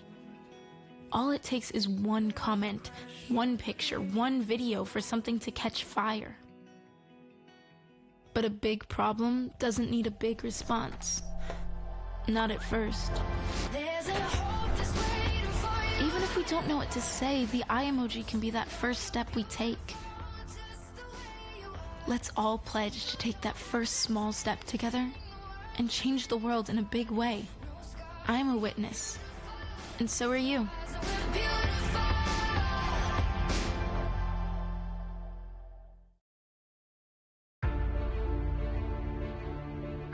If yours is the next big idea, and you need the right place to fine-tune it, build it, launch it, if you're only your best when you can play more than you work, if inspiration comes from the outside, you belong in Curry County.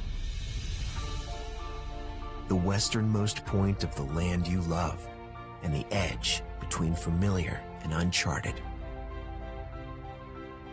Break the pattern.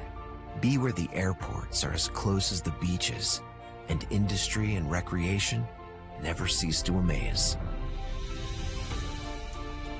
Dock, dive, and dine in a single day, and never lose your connection. This is the threshold of the West. Live where you can do you, and do it well, at the farthest point from ordinary.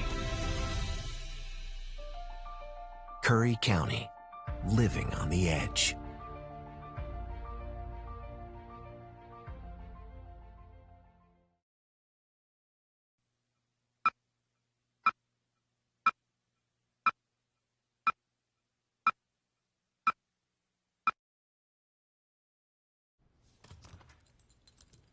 There's a shelter pet who wants to meet you.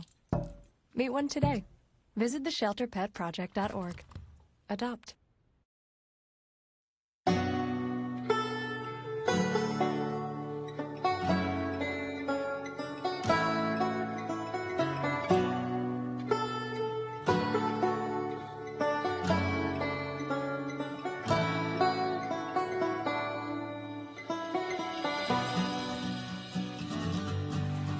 One of the things I really appreciate about our entire region is that we embrace who we are, and I think that's what unifies us.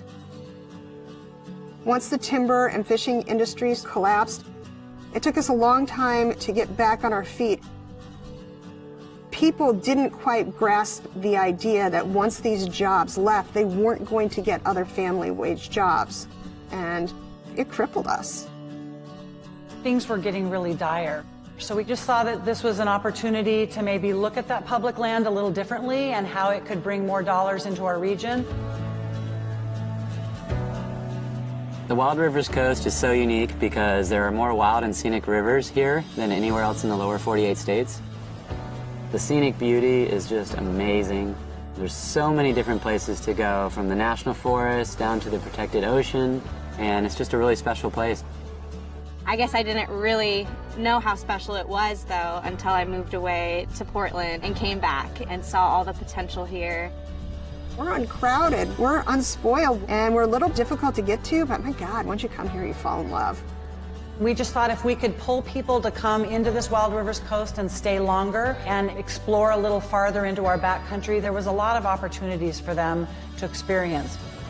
I think our whole future is at stake here.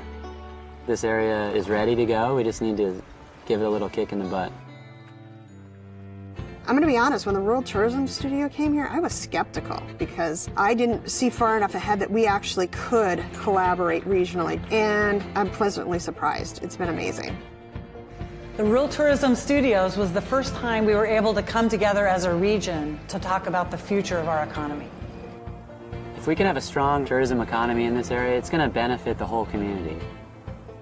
we have to rely on ourselves. And I think through this program, it's sort of opened our eyes to what we could do when we work together. Community leaders really focused on 3 areas: outdoor recreation, food and agricultural tourism, and really building community relationships. In our area, a lot of the food that's grown all gets shipped away. And so now we're realizing that we can capture some of that local food that's grown here. The Eat Fresh and Local Action Team has hosted a series of networking events bringing together the area growers with the area vendors so that we could have more local food available to the visitors to our area. And now we're seeing more local food in our grocery stores, in our restaurants, and we have a new local food co-op. We created a farm trail from Bandon to Port Orford. We did 9 U-Pick farms, and it just gained traction, and people loved it. Langlois is less than 500 people. It's very small. So we have to bring in tourists. And being on the farm trail, even though it's just beginning, has really helped do that. We really want to make it a destination for anybody. My mom and I began Dragonfly Farm just 3 years ago. When I found out that I could grow a seed and turn that into food, it was like, oh my gosh, why wouldn't you do this? I just quit my day job and I just signed the paper to be an official co-owner of the farm. This is what I want to do for the rest of my life and grow with the community.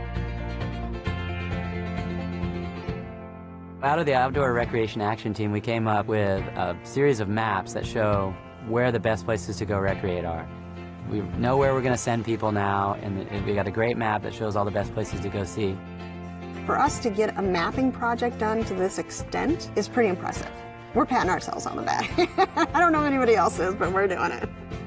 From that, we decided that there was some places that needed help, so we came up with a mountain bike plan, and we also worked on designating a state scenic bikeway. The Outdoor Recreation Action Team was also looking at how we can make scuba diving better in this area. So we came up with the idea for a scuba fill station. So now people that want to come and dive in this area, they can dive for multiple days because they can get their tanks filled up again. When I started the Rural Tourism Studio, my business, South Coast Tours, was really small. And now we've grown to about 5 or 6 guides, and we're doing tours all over from Brookings all the way up to Coos Bay.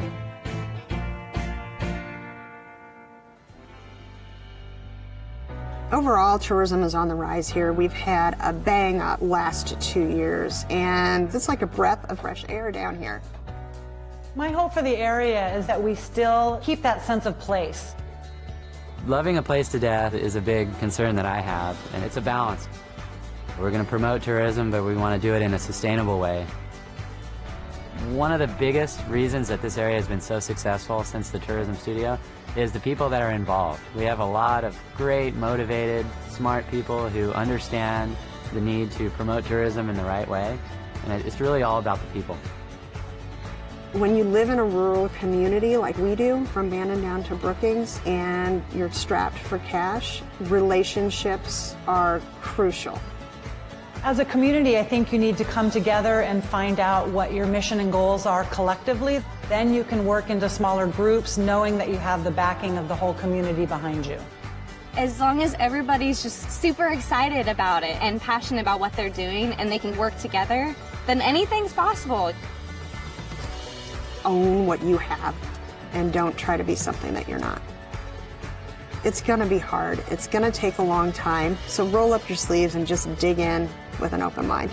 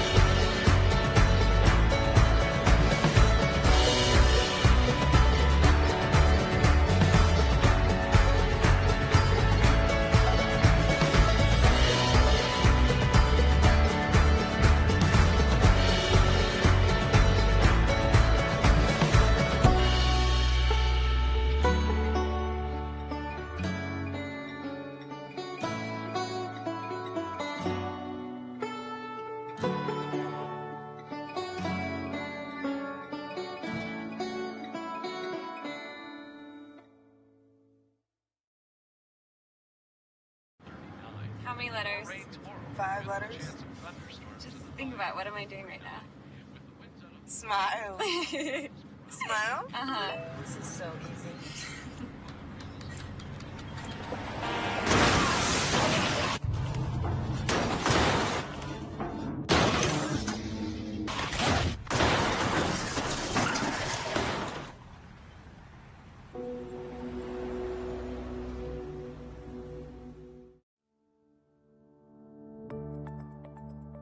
Wildfire, as everyone knows, has emerged as one of the big major issues affecting Oregon and, for that matter, all western states. A real actionable response that's including how do we fight fire, actively managing our forests so that we don't have the fuels out there, and how are we going to protect communities from smoke exposures. The council is really set up to have a comprehensive strategy that's based on action and based on protecting our communities.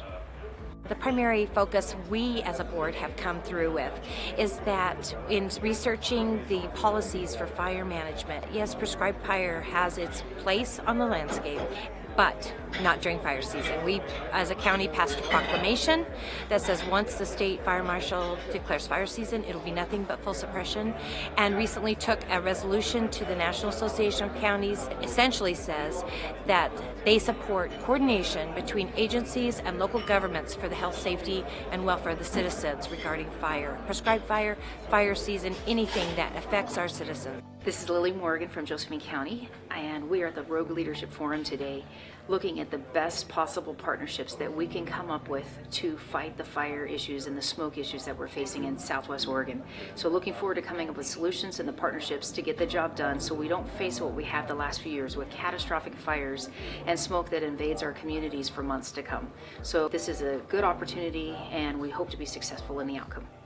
Seeing so many people come together has really been exciting for me because there's a lot of expertise, there's a lot of resources, and as we attempt to do a shared stewardship approach to keeping people safe, it's really important that we get together.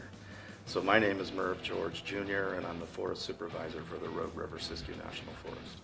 The first things is making sure to get fires out if they're threatening life and property. The second thing that I'm going to focus in on is when it's safe to do so, to put some fire on the landscape when it's cooler and not during fire season, to reduce these same fuels that are giving us so much fits during the fire season. Bob Horton, I'm the Fire Chief of Jackson County Fire District 3 in Southern Oregon. The challenges that are facing us in terms of the mega fires and the wildfires that we've been experiencing out in this valley, particularly in the last couple of years, but across the state and across the region, incredibly concerning to us in the fire community, those in our communities in general, our constituents and our patrons are extremely concerned, as they ought to be. Really the takeaway from the work that's being done now is this is an extraordinary collaboration of dozens on dozens of interested stakeholder groups who are coming together with a common purpose. It's really an inspiring showing of humanity to not only be able to provide for a greater quality of life for our people, but to be strong stewards of our land so that our future for us and generations to come is incredibly bright. Very pressing issue. It's bearing down on us. Fire season is approaching, and I am really interested in preventing my home and other homes in my community from being impacted by wildfire, specifically from being burnt down. That's my main reason for being involved. Quite a collaboration of folks. We're here looking for practical solutions to help us unravel some of the issues surrounding wildfires today here in the state of Oregon. And my focus really is on planning for large wildfire events in advance of their occurrence. That way, when they do occur, we can respond more appropriately to those situations. Well, I just think it's grand if all of the people all over the state have come together today to be concerned about water. It just warms my heart because I know that they really will leave here today feeling more impressed about the water, because I have told them that we're all born in water. We cannot live without it. It's our job to take care of it, stop the garbage in the rivers and streams and oceans, because there's life in that water, and it's our job to keep it clean for them. Because we cannot live on this planet without the animal kingdom. I was in Ohio at the Ohio River with Dr. Emoto, the Japanese scientist who had proven water could heal. He and I stood on the riverbank and blessed the Ohio River that they had us come to do. And I prayed that God has still kept the river good for them over there. We were taught when we were little that prayer works. You too will remember your prayers because they work. It has nothing to do with religion or church.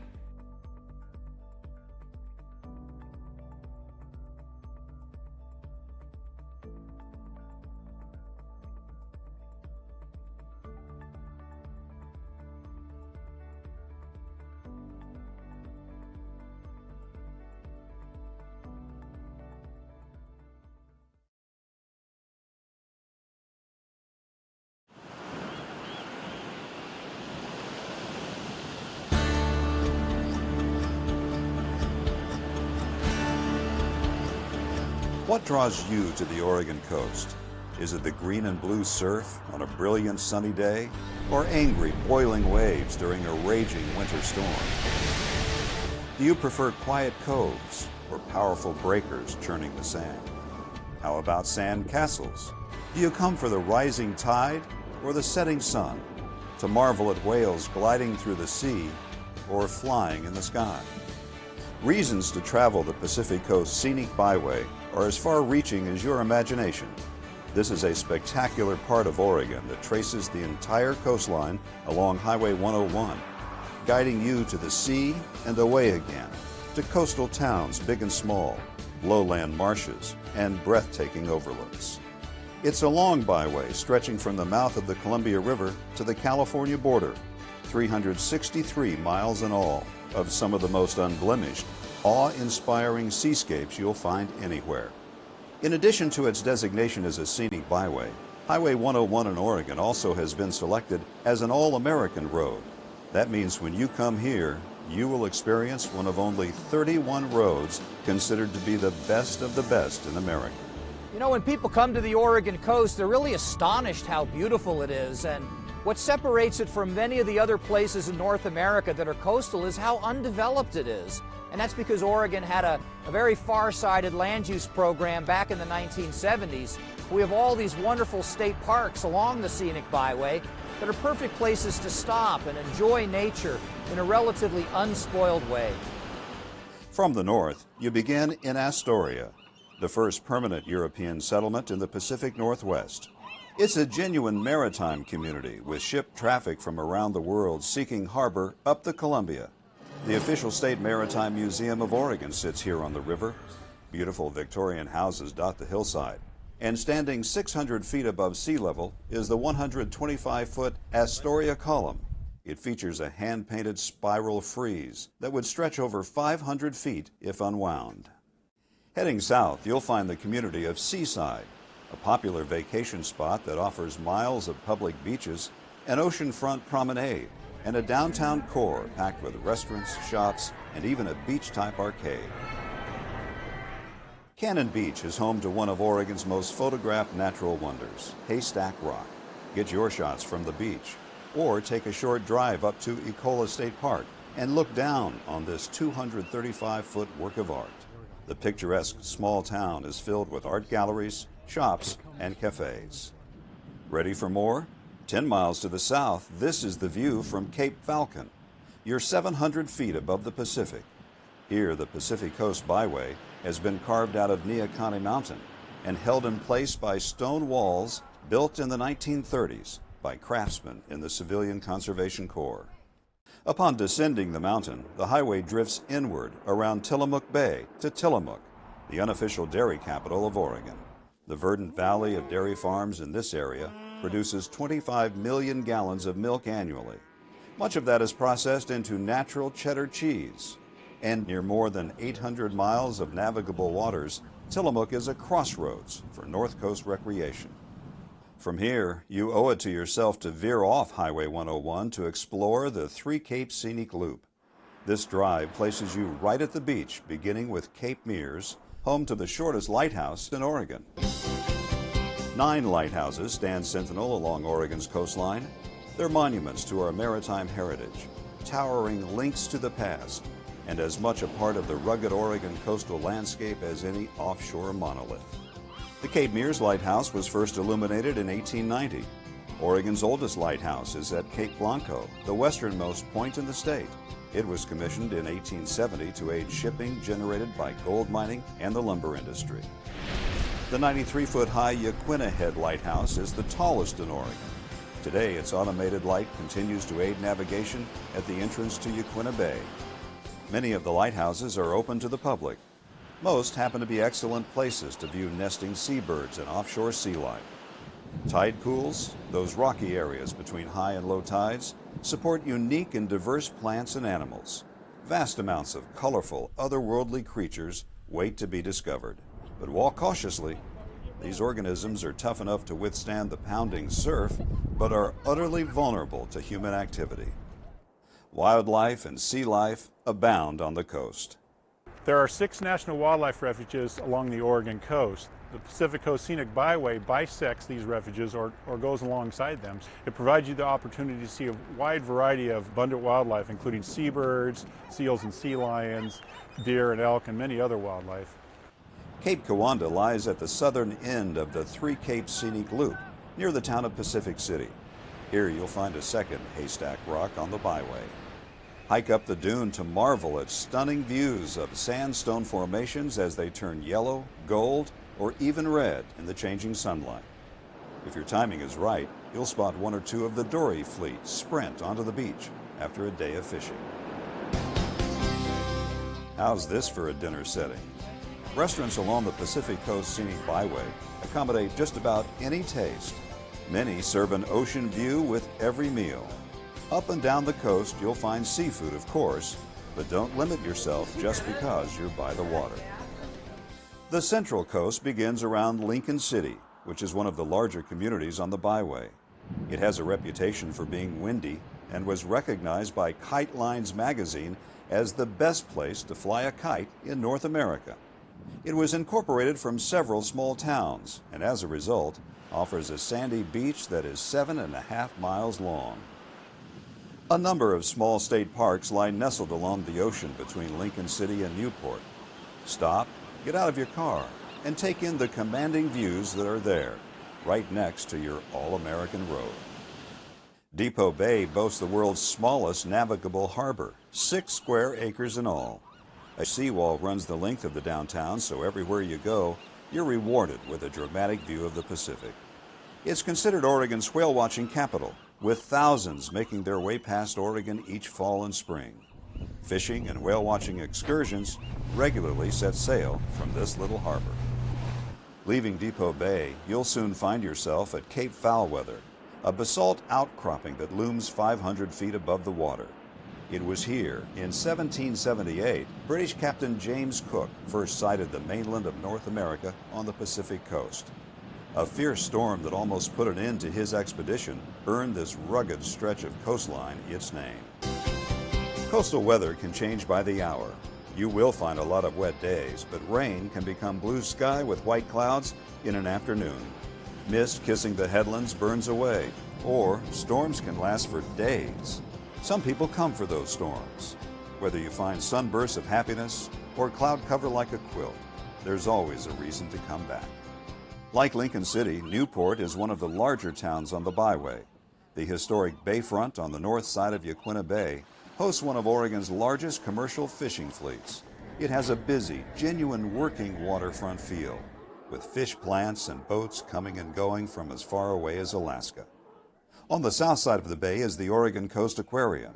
Share waters beneath the ocean with sharks and rays. And don't miss the sea otters at mealtime. Now, all 4 of our otters were rescued otters. They were found out in the wild. For the next 50 miles, your trip along Highway 101 hugs the coast. Many more state parks offer opportunities to stop and take in outstanding vistas, crashing waves, and offshore rock formations. 2 small towns of note are Waldport and Yachats. Waldport sits on Alsea Bay, where fishing, clamming, and crabbing are popular. The 40-mile stretch south of Waldport marks steep headlands, jagged volcanic outcrops, and jaw-dropping scenery, the rugged edge of the Oregon coast. Yachats is a quiet, unhurried artist town just a couple of miles north of Cape Perpetua. Drive to the top of this bluff and you'll be 800 feet above the water. On a clear day, you can see 70 miles of Oregon coastline. Drive past Heceta Head Lighthouse to the Sea Lion Caves. A quick elevator ride 200 feet down puts you in America's largest sea cave, the year-round home of wild stellar sea lions. Rugged cliffs give way to graceful beaches as you approach Florence. In the spring, be on the lookout for wild rhododendrons along the roadsides.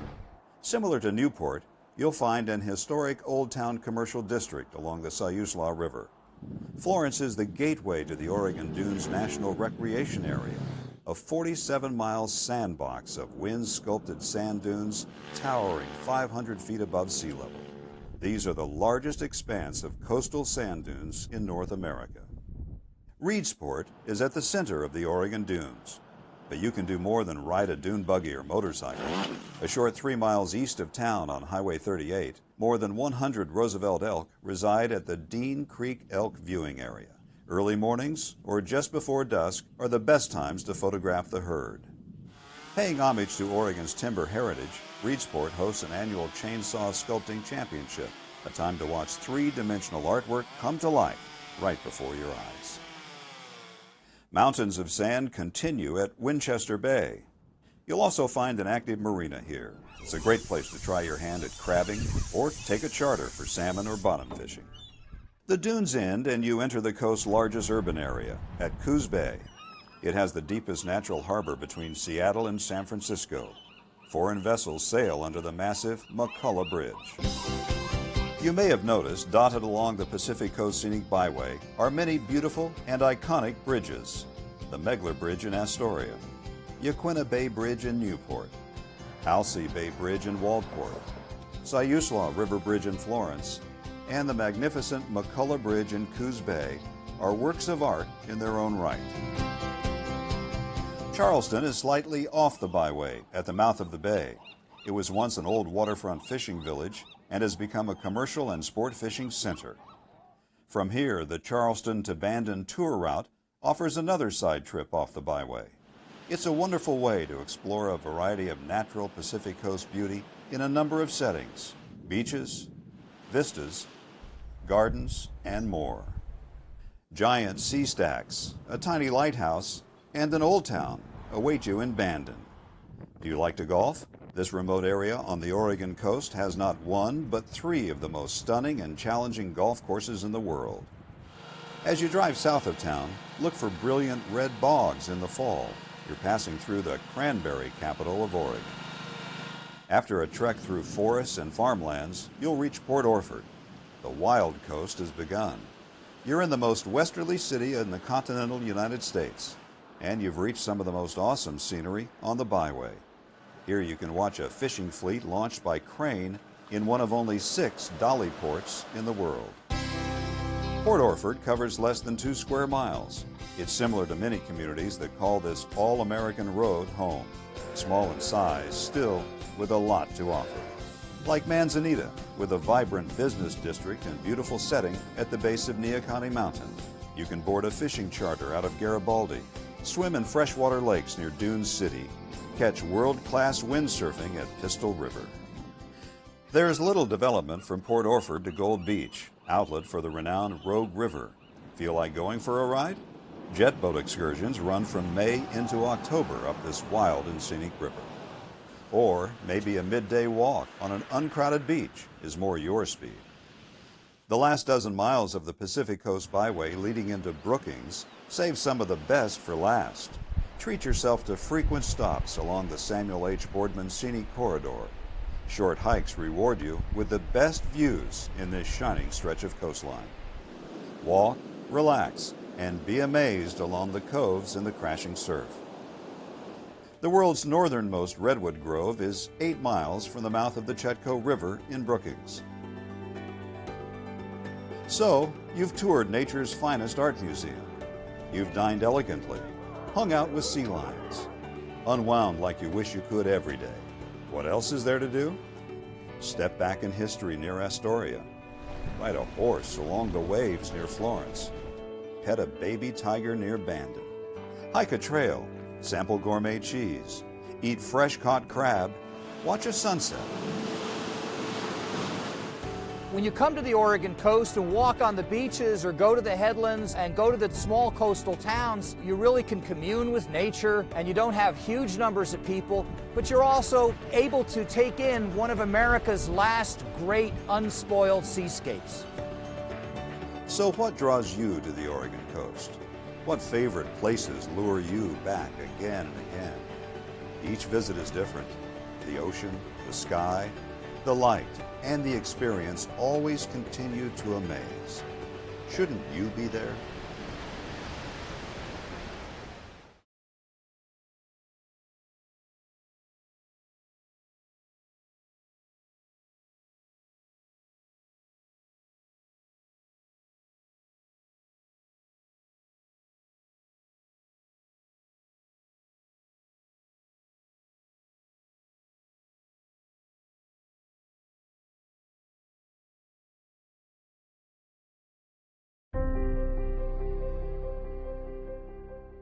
There's something about having land and sea.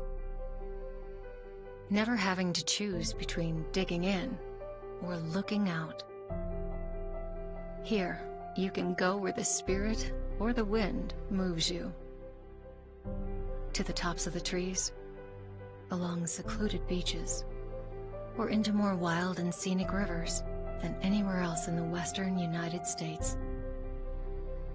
We're the closest place to the sunset while still keeping your feet dry, and a destination where anyone can begin. We share more than we keep, so you can see more than you imagined.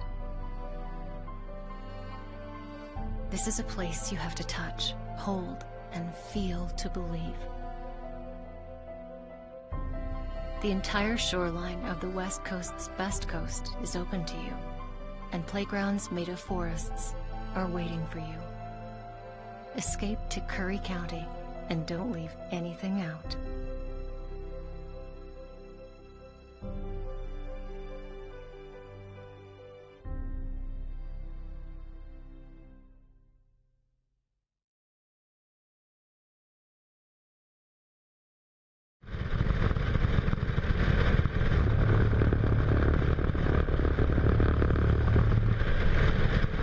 Roadway departure fatalities are a serious and often preventable problem in the United States.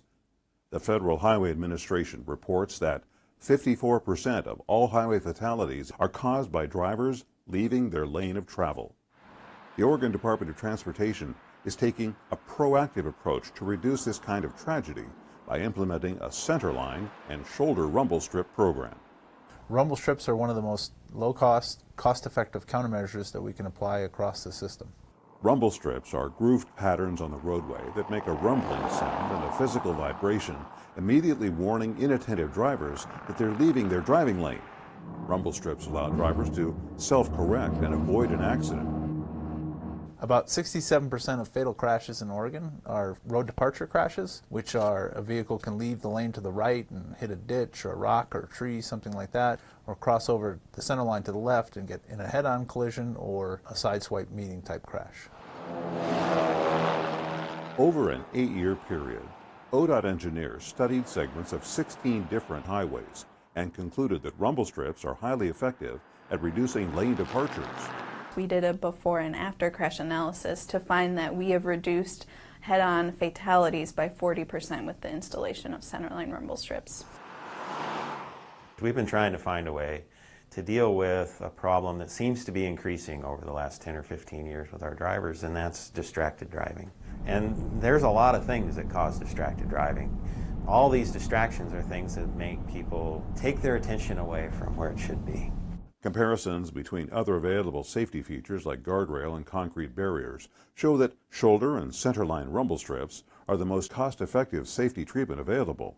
We're finding that those are very effective in trying to make sure that when you do make that mistake, it's not the last mistake you make. They help bring your attention back to the driving task and bring you back to where you should be, focusing on being in the middle of your lane and being safe.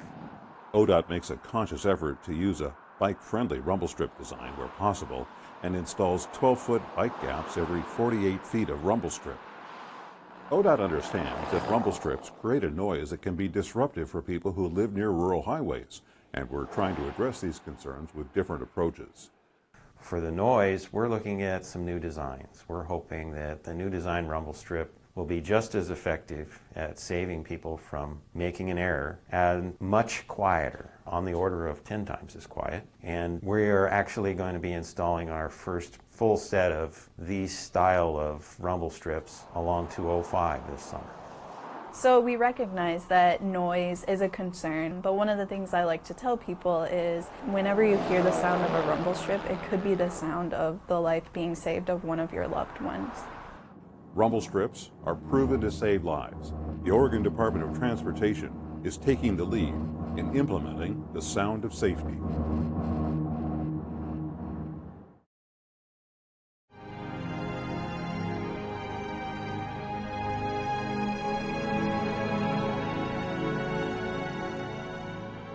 Hi there, I'm Patrick Priest, Executive Director at CIS. And I really enjoy coming every year to this conference because CIS, we are all about counties. We are owned by counties. We were formed by the AOC. This is a great occasion for us to meet everybody in one place and learn what's important to the counties all across Oregon. It's the networking. I mean, we learn a lot about the different issues that counties deal with, but it's networking with other commissioners, getting ideas on how they handle situations that is the most helpful for me. I love my job. It actually matters to me on a daily basis. I used to do a lot of charity, and, you know, in commissioning in Deschutes County, you can make a serious difference. Lots of things have happened since I've been in office, and I feel like it's important to represent the people. I grew up in Eastern Oregon, and I love the residents of Eastern Oregon. The architect of our first house actually had Doris Day as a dear friend and a client, and he would bring Doris Day up the mountains in Malibu to our house as it was being built. This is my fourth conference at AOC.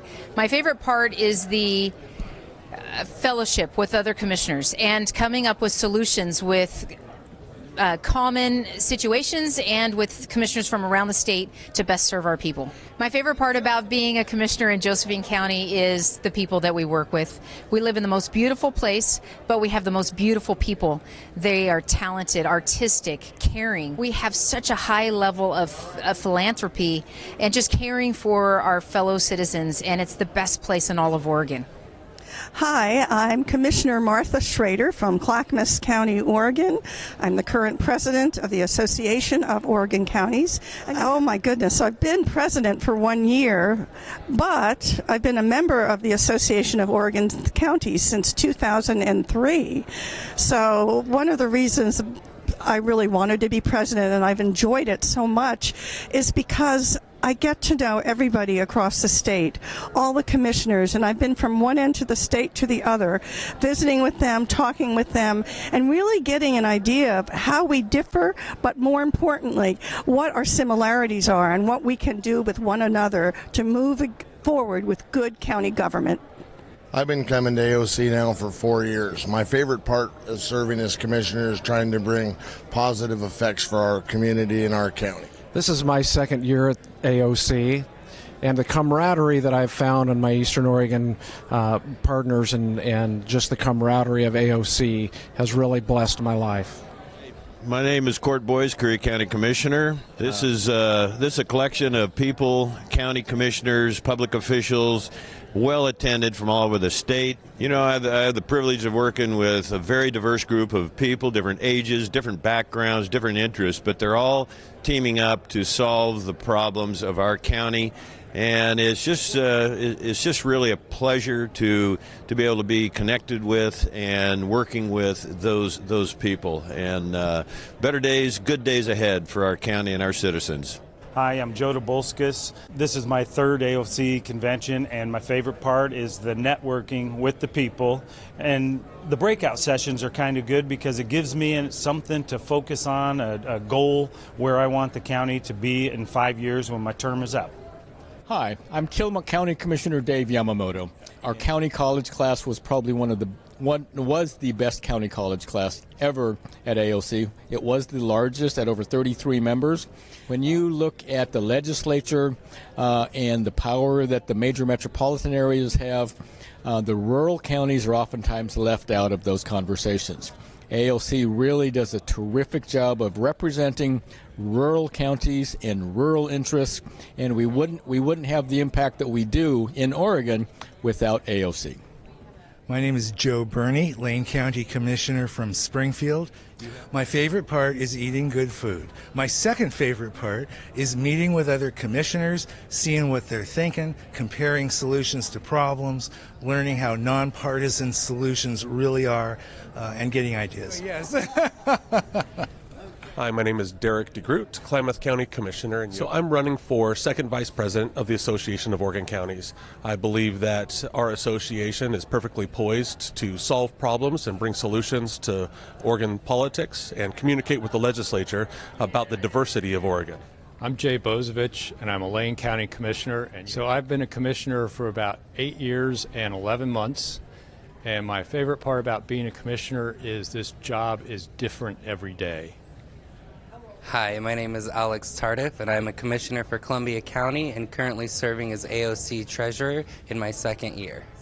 And the thing I enjoy most about AOC and being the treasurer is the ability to bring 36 counties together to build a state vision, to move our state forward into the future while building a livable, workable community that we all want to enjoy.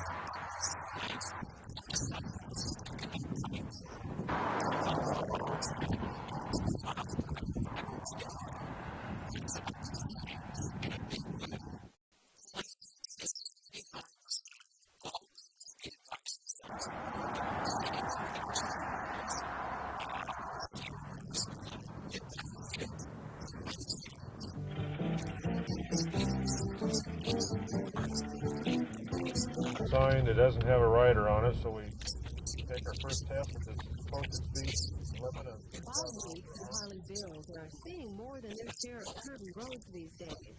Their job is to drive every state highway in Region 1 several times. All this driving back and forth.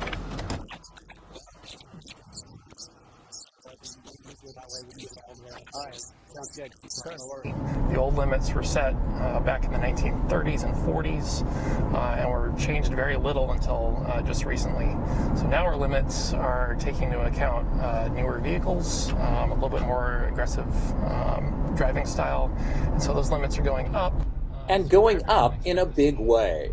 This is Eric Leeming, a traffic devices engineer with ODOT. He's driving an ordinary car with some extraordinary tech on board, a GPS device that records data as he maneuvers every curve in the road.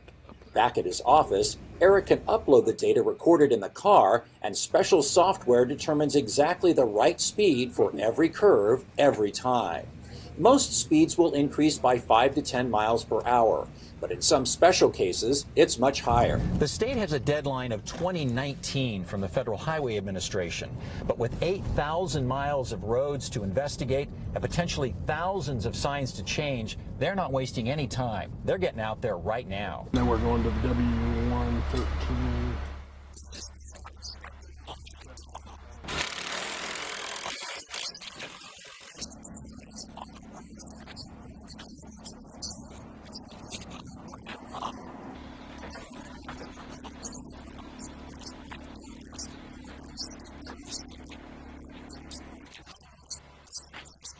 About 800 signs along this section. That's a lot of signs. It's a lot of signs.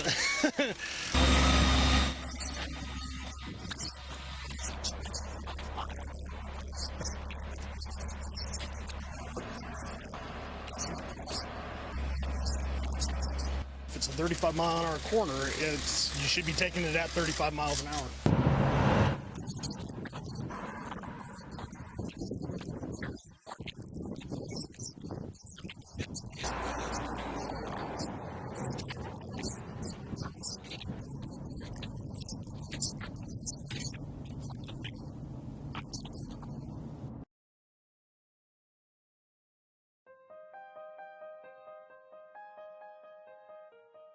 Why do counties matter? Simple. Counties provide the services we all depend on. If you're concerned about crime, get a regular flu shot. Drive to work. Take public transportation. Or experience a natural disaster in your community. Chances are you benefit from county services. That's why counties matter. With America's system of federalism, counties are a key level of government, serving the people directly. So, do you vote? Had a recent hospital stay? Know someone in a nursing home? More reasons why counties matter. There are 3,069 counties across the country, with populations big and small. Most of us live and work in one.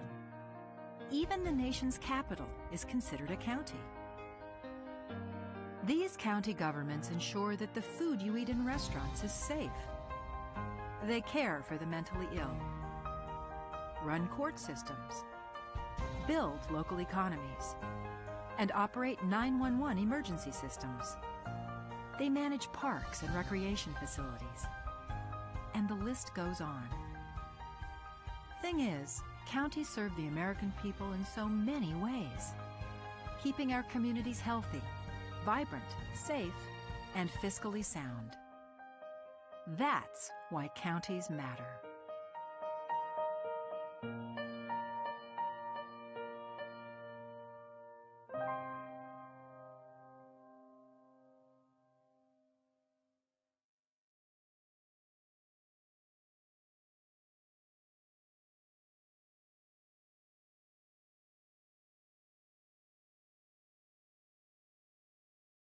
Well, we're here with Commissioner Colleen Roberts for the monthly meeting of the ONC board, which Colleen sits on. Colleen, why don't you tell our audience a little bit about your mission and what you guys discuss at these monthly meetings? Sure. Well, our ONC board is of the 18 counties in Oregon that have the ONC lands on their BLM federal lands. And we discuss everything about these lands. The ONC Act of 1937 is our primary focus, how the decisions that these lands get managed, do they match up with the congressional mandate of the ONC Act, and how we can better educate and help administer the care of these lands for the health and safety and welfare of the citizens that we represent. I would imagine you discuss things like how many board feet can be taken out of the forest in different areas. Are these things that come up each month? Yes, well, harvest timber management is a big part of our conversation, as is lately the fire issues. We're here today with Commissioner Dan DeYoung of Josephine County. Dan, you have an important role on the ONC Lands Board, and we're here in beautiful Gold Beach, Oregon, discussing the monthly matters of ONC. What was your main focus at this meeting? Today we had a really good sit down with two representatives from the BLM.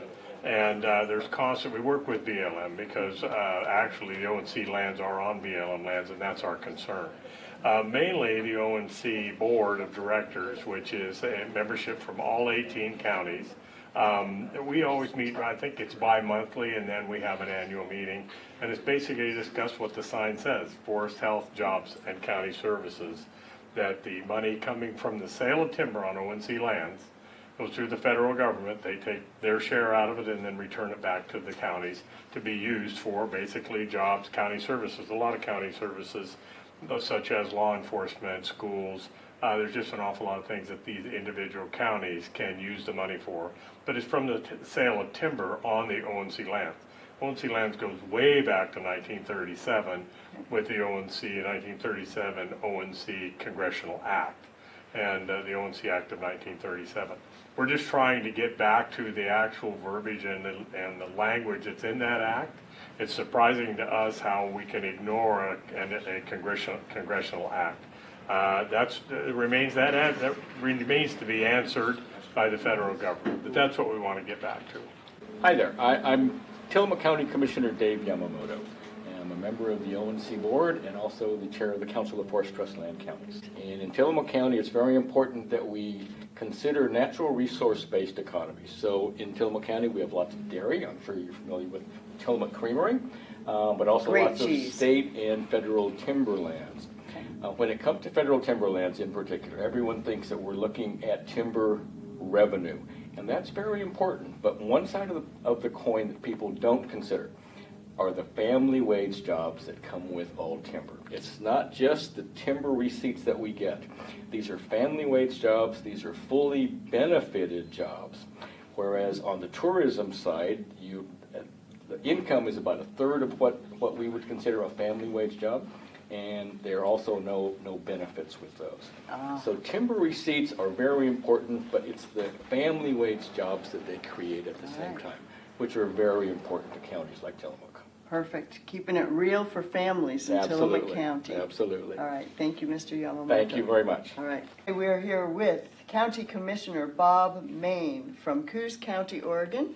And we've had the monthly meeting of ONC lands here. And Mr. Main, Commissioner Main, I should say, tell us what your role is, Bob, on the ONC lands board. I am the Vice President of the ONC Association of Oregon Sea Counties. Okay. Consists of 18 ONC counties, Western Oregon counties. Okay. And we make sure that the counties receive their payments from those ONC lands that Congress designated for the sole purpose of those 18 ONC counties. For no other reason, Congress decided that when they took back the lands and took them off the tax roll, that the county should benefit from the harvest of those lands. Without that, the tax rates, like in my county, would be 2 to 3 times higher. Oh, okay. So you help keep the tax rates down in your county by utilizing the full function of this congressional Absolutely. act. Yes. Okay, wonderful. Thank you. Well, thank you for your service. Thank you. Thank you. We are here with Oregon Curry County Commissioner Court Boyce. Thank you so much for taking a moment to speak with us. Well, thank you. With the natural resource base that this state has, I've spent or spending better than half of my time as a county commissioner on those issues: fire management, public lands management, certainly natural resources, all of those. And so I'm often reminded that 250 years ago, the generations that came before us when they got here to Oregon, include Northern California, they found the greatest forest in all of North America, that produce the greatest watersheds, that produce the most pristine rivers, that give us the most, the highest quality of salmon and steelhead runs, arguably on the planet.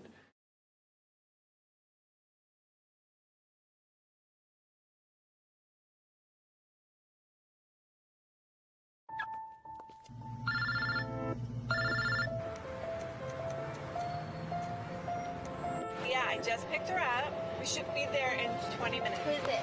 Oh, it's him. Where is he? I know. Yeah, I know.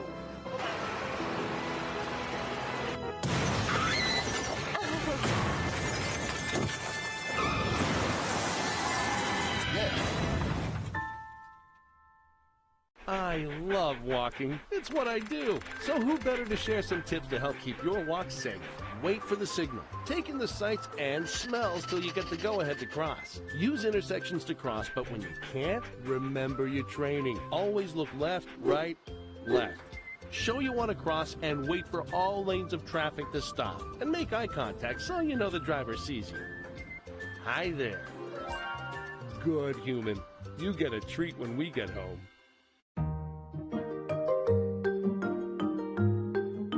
My name is Judy Miles, and I'm the Program Director for Ready, Set, Learn.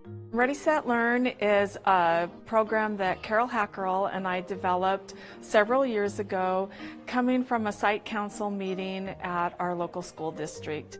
We were problem solving, something we could do to just help students have a better transition into the school system from the community and from their preschool classrooms. So Ready, Set, Learn was developed, and the focus of it is for children to just have an opportunity to come to the place that they'll be going to school and get comfortable with the setting.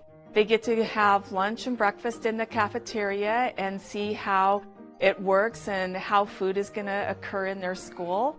They also get to see the classrooms and meet some of the staff that they'll be seeing at the school when they start kindergarten in the fall.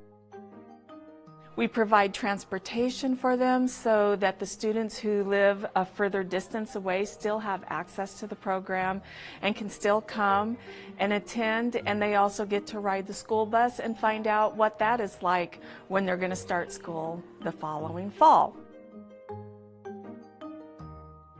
I'm Carol Hackerell, and I've worked with the Ready, Set, Learn program for 4 years. I started it with Judy Miles in response to recognizing that a lot of kids come into kindergarten without a whole lot of familiarity with what the K-12 school is like. We came up with the idea for this program and worked with the superintendent at that time to build something that was available to the community at no charge, to come in, have a chance to practice school skills, get familiar with school staff and school routines, keep the chance to keep learning over the summer and get ready so that when you come into school, you are comfortable and familiar and happy with your surroundings and the teachers and the chance to learn. We're open to any child in the grades that we serve, which right now is K through 3, and we have a lot of children coming from Bandon as well as from the local community. During the Ready, Set, Learn program, kids come in and we start the day with a breakfast, free breakfast. And then they come into the classroom and spend a little time together as a community and during circle time. And then they rotate through a series of activities which are all designed to be fun and engaging for them and to help them get some learning, solidify some learning that will give them a leg up on the next school year.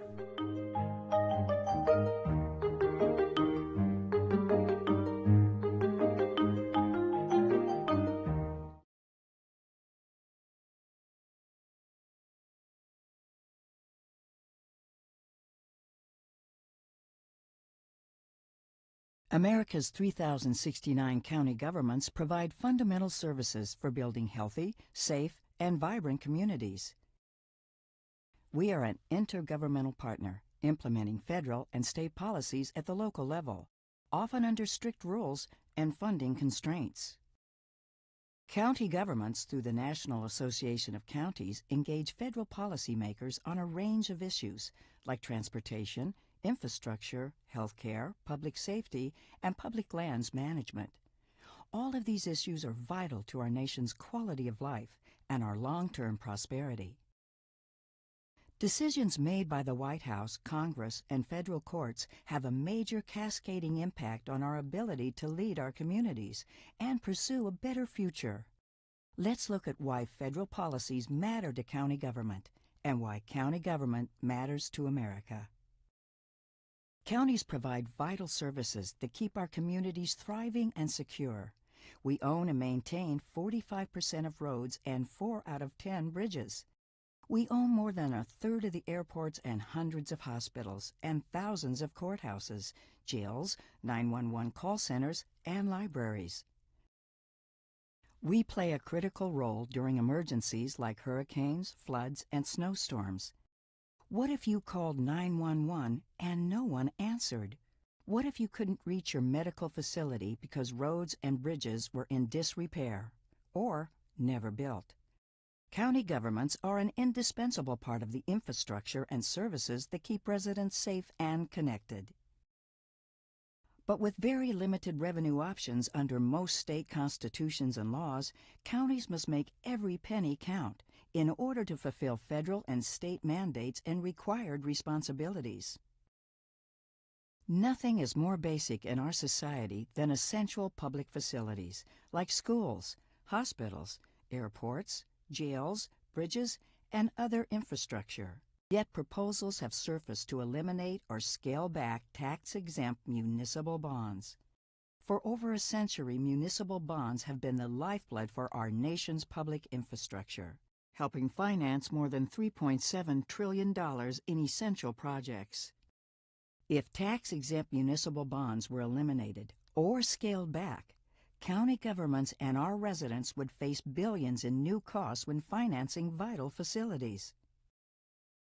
Additionally, counties rely on MAP 21 and the Federal Highway Trust Fund to complement local transportation financing resources. With growing demands and mounting costs, we need a reliable federal partner to invest with us in our nation's economic growth and competitiveness. We need a long-term legislative solution with increased funding to ensure continued success in operating our nation's transportation system. Counties face further revenue losses each year because billions of dollars in e-commerce sales tax revenue isn't collected. The Marketplace Fairness Act would enable states and localities to collect existing, already owed taxes.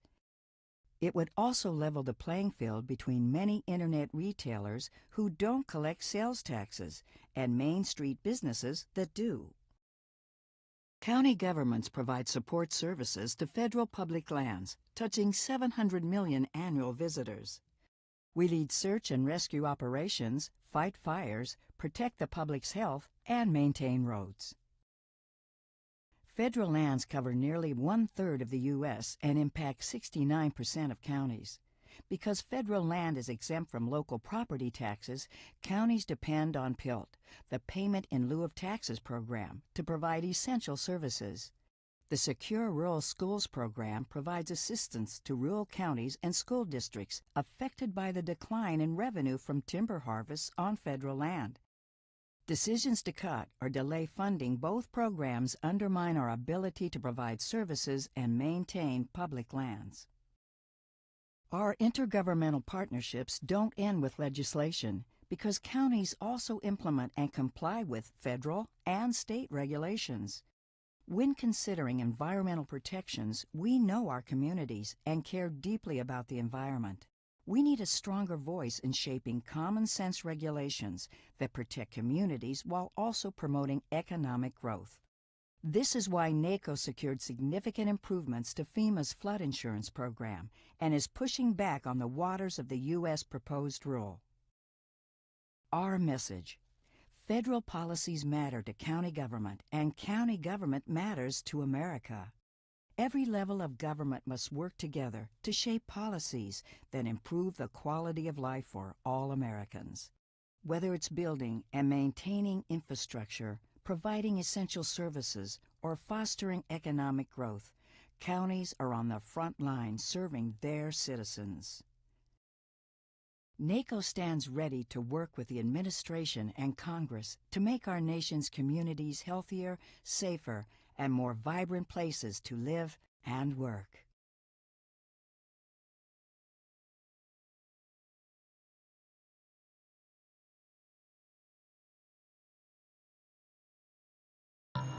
See Allison at lunch today? I'm gonna text her. I'm gonna text Allison. Hey, hold up, Matt's calling me. Hey, we got the food and we're on our way right now. Hey, who's coming, bro?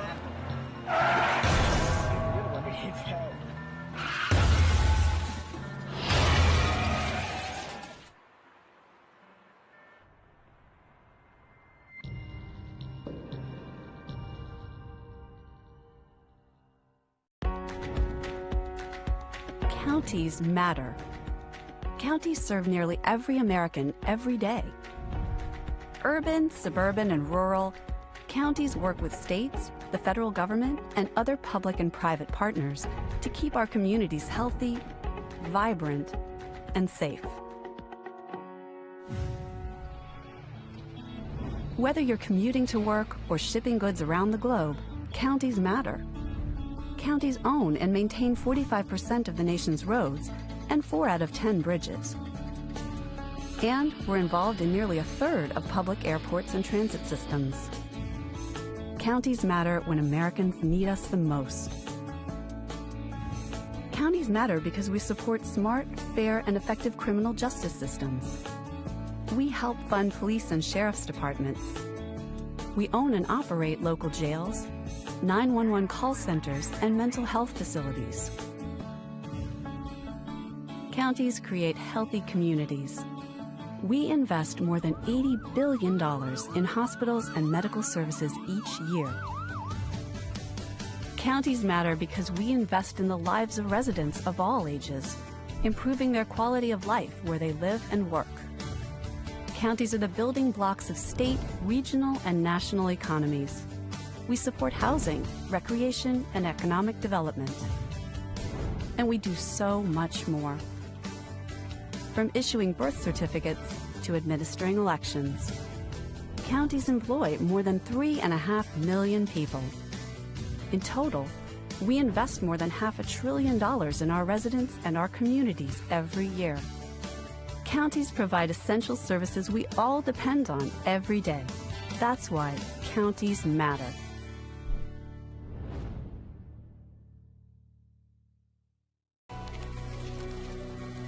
When a large forest fire breaks out, potentially threatening lives, homes, wildlife, and thousands of acres of forest land, the news coverage is immediate and consistent. Interviews with homeowners, firefighters, medical aid providers, and others continues nonstop until the fire is sufficiently contained. At that point, the cameras are turned off, the interviews are over, and it's on to the next event.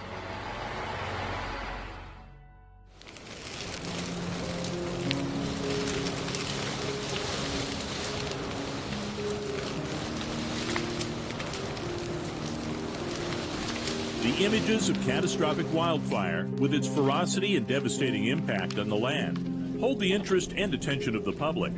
However, there is an equally important story occurring on that same landscape after the fire is contained, mopped up, and finally declared out that the public seldom sees. The frequency and size of these mega fires on federal forest land has increased significantly over the last few decades. All too often, what is left in their wake is a vast sea of dead, charred trees. Unfortunately, because of a maze of confusing and often contradictory rules and regulations, very little rehabilitation or reforestation occurs after these fires. The result of this neglect in many cases is as devastating as the fire itself. Here's why. Even in the hottest, severe fires, most of the dead trees remain standing, the wood not damaged by the fire, still suitable and valuable for lumber. But as the insects move in, within months, the dead and dying trees begin to deteriorate and decompose. Eventually, all of the economic value is lost. What is not removed will decay, add fuel to an even greater future fire threat, and in the process, release the greenhouse gases that the trees gathered and stored during the centuries they were alive. When all of the trees across the tens of thousands of acres burned in each of these megafires are left to rot, millions of tons of destructive greenhouse gases are released into the upper atmosphere. These are the same volatile organic compounds that have been identified as some of the most damaging elements we can put into our air.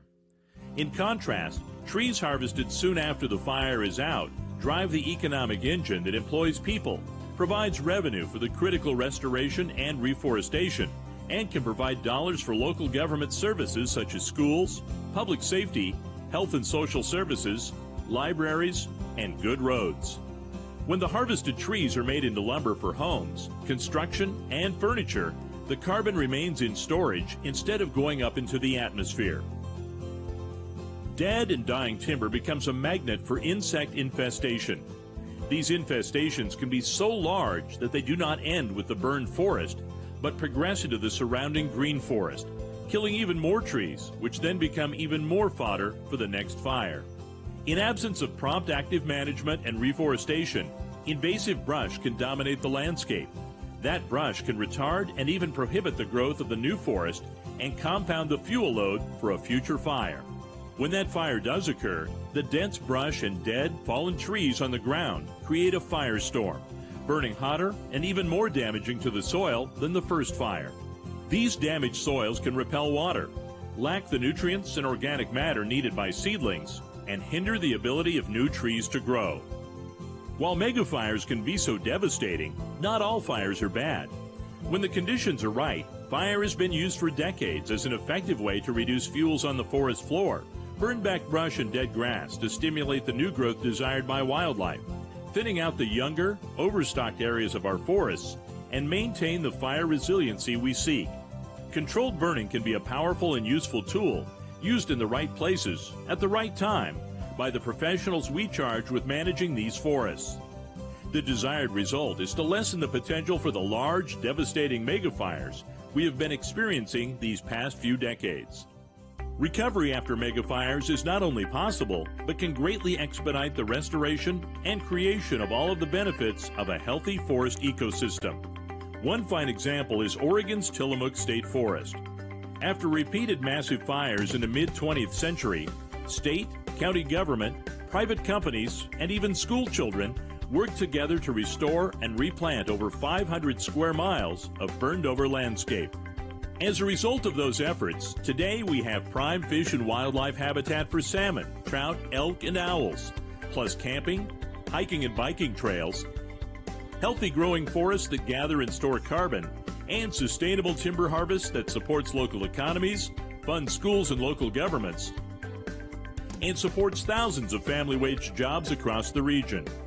Without the vision of those state and local leaders just a few decades ago, very little, if any of this, would be possible today. Nearly every year for the past 20 years, we have watched millions of acres of our public forests burned by megafires. We spent hundreds of millions, even billions of dollars fighting them. Yet when the fire is out, a mere fraction of the killed trees and lost value is ever recovered, with little or no effort to restore the burned landscape. What can you do? Contact your elected federal, state, and local officials. Tell them these federal lands and once treasured forests are too valuable to simply walk away. Future generations are depending upon you to take action. For more information, visit us on Facebook at Communities for Healthy Forests.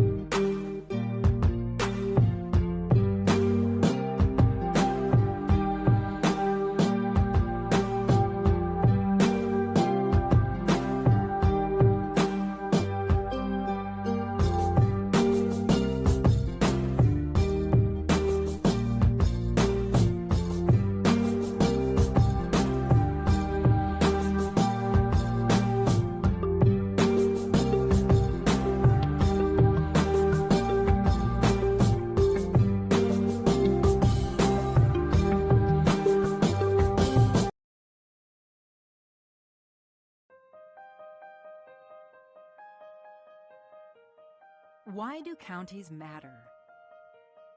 Simple. Counties provide the services we all depend on. If you're concerned about crime, get a regular flu shot. Drive to work. Take public transportation. Or experience a natural disaster in your community. Chances are you benefit from county services. That's why counties matter. With America's system of federalism, counties are a key level of government, serving the people directly. So, do you vote? Had a recent hospital stay? Know someone in a nursing home? More reasons why counties matter. There are 3,069 counties across the country, with populations big and small. Most of us live and work in one. Even the nation's capital is considered a county. These county governments ensure that the food you eat in restaurants is safe. They care for the mentally ill, run court systems, build local economies, and operate 911 emergency systems. They manage parks and recreation facilities. And the list goes on. Thing is, counties serve the American people in so many ways, keeping our communities healthy, vibrant, safe, and fiscally sound. That's why counties matter.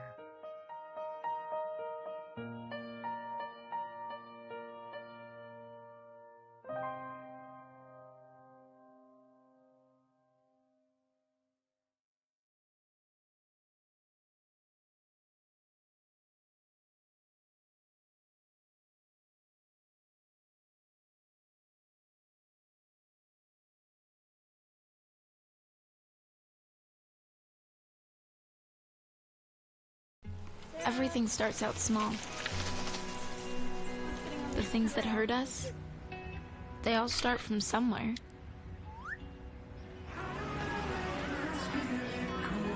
The words we say, the things we do, they can grow into something else.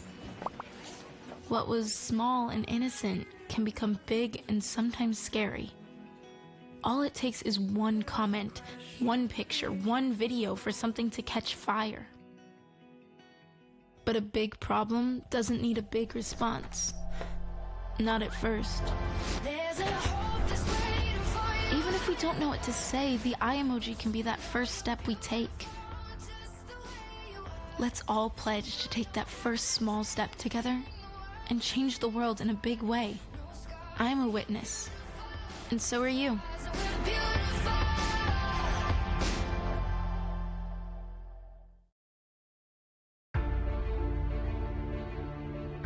If yours is the next big idea, and you need the right place to fine-tune it, build it, launch it, if you're only your best when you can play more than you work, if inspiration comes from the outside, you belong in Curry County. The westernmost point of the land you love, and the edge between familiar and uncharted. Break the pattern. Be where the airports are as close as the beaches, and industry and recreation never cease to amaze. Dock, dive, and dine in a single day, and never lose your connection. This is the threshold of the West. Live where you can do you, and do it well, at the farthest point from ordinary. Curry County, living on the edge.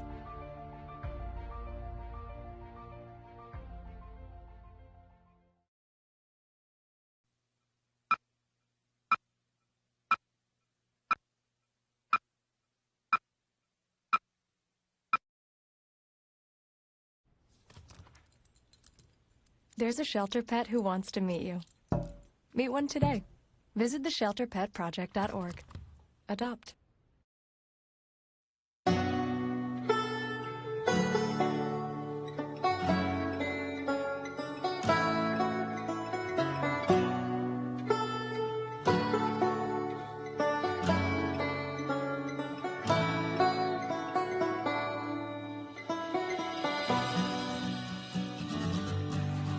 One of the things I really appreciate about our entire region is that we embrace who we are, and I think that's what unifies us.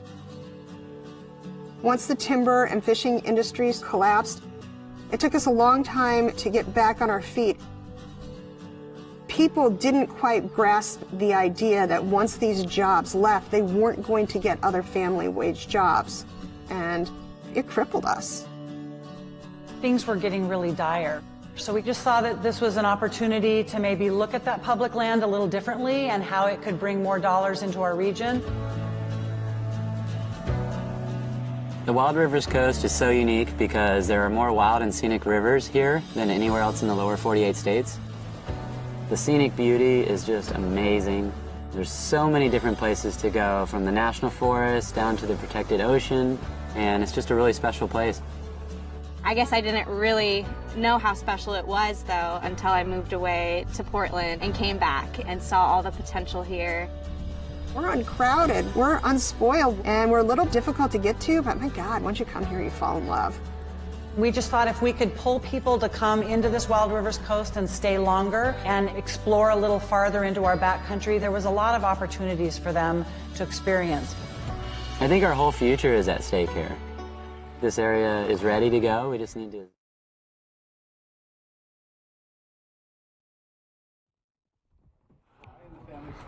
You should sing that for us, what you should do. You could sing. I bet you could sing, huh? You're Bet on. you can. All right. We are back on the record for the Curry County Budget Committee. And where we left off was there were some questions we were getting clarification from on the sheriff. So are we ready to proceed? Ed, are you ready? Yeah, I just had one question. We talked about taking money out of the sheriff's, I think, the reserves fund. Is that Title III stuff? Can we do that, or it's okay? No, that's not Title III, and Okay. yeah, that's okay. It has already been taken out, and new members already reflected here. So, if you look at the road fund now,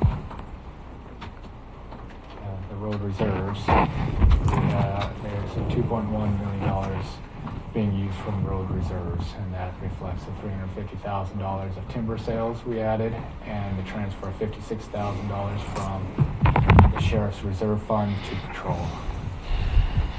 All right. So you said, what's that number again? 211? 211.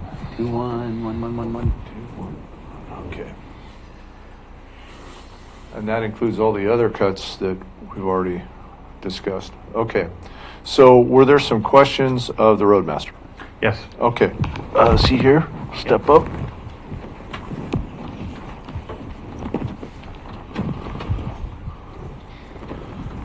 I'm very thankful you got that back up on screen, Brad, because I don't like this book. Yeah, I just need to make sure I don't try to adjust anything.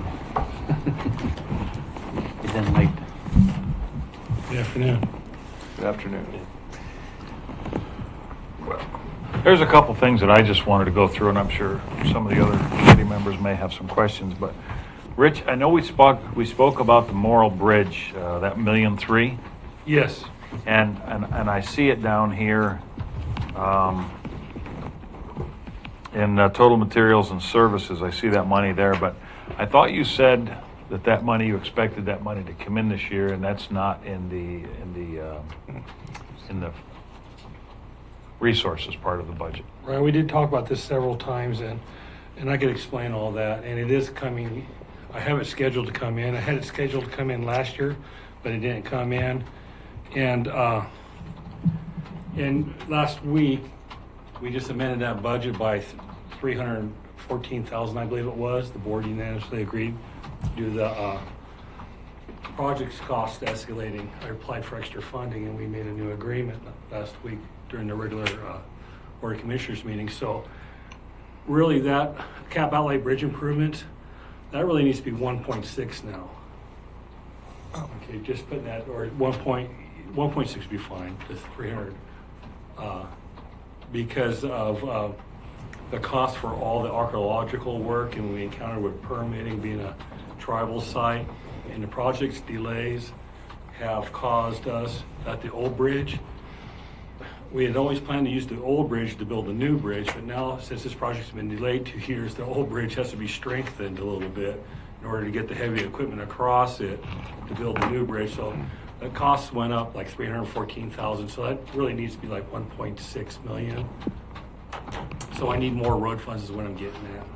But when you go back to the revenue part of the budget, go back all the way to the revenue, and you can see where the money comes back in.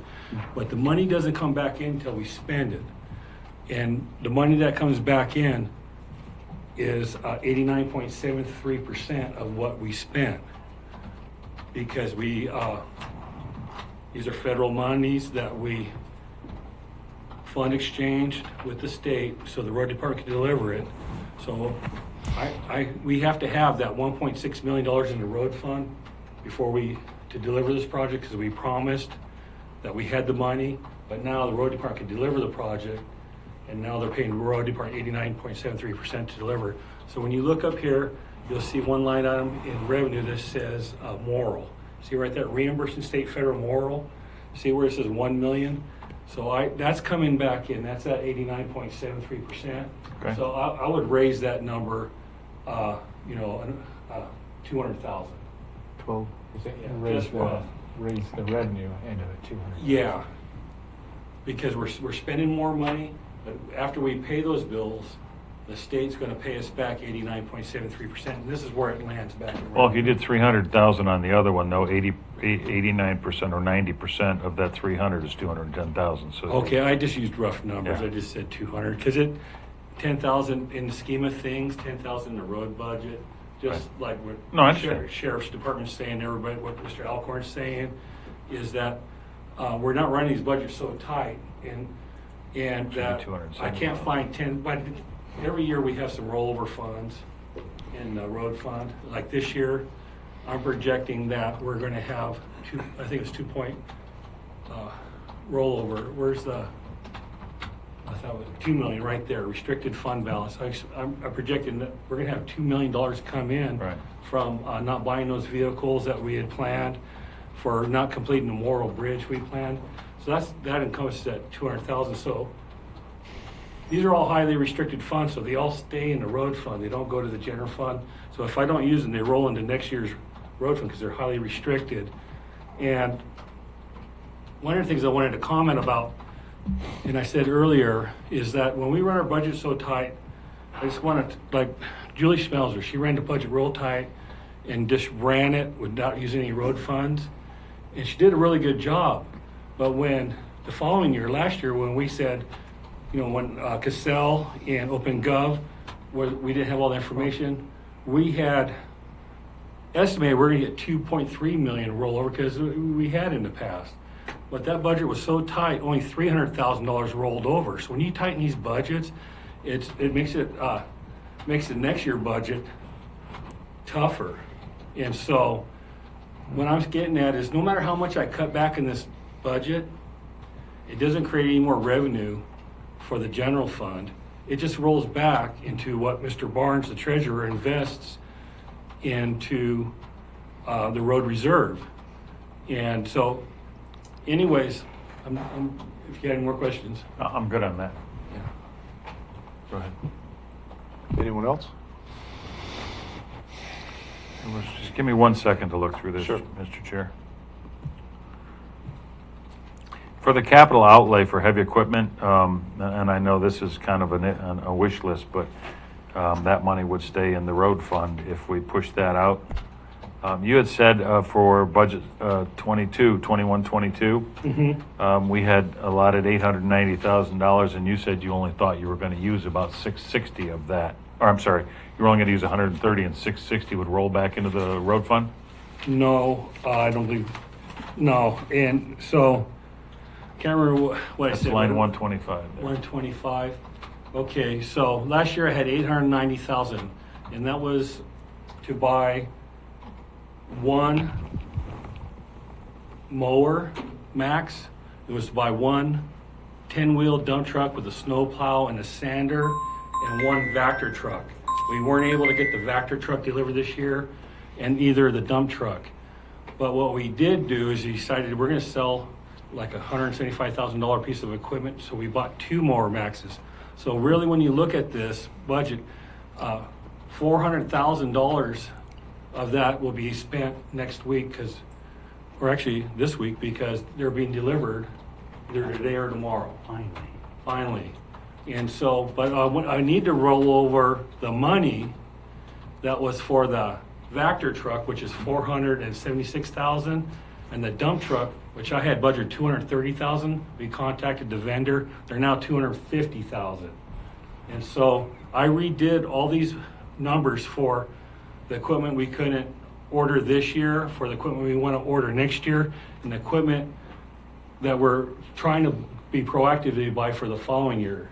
And so, and I reworked all the numbers, and everything's gone up about 200 or 20%. And on that 3 year, if you take all those 3 years together, that equipment now is $311,000 more expensive it was than last year.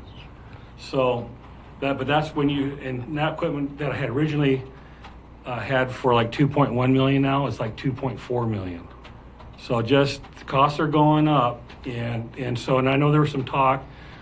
Some people said, well, let's cut out that third year. I'm prepared to do that. But there was also some talk, well, you know what, let's get that equipment ordered because it's just going to go up. Inflation is just going to go up. So I really want to stick to my guns. I'm buying what I didn't get last year and what I had planned this year because these are master plan expenditures. The $820,000 for the third year, I'm willing to cut that if you want, but it doesn't save any money for the general fund. It goes back into the road fund. And when I go to come back to you here next year for $820,000 buy the equipment, it might be $900,000. Yeah. Mr. Baker, you have a comment? Yeah, Mr. Christian, when you pre-order a piece of equipment, regardless of what it is there a price lock when you order it, or is there a? So this year's budget, this budget year we're in right now, I purchased a Vector truck for $476,000. A year before that, in our master plan that you approved, it was $440,000. If I were to order that equipment today, it would be $435,000, I believe is what he said. So it's already gone up like $50,000, $60,000 from when I purchased it, and I signed the contracts. Those are contracts when I sign them. And I come to the board to get approval to sign those contracts. And once they give me approval, I have the authority to sign, and that locks in the price. It's a contract. Got it. But the contract at the time that you're making the decision to pre-purchase, the price lock does not take place until the BOC approves it. It doesn't take place till I sign the contract. Until you sign the contract. And then I don't sign that till the Board of Commissioners say I can. Okay, so time would be of the essence if you're trying to save money? Exactly. I'm thinking, I really want to go after this because I believe costs are just going to keep going up and the longer I wait. And these are all master plan projects these are all equipment that's in our 6-year adopted plan that was just adopted 2 years ago. And things are just going crazy with equipment and the lead time to get equipment delivered to you. Like this Vector, I ordered it, I want to say July 1st, as soon as our budgets were approved. Or it might have been even June 9th when I ordered it, when the budgets were approved. And I got the price, I took it to the board right away and I signed it. And I locked in that price of $476,000. Which was $36,000 more than the year before. And now they're, like I said, $50,000, $60,000 more now this year than they were last year. But that's a really big piece of equipment. That's like the biggest piece of equipment I'm going to have in my whole fleet. But it's a piece of equipment that's the future of the road department that has the most value for preventing any kind of a disaster with sinkholes and flooding. You maintain your storm drain system, and less likely you're ever going to have a failure of a roadway or flooding of private property. So, and I'm totally cool. So I worked all these numbers last time. My team helped me reach out to vendors. So if you want to stick to the 3-year plan, I have that number here. If you want to just go for the 2-year plan, I have that number. But it doesn't make any difference as far as revenue for the general fund either way we go. It's just the money stays in the road fund until the budget committee and the board says they want to take money from the road fund to support law enforcement. But it's right. It was like 2.4 million for 3 years, and it was take 820,000 from that, and it was like 1.6 million to do the 2 years. So it's really up to you. I'm cool with whatever you want to do. But I think we should go for the full boat. Okay, that's all I have. Any other questions, Mr. Christian? Thank you. Thank you very much. All right, Brad. Okay, so I'll make those changes, adding 300,000 to the bridge improvements, and also add in 200,000 to the revenue side. it won't have any effect other than to change this contingency number here. There won't be any additional money pulled from the road reserves or general fund. So, beyond that, I guess we really need to talk about compensation committee. That would be the next item of business. So, any discussion on what your thoughts are on the compensation committee?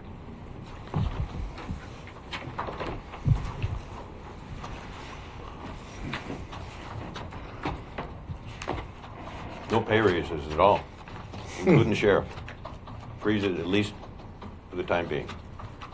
Sheriff has to have. I know all some that. type of pay raise. That's state law. Okay, then the captain can take a slight pay raise of $1 or decrease of $1 or $20 or $200, whatever it is.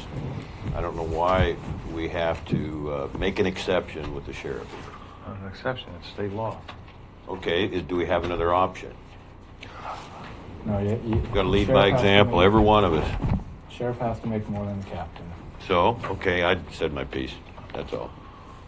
I understand. Further comment? Mr. Baker? This is a shot in the dark, as far as state law is concerned and salaries, is there any prohibition on deferred compensation? Meaning? That I don't know. I think the answer is no. Probably. But, I mean, the money is there. It's a timing issue, of course. Yeah, I'm not A sure. lot of executives get into that. So, but obviously. Okay. So the consensus is not to recommend any raises other than what we have to recommend. At least for a reasonable amount of time, till we see where we are in 4 months, 6 months, a year. That would be my desire. The sheriff here, we're looking at a $10,000 increase, but that was just to put him barely above the captain. So we need all 10,000 of that to achieve the law, right? Right. Okay. So they're equal now, or I need clarification. I could be wrong here. So can you clarify that, Brad? Yeah, let's try to clarify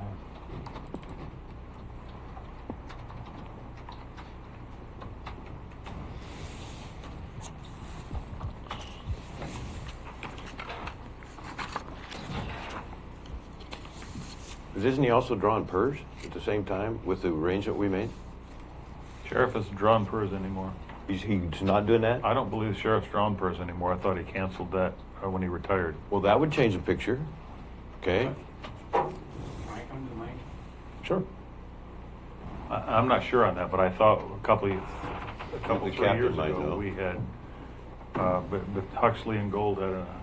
I just want to throw out real quick, discussing somebody's personal finances in this setting is not a good thing. I'll be the first one to say I'm double dipping. I'm drawing my PERS and I'm working. Whether the sheriff is still doing that or not is really not relevant to what my salary is. So I just want to point that out real quick. Like I said, discussing someone's personal finance in a public meeting that's outside of their salary from this organization is, sorry, but inappropriate. Question, but that was, you can shed some light on this 2 or 3 years ago when we worked hard to get him that raise. It was because he was, maybe it was because he eliminated PERS, but there was some connection there that to try and balance things out, aside from the captain wages. So that would be public. I agree with you. The personal part of it, no. But if there's something on the public part of it that we've already discussed, would shed some light on how, and here comes some reinforcements. Yeah. Here we go. But anyways, like I was going to say, what my salary is, his has to be at least $1 above that. That's state law. So, and if you ask me what my salary is, I will tell you to ask my wife, because Or ask Julie. Yeah, But you're getting PERS too right now. I didn't know that. Yeah, I was actually the first one in the county to do that, but that's okay. I don't mind. I mean, I'll be the first one. I've been a police officer for 32, almost 33 years. Oregon says at 25 years and 50 years of age, you can retire. And when I hit 50, I had 27 years in. So, yeah, so I did that and then went back to work the next day. And so, but that's, yeah, but like I said, but that's that has nothing to do with my salary here, all right? That's a benefit that I earned working this job for years. And so what my salary is here, and as far as the sheriff's goes, whether he got a raise based on he had started drawing his retirement and that saved the county some money, the fact is if you're contemplating a raise now based on my salary, that's a moot issue. It's if he makes less than me, law says he has to make $1 more than me. So just pointing that out. Would you stay here till we hear from Yeah. HR Swift, please? Hello. Hey, Julie Swift, Payroll and HR. We have several employees who have retired from PERS. It's a requirement, though, that so while they're not paying their 6% portion in, the county still has to pay the county portion. So just be aware of that. And we have a few of them that are doing that. Lovely to work for the state of Oregon. As far as if you want to do pay freezes or whatever, remember when we instituted the salary study a couple years ago, all positions or all categories of employees with the exception of the sheriff's department are on the same salary scale. So if you, like right now, the part of the SEIU contract, which they still have one more year of, is they get a 3% COLA at July 1, and they also have their steps during the year at their anniversary. If you decide to freeze wages on certain groups of employees, that's going to make those wage scales all out of whack. So if you can't freeze the SEIU people because it's in their contract that they get that increase, so if you're only going to give 3% COLA on that group of people, then you're going to have a whole nother set of salary schedules for everyone else, which is the road department and the non-reps. So while we're trying to, pay equity is a law, now you're getting them all out of whack again. We might just want to leave it at the compensation board. Well, the compensation board is only for elected officials. Yeah, I know. That's what I'm saying. Because we don't have any other options, if I understand you correctly, and I thought that's probably what you were going to say. Well, pay equity is what it is, and we're already talking about we need to do another salary study to have it done, I think, outside the county. And that was another $36,000. Yeah, but if you start picking out groups of employees that you're going to have, which we had this problem before, because the non-reps were frozen, didn't get COLAs for several years, that the SEIU employees did, so you had people in the same salary range making different rates because one group got a COLA and the other didn't. So, just... So back to the question then would be... And if I can add to that, we also had sergeants in the sheriff's office making more than the lieutenant that manages them. And that's one of the other reasons why we did some adjustments a couple years ago. Yeah, that was the first year that I was on the budget committee. That was the compaction issues related to that. And that was all addressed and fixed in that year. So then the first question would be, are we as a budget committee going to recommend elected officials other than the sheriff? Are we going to recommend any raise for those elected officials? And I think the consensus would be no. Would everybody agree on that? Back to my proposal, yes. Okay. Yeah. So Hurts, then, painful, but it's the way it has to be. So but you did say exception to the sheriff. With the exception of the sheriff. Okay. Sure. Sure.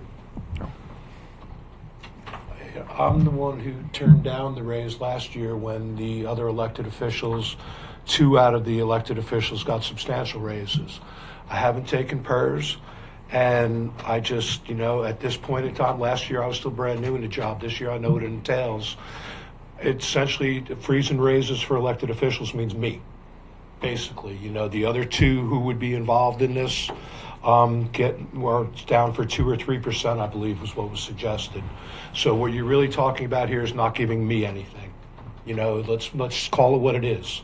You know, that's the bottom line here. You know, last year I was recommended for, I think it was a 12% raise. So was the clerk and so was the assessor. We were all between 12 and 14%. I stood up here and I said, you know, I call on the other electeds not to take a raise because of the financial situation that we're in. And I stood here alone. And everybody else took a raise last year. This year I'd like one. So, you know, before you just discount it, it's a minimal, it's $12,000. It's a minimal amount of money. I'm currently the lowest paid treasurer in the state of Oregon. And I'd like to, as I said, you know, I turned it down last year, but this year I'd like it. You know, it's cost me a lot of money to take this job and step in when the county was in a bind. You know, I didn't ask for this, I volunteered. So, you know, to stand here now and have everybody say, well, let's just freeze wages, it's only my wage that you're talking about freezing. So. I disagree. Well, that's not true. The assessor and the clerk were going to get a raise. Okay. Excuse me. The assessor and the clerk were going to get a raise. 2.5%. 2.5%. So they were going to get a raise. Okay. I'm sorry. I'm looking at this. The clerk was 3%. The assessor was 3.5%, and each commissioner was 6%. Thank you. Well, that was good. As I said, the clerk and the assessor are scheduled for minimal raises this year. They took a large raise last year when I did not. So you said this has hurt you personally, this job? I said this has cost me significantly. How so? You have no, my personal finances are none of your business, sir. Oh, okay. But you're telling the public, did you not originally tell the public you were going to volunteer for this job in the very beginning for an indefinite period of time? I don't recall I don't understand what you're asking. When you took this job and these two voted for you, you said you were going to volunteer your time. I did not. Of course you did. Okay, we can go back and look at the meeting. Yeah, please do. And when you do, go back and look at the part where you told the sheriff that you never voted him down, and you did. And yes, go and back and this morning. I am. All right. I am going to apologize to him because you are right. I did vote in the June 9th meeting against that budget, and I do owe him an apology, and I will do that. I can't wait to see that. So, Mr. Barnes brings up a good point about the salary issue for elected officials. So, let's talk about that. So, you got nothing last year and gave up PERS. Correct. He can't get PERS till he's been in 4 years, is my understanding. So he has. No, I wouldn't be vested in PERS. I would still be contributing to PERS. You have to pay it. You're just not vested. Very till good. 6 years. Thanks for that clarification. All right. So let's talk about this. Mr. Herzog. So I don't think I got a raise last year, did I, Julie? I don't think the commissioners did. Right. You did. You said no, or correct. So I think we caught up the.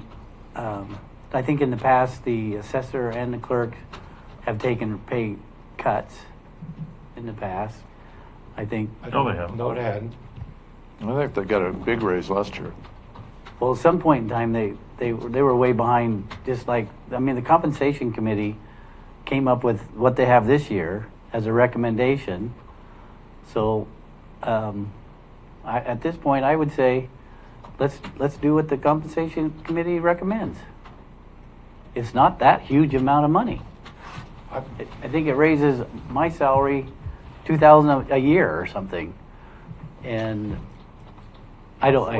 Actually. I don't know what the number is. 4,100. But does that also raise the PERS cost? Does that also raise benefits? PERS, yes. So I'm not getting PERS, but neither am I. But neither am I. I'm still declining PERS. So. And then make it an individual thing where if you don't want it, don't take it. But we got a compensation committee that volunteers to do this and takes it very seriously, and then we say no. We're not going to do what you say. So, Mr. Bash? Well, and I don't mean anything personal by this, but last year we had a budget committee that said certain things, and the board changed the vote on that. So it's kind of the same thing. So I don't know. I personally would like to see everything frozen except to meet the law. The sheriff get his, and then of course, regular employees would still get their COLAs and those kind of things as. I think also it's important, at least as far as the commissioners, to not take a pay raise. You vote yourself a pay raise. Yeah. It doesn't look real good if you're trying to go for a tax measure or something. So as a budget committee member, I want to take personalities out of it. And I would like to see, the money preserved for the general fund. That's just where I am. Mr. Baker? I agree with him. So, it's a difficult call. You're making a separation here between personal and public finances, and that's certainly understood. We do represent the county, and we do have a pay raise issue to address. Anyway, what am I saying here? I would agree that perhaps under the circumstances that the elected officials do not receive the raise. So anyway, across the board. Did I miss? I'm sorry. No, you didn't. No, I haven't. Haven't been as wordy as I should be. I would have to say yes. I mean, it's either all or none. Is that my vote? I mean, is that the choice that we're being given? No. Yes. No. You could individual. We're not a group.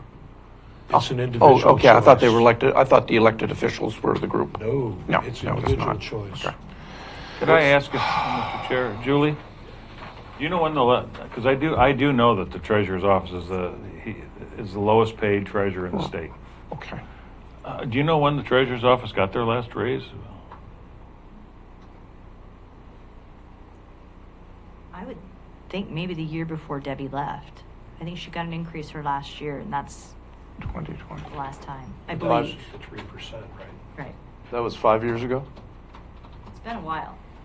Before I'd she- have to look back. Before Debbie Crumley left? Yeah. She's only been gone a year and a half.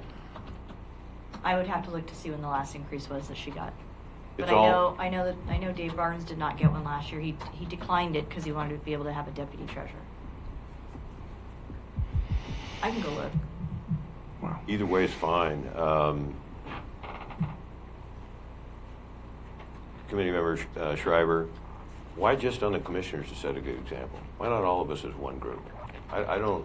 I mean, we are really up against it here. So you heard me say the first 18 months or the second 18 months I was here, I took a $20,000 voluntary pay cut to try and make this work. I'm not going to do that again. And yet I would freeze my wages, but I'm going to expect all the other elected officials to do that. Treasurer Conway didn't have a backup person, okay? And I could get into further detail of the whole accounting, HR, that program, and what that's costing us a year. I mean, it's over $500,000 for everything, for two in the treasurer and four in the HR finance department. $500,000. Well, it's more than $500,000 actually. That can be verified to make sure that I'm giving good information to the public here. But there's no end to it. It's just like the unions, the things we have to deal with.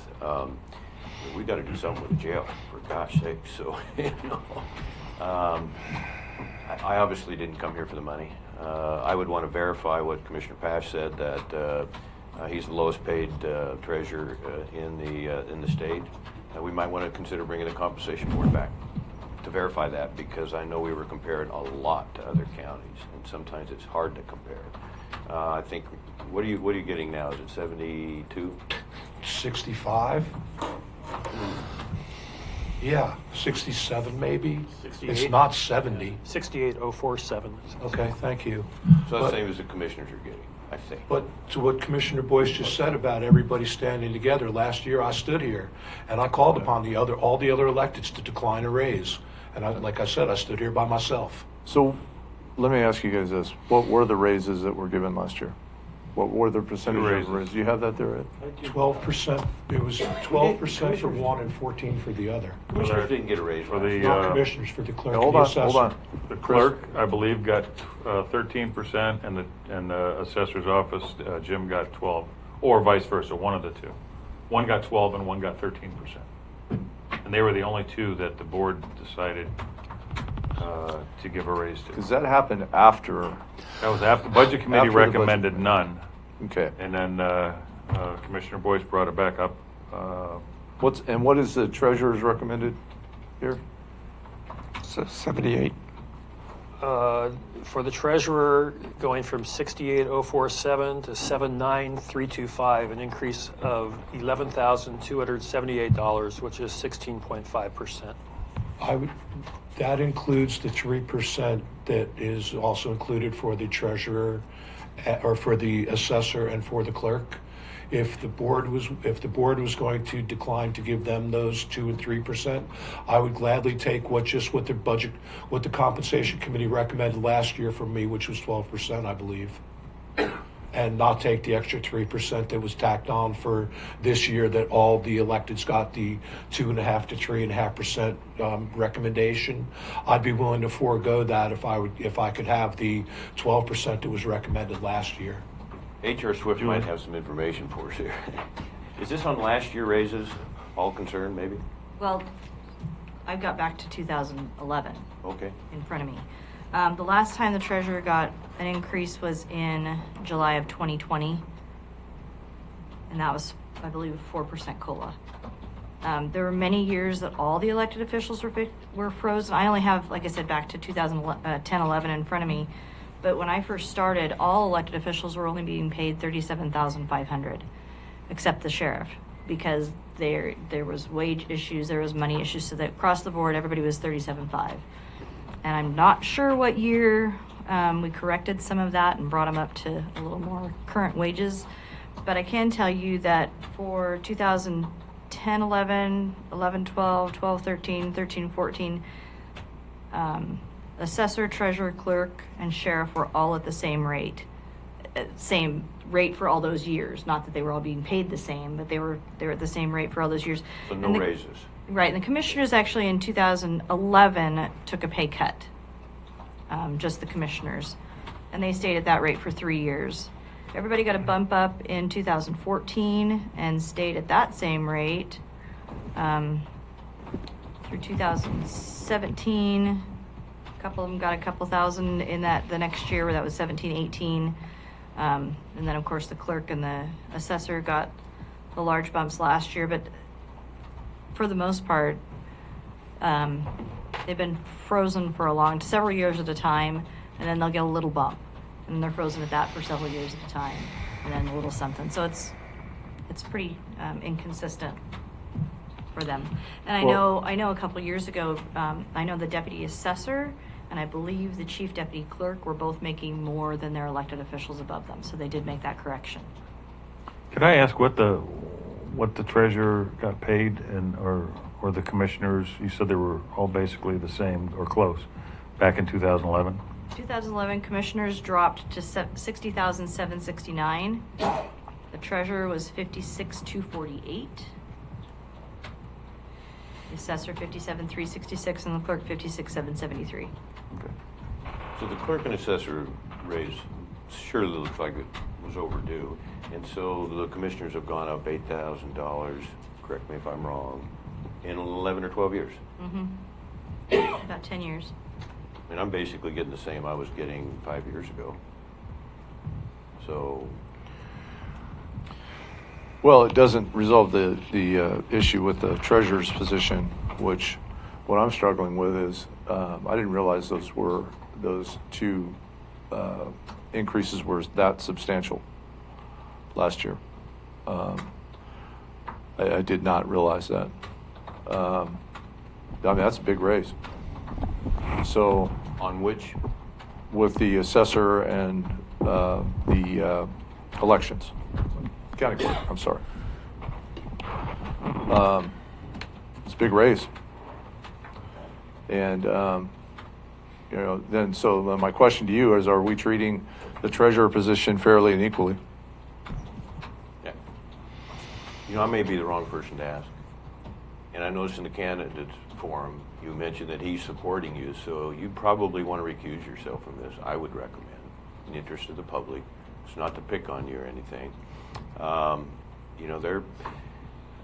There are several people in this program, this county employee, that get way more than what the treasurer gets, certainly more than what the commissioners get. And, you know, who was it?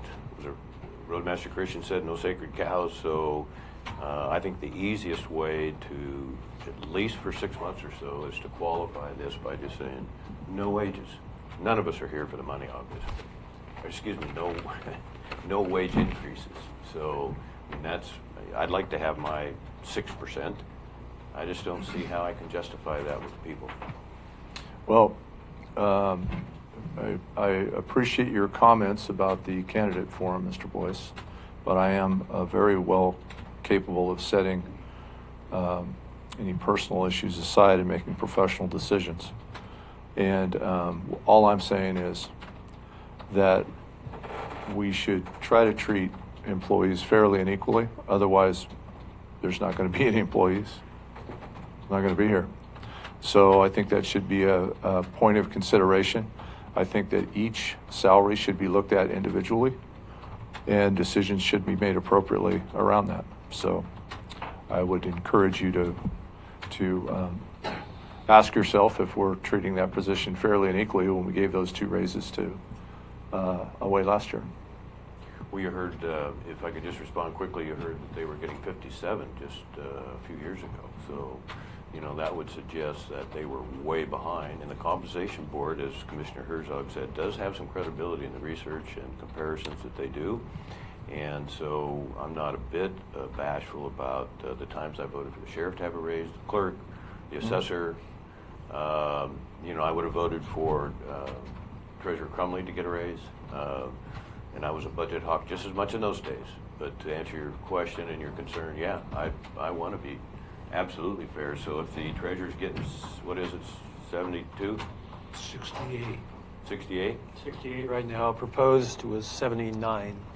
Yeah, I think we freeze wages for the elected officials.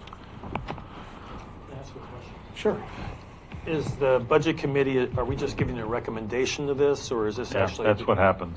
So I think you said. The board can still change it, yeah. Right. That's what happened last year. Right. Budget committee recommended none, and then the board changed it. Just as a budget committee member, you know, I don't work daily with the treasurer or the clerk or the assessor or anything, and it seems like that deserves to be a Board of Commissioners decision, because you guys know what goes on day to day, and I don't really feel like I have a real good handle of day-to-day operations here. They don't either, sir. No, they're 3 separate, we're all separate entities.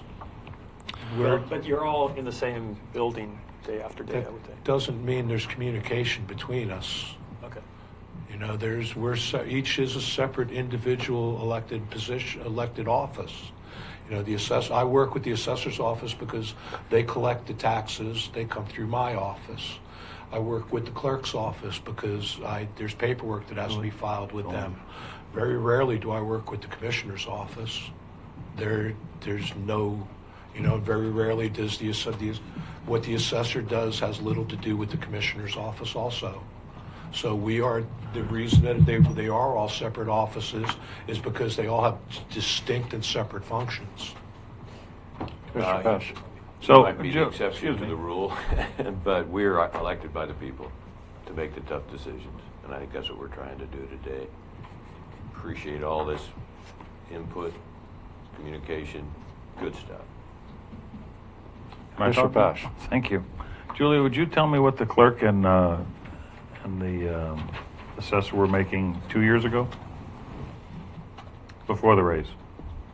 Just before the raise. The clerk was at 68,662 a year, and the assessor was at 69,564. So they were both they were above what the treasurer is now, and then they got a 12 and 13% raise, correct?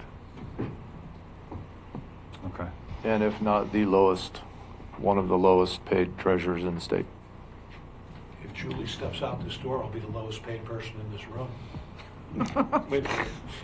No, I don't know about that. What about the bunch of volunteers? I'm an elected official, but if Julie steps out the door between the roadmaster, council, Mr. Jesuit, and myself are the lowest paid people in this room. It wasn't our choice not to take county that. accountant, and you just mentioned roadmaster. Aren't we you think that you're paid, they're not included way more than you're getting paid? Excuse me? So the roadmaster's getting what? 82? County accountant's getting 88? Give or take? So I'm just really baffled by your position that if Julie walks out of the room, you'll be the lowest paid employee or official here. I don't agree with that. $68,000, yes. Mr. Pope makes more than that. Mr. Christensen and Mr. Rickard all make more than that, and so do the three of you. Mr. Jesuit and myself. We're making the same. We are making the same as you right now. Anyway, 68. split hairs. Whatever, you know, yeah. All right. Is that right, Ed? Commissioners and If the treasurer got any raise over $500, he'd be making more than the commissioners if we don't. so we're right close to the Right same. now, you're almost. What is the treasurer and the I'm sorry, would you mind, Ed, going down the list of what everybody currently makes? Okay, so sheriff, I'm going to give rounded to the nearest 1,000. Sheriff is 102 currently. Assessor is 79.5. Clerk is 77. Treasurer is 68. And commissioner is 68. Thank you. And I'm not convinced, if I may, Mr. Chair, sorry. I'm not convinced he's the lowest paid treasurer in the state. Of course not. Well, okay, let's just verify Your that. own compensation committee presented that to you 2 months ago. Okay, sir. then I want to hear it again because I might have missed it. Okay, Yeah, you fair missed enough. it. You're mad, and you're going to flip off with your remarks. I wish you wouldn't All do right, that. that's Don't lower yourself. So, and also, good, Mr. Chair, the clerk and the assessor have 37 years here. I think when I voted for that, I took some consideration into that. That is one thing specifically that the compensation committee is not permitted to look at is longevity. That is out of their realm when they are considering what they propose. They are not allowed to look at longevity. Or the state of the county. Those are the two laws. Or the county finances. Commissioner Herzog. I would say that the compensation committee elected to, or proposed to give the treasurer a 12% raise because they probably studied it and said this is, Right. so he is probably one of the lowest paid. They wanted to give us three a 6% raise. Was that what the projected? Yes. You know, I don't have that piece of paper because I don't see it ever happening, but so that's what the compensation committee does. They study this, and this is their proposal. So we either do it or we don't. The difference is that, I'm sorry. Go ahead. The difference is that they don't consider the financial health of the county. We're tasked We do. to Right. do, Right. to Bingo. consider that. They are not allowed to Yeah. consider the Mr. budget. Baker. process. The compensation reviews that I have done, for staff primarily, include all of the parameters that have been mentioned here. However, there's one that's missing, and this is what I get a question on. Does it include educational attainment? Does the compensation committee consider that? In other words, a BS, somebody in the same position, somebody has a BS, somebody has a master's degree. Well, we all got a bunch of BS, so I need a raise. Okay, I think the answer's no then. Yeah. yeah, I have degrees, it's but- only a question. So, Yeah, I have Does it- degrees, but Does it some matter? people consider it to be very important. So, but Does it matter what the three of us say? well, that's what this committee is. This committee is to come up with a budget, and then the board of commissioners approves it. Right. I believe the board of commissioners is bound by that, unless it is something that has come up since our budget committee that needs addressing. But I don't believe everyone feels that way. I think once this budget committee sets a budget, that's how it should stand.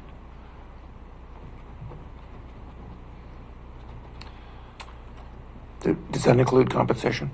Yes. But that didn't happen last year. That didn't happen last year. So that. And I'm not saying that to pick on anybody. I'm just Right. saying that didn't happen. And I'm not saying to pick on anybody either. That was just my question: is does it matter what we say about salaries? Because that didn't happen last year. So, And that's why it's hard to find volunteers sometimes to do things, because if all their work is going to be thrown in the toilet with the dirty water, then what's it matter? I know, I'm sitting in the chair right now doing it. So, Compensation committee likewise. Exactly. yeah. I agree. But the compensation committee, when he addressed us, though, he said, these are the budget things, but I want to say, if we could also address the state of the county's financial situation, that this might be different, is what he said. Or something to that effect. Well, I mean, I think based on everything I'm hearing and the previous discussion about spending $45,000 or more for a consulting firm or a marketing firm and spending that money versus a small raise, I think I'm tending to agree with you. Go ahead. What about if we take that compensation committee's list, cut it in half, the percentages, go with that? Does that include the treasurer? Same. What would those percentages be at? So, well, the sheriff, according to the law, we can't change that. He's 10%. So that would mean the assessor would go up, if you want to do the assessor again after a big raise last time, but he would go up 1.7%. The clerk would go up 1.5%. The treasurer would go up 8.25%, and commissioners would go up 3%. But if I may add, compensation is not just salary. I mean, the board could decide, or the committee could decide, that we want to do something outside salary as a compensation. If there's some kind of benefit we can offer, or reduced hours, or reduce some reduced responsibilities, or something like that, where we don't spend more money, that's when I've worked with employees in the past, I didn't want to spend more on salary. I looked for other ways to compensate people with some kind of trade agreement or some kind of non-cash contribution or compensation. I don't know. Further comments? I think that's the comments are appropriate under the circumstances. However, with respect to positions and the responsibilities, and what we've been working with is very little that, with respect to cutting back hours, is something that can be employed. So in other words, the treasurer is booked. I know what it takes to fulfill that position. So that's a toughie, I think, is what I'm saying here. I'd be okay with modifying some of those recommendations, a modification of them. I'd be all right with that.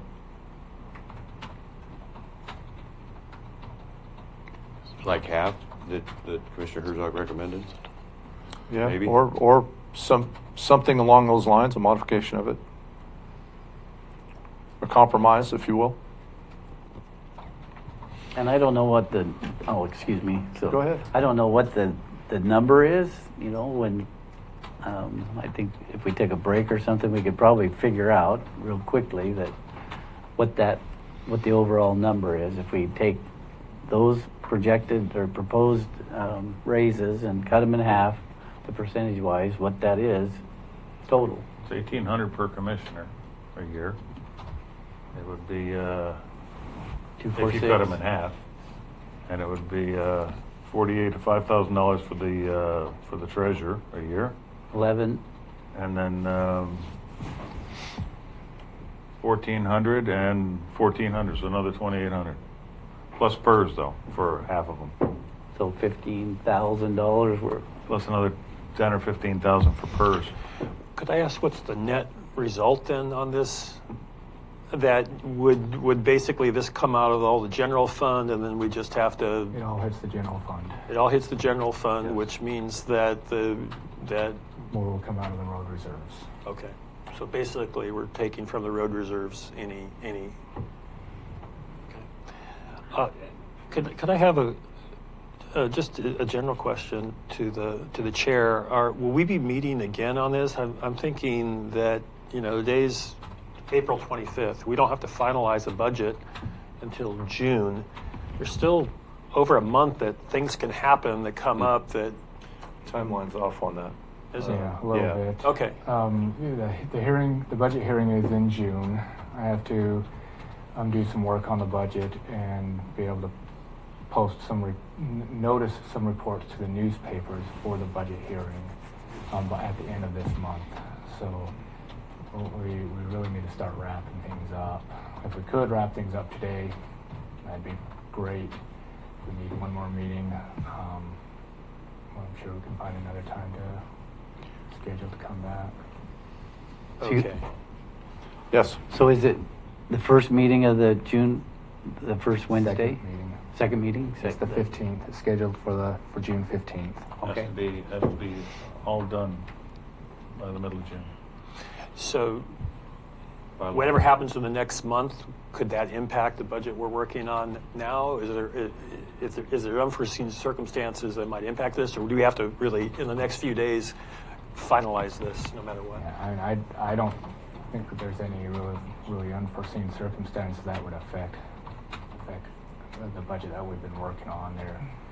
We've been working on for 2 months.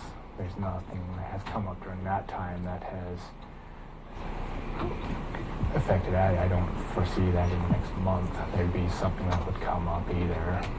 Well, just today we found out, we have $350,000 in timber. That did affect the budget, right? Okay. We found out we had 40-something thousand in the contingency from the sheriff. So, well, most of those things we can look at now. I guess that's what I'm saying. $350,000, that was an additional thing that affected it. That land sale might affect it. Any movement that we want to do. And I believe we could probably get that land sold by the end of the year, or by the end of this year as well. I mean, land is... all I'm saying is that if there's things that are subject to change the budget before we have to actually approve it, I'd like to know about it before we approve a budget, and all of a sudden it's like, well, we approved the budget, we're not there yet, and... So the other thing that can happen is the committee can finalize things today if they want. Things that change, the budget can change up until the hearing. So. Okay. Thank you. Yes. It was somewhat insinuated a bit ago that we're just going to disregard anything the budget committee has to say. Not no, but heck no. So I'll extend appreciation greatly. But I'm with Mr. Schreiber on this one too. We don't know what's going to happen in the next 3 days, let alone next 3 weeks. Hopefully, no big news events or whatever, new corona pandemics or versions. What might be coming our way? We're getting out of the winter season, which is good. We're going into fire season. So May 9th is 2 weeks from today. If we could ask you gentlemen to come back one more time, and even if you wanted to do it on the 16th, which is also Monday, that might even be better. Actually, we have a meeting on the 18th, so that would be okay, regular board meeting. But yeah, a lot can change between now and then. So no, I don't want to back us into a corner now, but I also don't want to volunteer additional time for you if you've already sacrificed a lot. So it's not I don't mind sacrificing more, but I want to make sure that we follow the appropriate timeline. Which it's by the end of this month, right?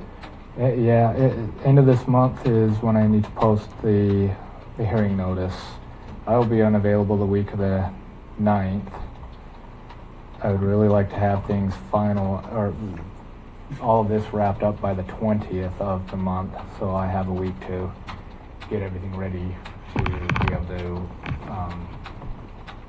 notice the proper documents for the hearing. why don't we meet on Monday the 16th? You'll be back, Mr. Baker?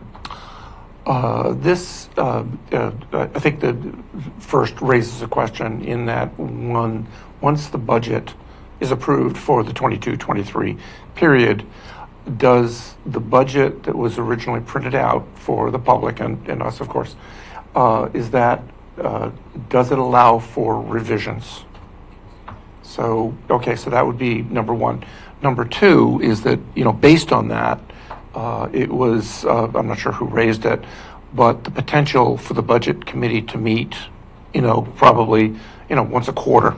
To reconvene. Yeah. To reconvene. I think under the circumstances, normally budget committees, outside of the municipality do meet or do get together or do revisions because of changes naturally, maybe once every 6 months, but definitely not waiting a whole year to address issues. Obviously, as we know, things change quite a bit. So getting the recommendation here would be to meet once a quarter.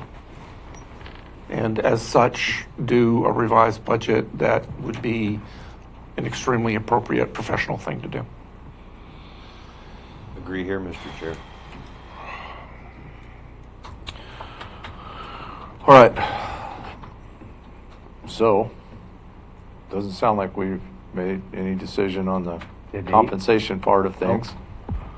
I'd also like to have a final decision on, are we going to look at hiring, are we looking to put a question on the ballot about the sheriff's issues of a levy and or a consumption tax? Yeah, we haven't even talked about the future yet. And if we are we going to hire a firm to do that? And, well, I guess the board can do that through ARP dollars if it chooses. Probably the way to do that. But or again, I don't want to spin my wheels on something that's not going to happen. And there's a lot of work yet to get put into that. But it relatively could be done soon. For what it's worth, I would be more supportive of some kind of sheriff's levy or something that would directly go to the sheriffs than a compensation, than a consumption tax. Thank you. That's my personal opinion. Well, it would. I wouldn't do it unless it all went, other than the administrative part of it, all of it went to the sheriff's department. It's just the only way to make that, I think, to make that fly. We got to let citizens know this is why we need this, and that's what it's going to be used for, period. Does that make sense, Ed? Yeah, it makes sense, but I guess, yeah. The levy is I'd like raising to have taxes. something to look at to say this is what the board is supporting before I say, well, I'm just supportive of something and it ends up being something that I can't support. Well, hopefully in 2 weeks, David and I are going to work together on some numbers, and hopefully in 2 weeks, if we come back on the 16th, we'll have something on that we can put together and show you a couple of different outlines for ballot questions. Yeah, I've been working on this. Economic development is looking for some hard numbers for us, but unfortunately for what we're finding is, like Ms. Madison presented last week to you guys, it's hard to drill down in small rural out-of-the-way counties into how much is being spent on specific items. I heard good news this morning that Miranda has found a way to drill down some and get some good numbers for us. So within the next few days, a week, you and I will be able to get together and put something together that we can bring back to everybody in 2 weeks. And if those numbers don't line up, then we go for a levy or we look at something else then, district, I would probably, as far as promoting it, we talked about this a little bit earlier, marketing, could that be done with the economic development dollars? Yeah, I'm not sure. Have to ask Summer that. That's It's TLT money, though, so it does have to do with tourism, and that's what it is, a consumption for tourism. We might. Okay. That's a good question. Yes. Well, Mr. Barnes is up there. Once I thought I heard just alcohol, tobacco, and marijuana. What's the limits on what is taxable? What we had discussed, what I had proposed originally was items that I believe to be tourist-centric, which would be motel rooms, it would be prepared foods, which I consider to be anything that you cannot buy with an EBT card. It would be liquor consumed out of the house, so a bar or a restaurant.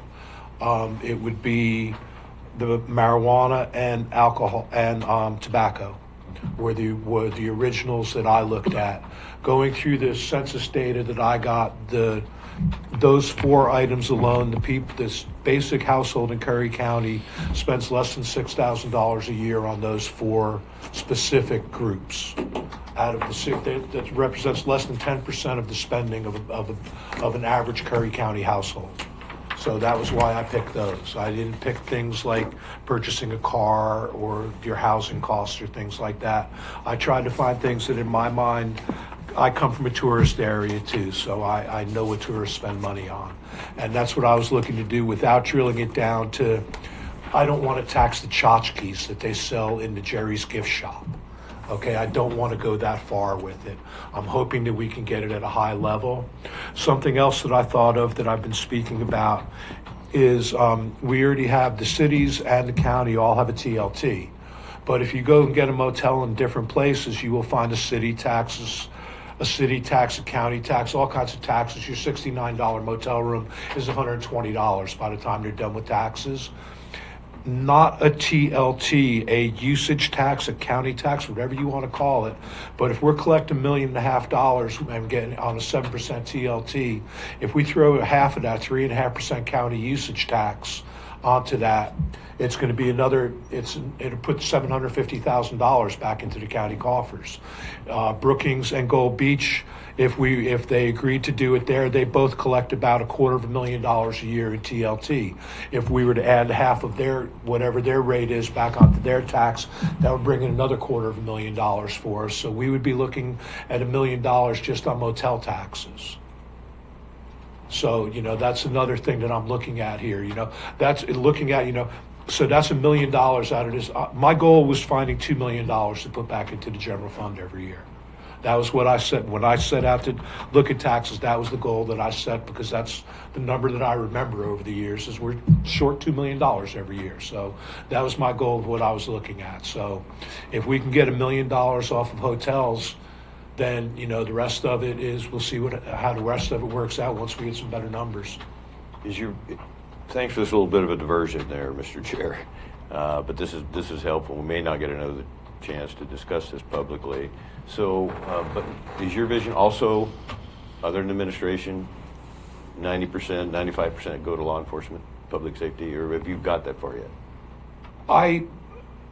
My goal is to put it into the general fund. How it gets distributed from there, I leave to you. Okay, that's not my bailiwick. I just want to put it into the general fund so that next year when we come up here, we don't have the same conversation again about we're $2 million light again. That's my goal in this. What you do with the money after you get it, that's up to you. I'm trying to get it for you. Commissioner So I think we're cutting ourselves short at $2 million, Dave. Because we're at $2 million right now out of the road fund, and we're taking 1.8 out of ARP funds. Okay. So it's closer to $4 million that we're short.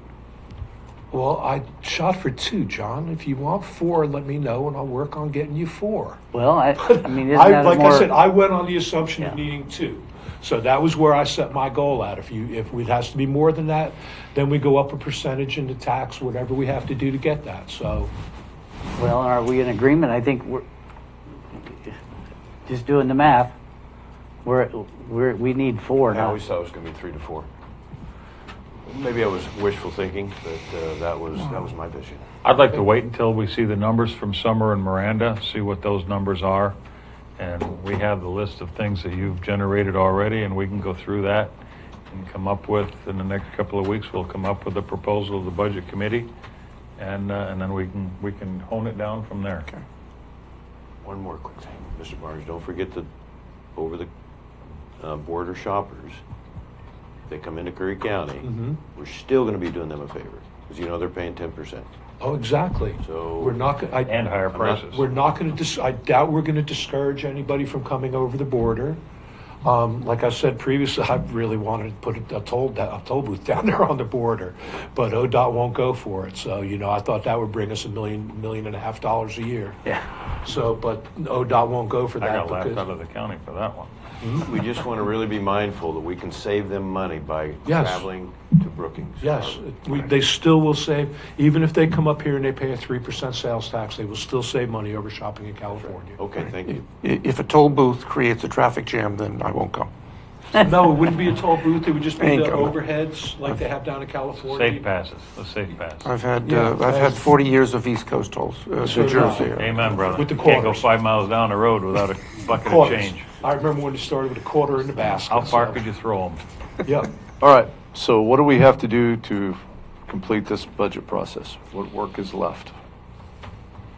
Well, I think what we were just talking about is still left. Sure, We still so- have the payroll thing is So we have the compensation, we have the long-term solution, which is, we're going to wait and see what those numbers are. But we don't necessarily need that to complete the budget. Right. So Well, to I'd com- like to get the final numbers from Brad Yeah. for the next meeting. Which final So- numbers on the compensation? Well, on the budget. Oh, that's it right there. Well, you've made all the changes already? Made all the changes during lunch. That's what we're looking at. 2.111 million coming from the road funds. Now, obviously, this doesn't factor in any changes made with the compensation committee. Right. But we've been through every department. We've been through many of the line items. There's, I guess, in my mind, there's nothing really left to do on this other than to figure out the compensation piece. Right. So, we talked about maybe meeting again, Well, just in case.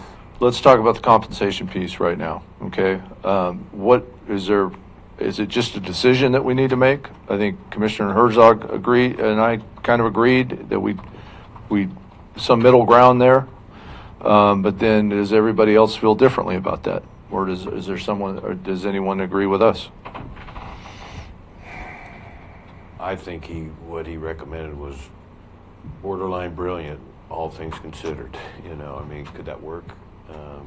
Could it get us through this to a decision? I want to come back to that real quick, though. I still want to be assured that the amount of road fund reserves that we're borrowing, taking, using, whatever, is strictly for patrol. I think we had agreement on that the last meeting, and I was quite relieved. Okay, so no questions there. It's you can see on the screen, 1.936 million for patrol and 175,000 for towers. And I think we're totally legal within those parameters. Okay. Thank you. The other thing was ARP, that it could be used for revenue loss. I want to make sure that we're not overlooking something there and going against the rules. I mean, I really don't think any federal government is going to come in and say, you put that in the wrong spot, we're never going to pay you anything again. But I want some assurance that it is for revenue loss related to COVID, okay?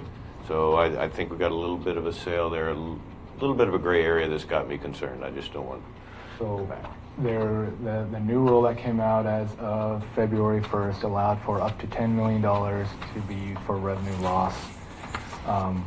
not connected with COVID. Yeah, No connection. Prior to that, you had to go through a calculation, and whatever the calculation said was the amount you could use for revenue loss, which were essentially discretionary funds. After the rule change, it was to ease the burden of the calculation on all the counties and different entities. They just said up to $10 million.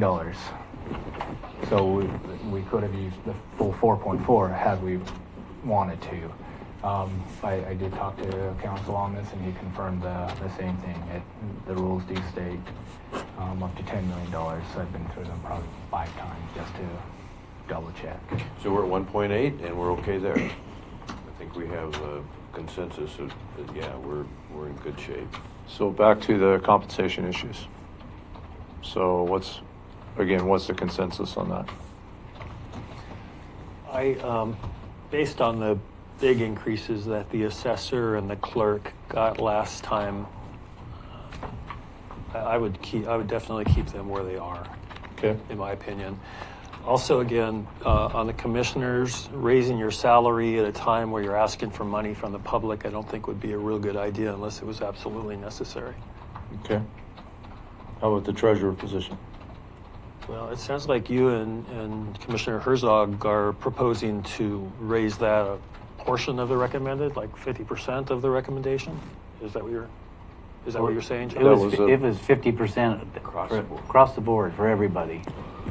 Well, I could go for 50% for the treasurer, but again, not across the board, because I'm looking at the budget and I want to, I'm trying to cut where I can. So you're 50% for the treasurer position only. That's your. I could go for that. Yeah. Okay. I could go for that. Mr. Baker? I agree. Right, the treasurer's position from several perspectives is a little bit on the low side. The fact that he did not receive a raise in 2020-21 and that he is underpaid when compared to the rest of the counties. Okay. And so I think consideration that has to carry some weight with respect to getting a raise this year. So, something. Boys? I don't take care of the treasurer and the sheriff, but the commissioners have had $6,000 in 12 years, $6,000 pay raise. So I'm willing to stay, but I'm asking everybody to stay, especially if we're going to go to the public for additional funding. I think that's simple. Keep it simple. Nobody gets a raise at least for 6 months. Maybe we can revisit it later. I'm going to stick with my original 50% across the board. I'm going to say treasurer gets a raise and the sheriff has to get a raise, and that's it. I can't go on a ballot measure and say, hey, we all took a raise, and by the way, give us some more money. All right, then I guess we could vote on that. If there's a motion. We got three different motions. I think we've got three. I'll make a motion that we give the treasurer a raise, and the sheriff, of course, is mandated raise, and that's all. How much treasurer is your motion? 50% or the whole thing? Right. What did you guys say? I said half. I said half of the recommended. 50% of the 16. Yeah. Okay. I'll second that. Yeah, I'll third that. All right, so we have a motion. Call to question.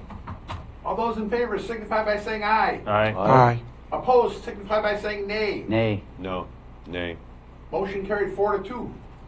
All right, you can plug that in the budget, Brad. And that was 50%. I'll buy a lunch. What was that, 16? 16? The total would have been the raise of 11,278. That was half of that. 11,278 times 0.5. And the full recommended amount on the sheriff. Because that's what we have to do. All right, so that's in the budget now. Okay. Mr. Ward, if you can hear me, you're buying my lunch for the next month.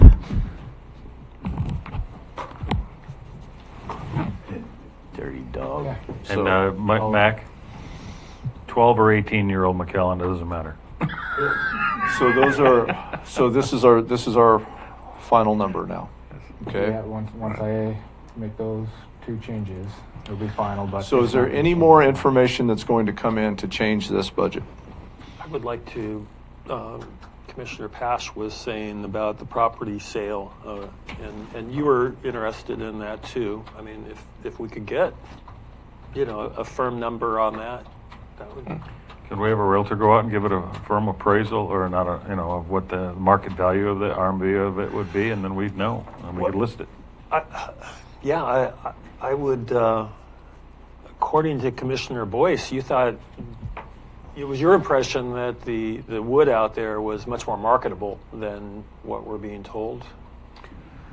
I'm quite baffled. I didn't walk through it, but I've been around 2 of the 4 edges, and I just didn't see that much tan oak. But I greatly respect Scott Nicholson, and so I'm trying to figure out on that, as I communicated earlier, what in the world I might have missed there. And again, that was the 38 acres, right? Yes. So, to answer your question, before I sign off on it, I'd be interested to see if we could sell that, or maybe we're getting some bad information. Okay, so you want clarification on that 38-acre property? Yes. Okay, Mr. Baker. I'm not familiar with this property, but anyway, my question here is that, does this property potentially for sale, does this represent any type of future value that the county could see in this? In other words, we are addressing an immediate short-term need. What does this piece of property mean 5 years from now, if any? Sorry. Yeah, it's kind of a lot of work. A lot of work. Well, just in the sense of once it's logged or harvested, then as you all know, that's when work really starts, and a lot of responsibility. Hanging on the land, so that's always good advice, but we wouldn't be able to harvest it again for 40 years, and it would have no other practical purposes other than timber. You know, it wouldn't be designated as anything else. To maintain that property takes a certain level of expense, then, is what you're saying here. Yeah, what we originally talked about, the Coquille tribe, was them harvesting for us and then taking over the management for up to 20, 25 years, if I recall. But they saw the value in it and wanted to harvest it and basically split with us. And like as I said earlier, everything around it is clear, and it's right. Well, such a decision is a little bit on the permanent side. So. I love it. Do you want some input? Sure. Okay, so the 38-acre parcel, it was given to the county through default on taxation. The person that it defaulted went in and took some timber off of it, some pretty nice timber, never planted back. That section that was subject to that is grown back in tan oak. I don't know how much people know about tan oak, but it is really difficult to get rid of tan oak. You have to spray. I think my comment was spray like a mad dog to try to make that area, and it is about 60% of the parcel, subject to good restoration, that is planting back and getting the plantings to grow. Tan oak is very aggressive, and it will take over the young seedlings that are planted back after you log. So the question was, and I had this discussion with Scott, like, what would you do? And he said, unless the county wants to get out there and put a lot of time and effort into that parcel, it does make sense to sell that particular parcel. There are timber companies right next door, as well as the Coquille tribe. So we have potentially 3 buyers. So if we put the property up for bid, chances of it going for a good price is high. And we don't know what the price is, though. No, Scott made an estimate, but he felt real uncomfortable with the estimate. Okay. It was pretty low. It was around 200,000, I think. Okay. Mr. Patch. And I'm seeing a note from David, and I remember this as well. If we sell that property, that has to go to Parks, doesn't it? Well. No, that's I'm pretty sure it doesn't. It was by. Go ahead, Brad. So, it does. We make a sale of land that does have those proceeds do have to be split between all the districts, unless the Board of Commissioners first designates it as a park, in which case then the full amount can stay within the county, but it does go to the Parks Department. Well, we could designate it as forestry. The problem with that is you designate it forestry, then you turn around and sell it, you put it up for bid. It's a little contrary to your interests. But, yeah. Director Crockett, I think I'm going to encourage the board to consider acting immediately, but not just based on what you said, but that certainly helps me. Forgive me just for this little diversion also, but immediately look for bids to sell that. And sealed bids. Take the highest bid, and I think the competitive spirit between 2 timber companies, maybe 3. Oh, Lone Rock has a piece there too. Yes, they do. And they're not. It's going to be. Anyway, it is going to be competitive. So I would encourage the board to consider doing that right away, not waste another week or 2. But my problem with that is if we can change something on it so that it doesn't have to go to the special districts of the county and it can go to the county some way in the general fund, that's what I'm looking to do with it. I think that's a legal question, and the dilemma with those questions in regards to does it go back to the general fund and get split between the special districts, or can it go into a forestry program? The proceeds could be into a forestry program, or does it go into parks? That law, based on everything I've read, and several people have done research, several attorneys have done research on that, county attorneys, it's not clear. It's not very clear. So we'll have to talk about it and talk with the Coos County folks and see what their read is on it. I think if you designate it forest land and then you sell it, that money can go into the general fund or can go into a forestry program. So that's not for me to And that's answer. how I understand it too. I think there's the question, I think what Becky's saying is the optics of it. If we, transfer it and then a week later sell it, looks like we're trying to kind of get around that part of the rule. But legally, yes, that's something you could do. I just don't know who would challenge that, though. Yeah, fair enough. Because that's exactly what we're trying to do, is get around something, right? Now it's on public record. Yeah. Always better Can't be be right up front. Yeah. Director Crockett. Has Coos County been up there? Yeah, Lance said he's been up in there. Not lately. Not lately. Okay, thank you. Thanks, Also Becky. helpful. I think before we I don't want to put the cart before the horse. Council, if you could in the next couple of days, you think, or the next week? Yeah. Get us your legal expertise I'll on put what you together think. a memo. And that way there we can make sure that when we put the property for bid, that it's in the right forestry or whatever it's supposed to be in so that the general fund gets the money. So then would we agree that that is the last pending issue before we make any motions or entertain any motions to adopt this budget? Mr. Well, Crash? actually, that would have an effect on the general fund because as Ms. Crockett just says, she thinks it would move pretty quickly for a decent price. So the other guy didn't even want to submit a bid because they thought it might only be worth a couple $100,000. But what if it's really worth $300,000 or $400,000? That's, even if it's a couple hundred, that gets us well below $2 million. Okay. So that could definitely be a number that we take out of the budget. So then the thought is to wait and see how that takes place. Until the 16th meeting, yeah. Okay. Is that timeline going to work? That'll be fine. Yeah, 16th. 16th of May. Yeah, and that would give Becky and council plenty of time to, council can advise Becky and then Becky can list it or whatever we're going to do. And that should be the remaining issue. I believe so, yeah. That Okay. and compensation. But you'll see those numbers on the Yeah, correct. Okay. We passed the compensation. Right. So that He just Yeah. had to see it on the budget. All right. So then when we come back on the 16th, then we will have those numbers. We'll be able to plug those numbers in, and then we'll be ready to proceed forward with potentially adopting the budget. All right. So 16th is good for everybody. All right. Then we will reconvene on the 16th at 9 a.m. Thank you, JJ. All right. Thanks all for your work. Thank you, everybody, for your professionalism and patience today. Thank you, guys.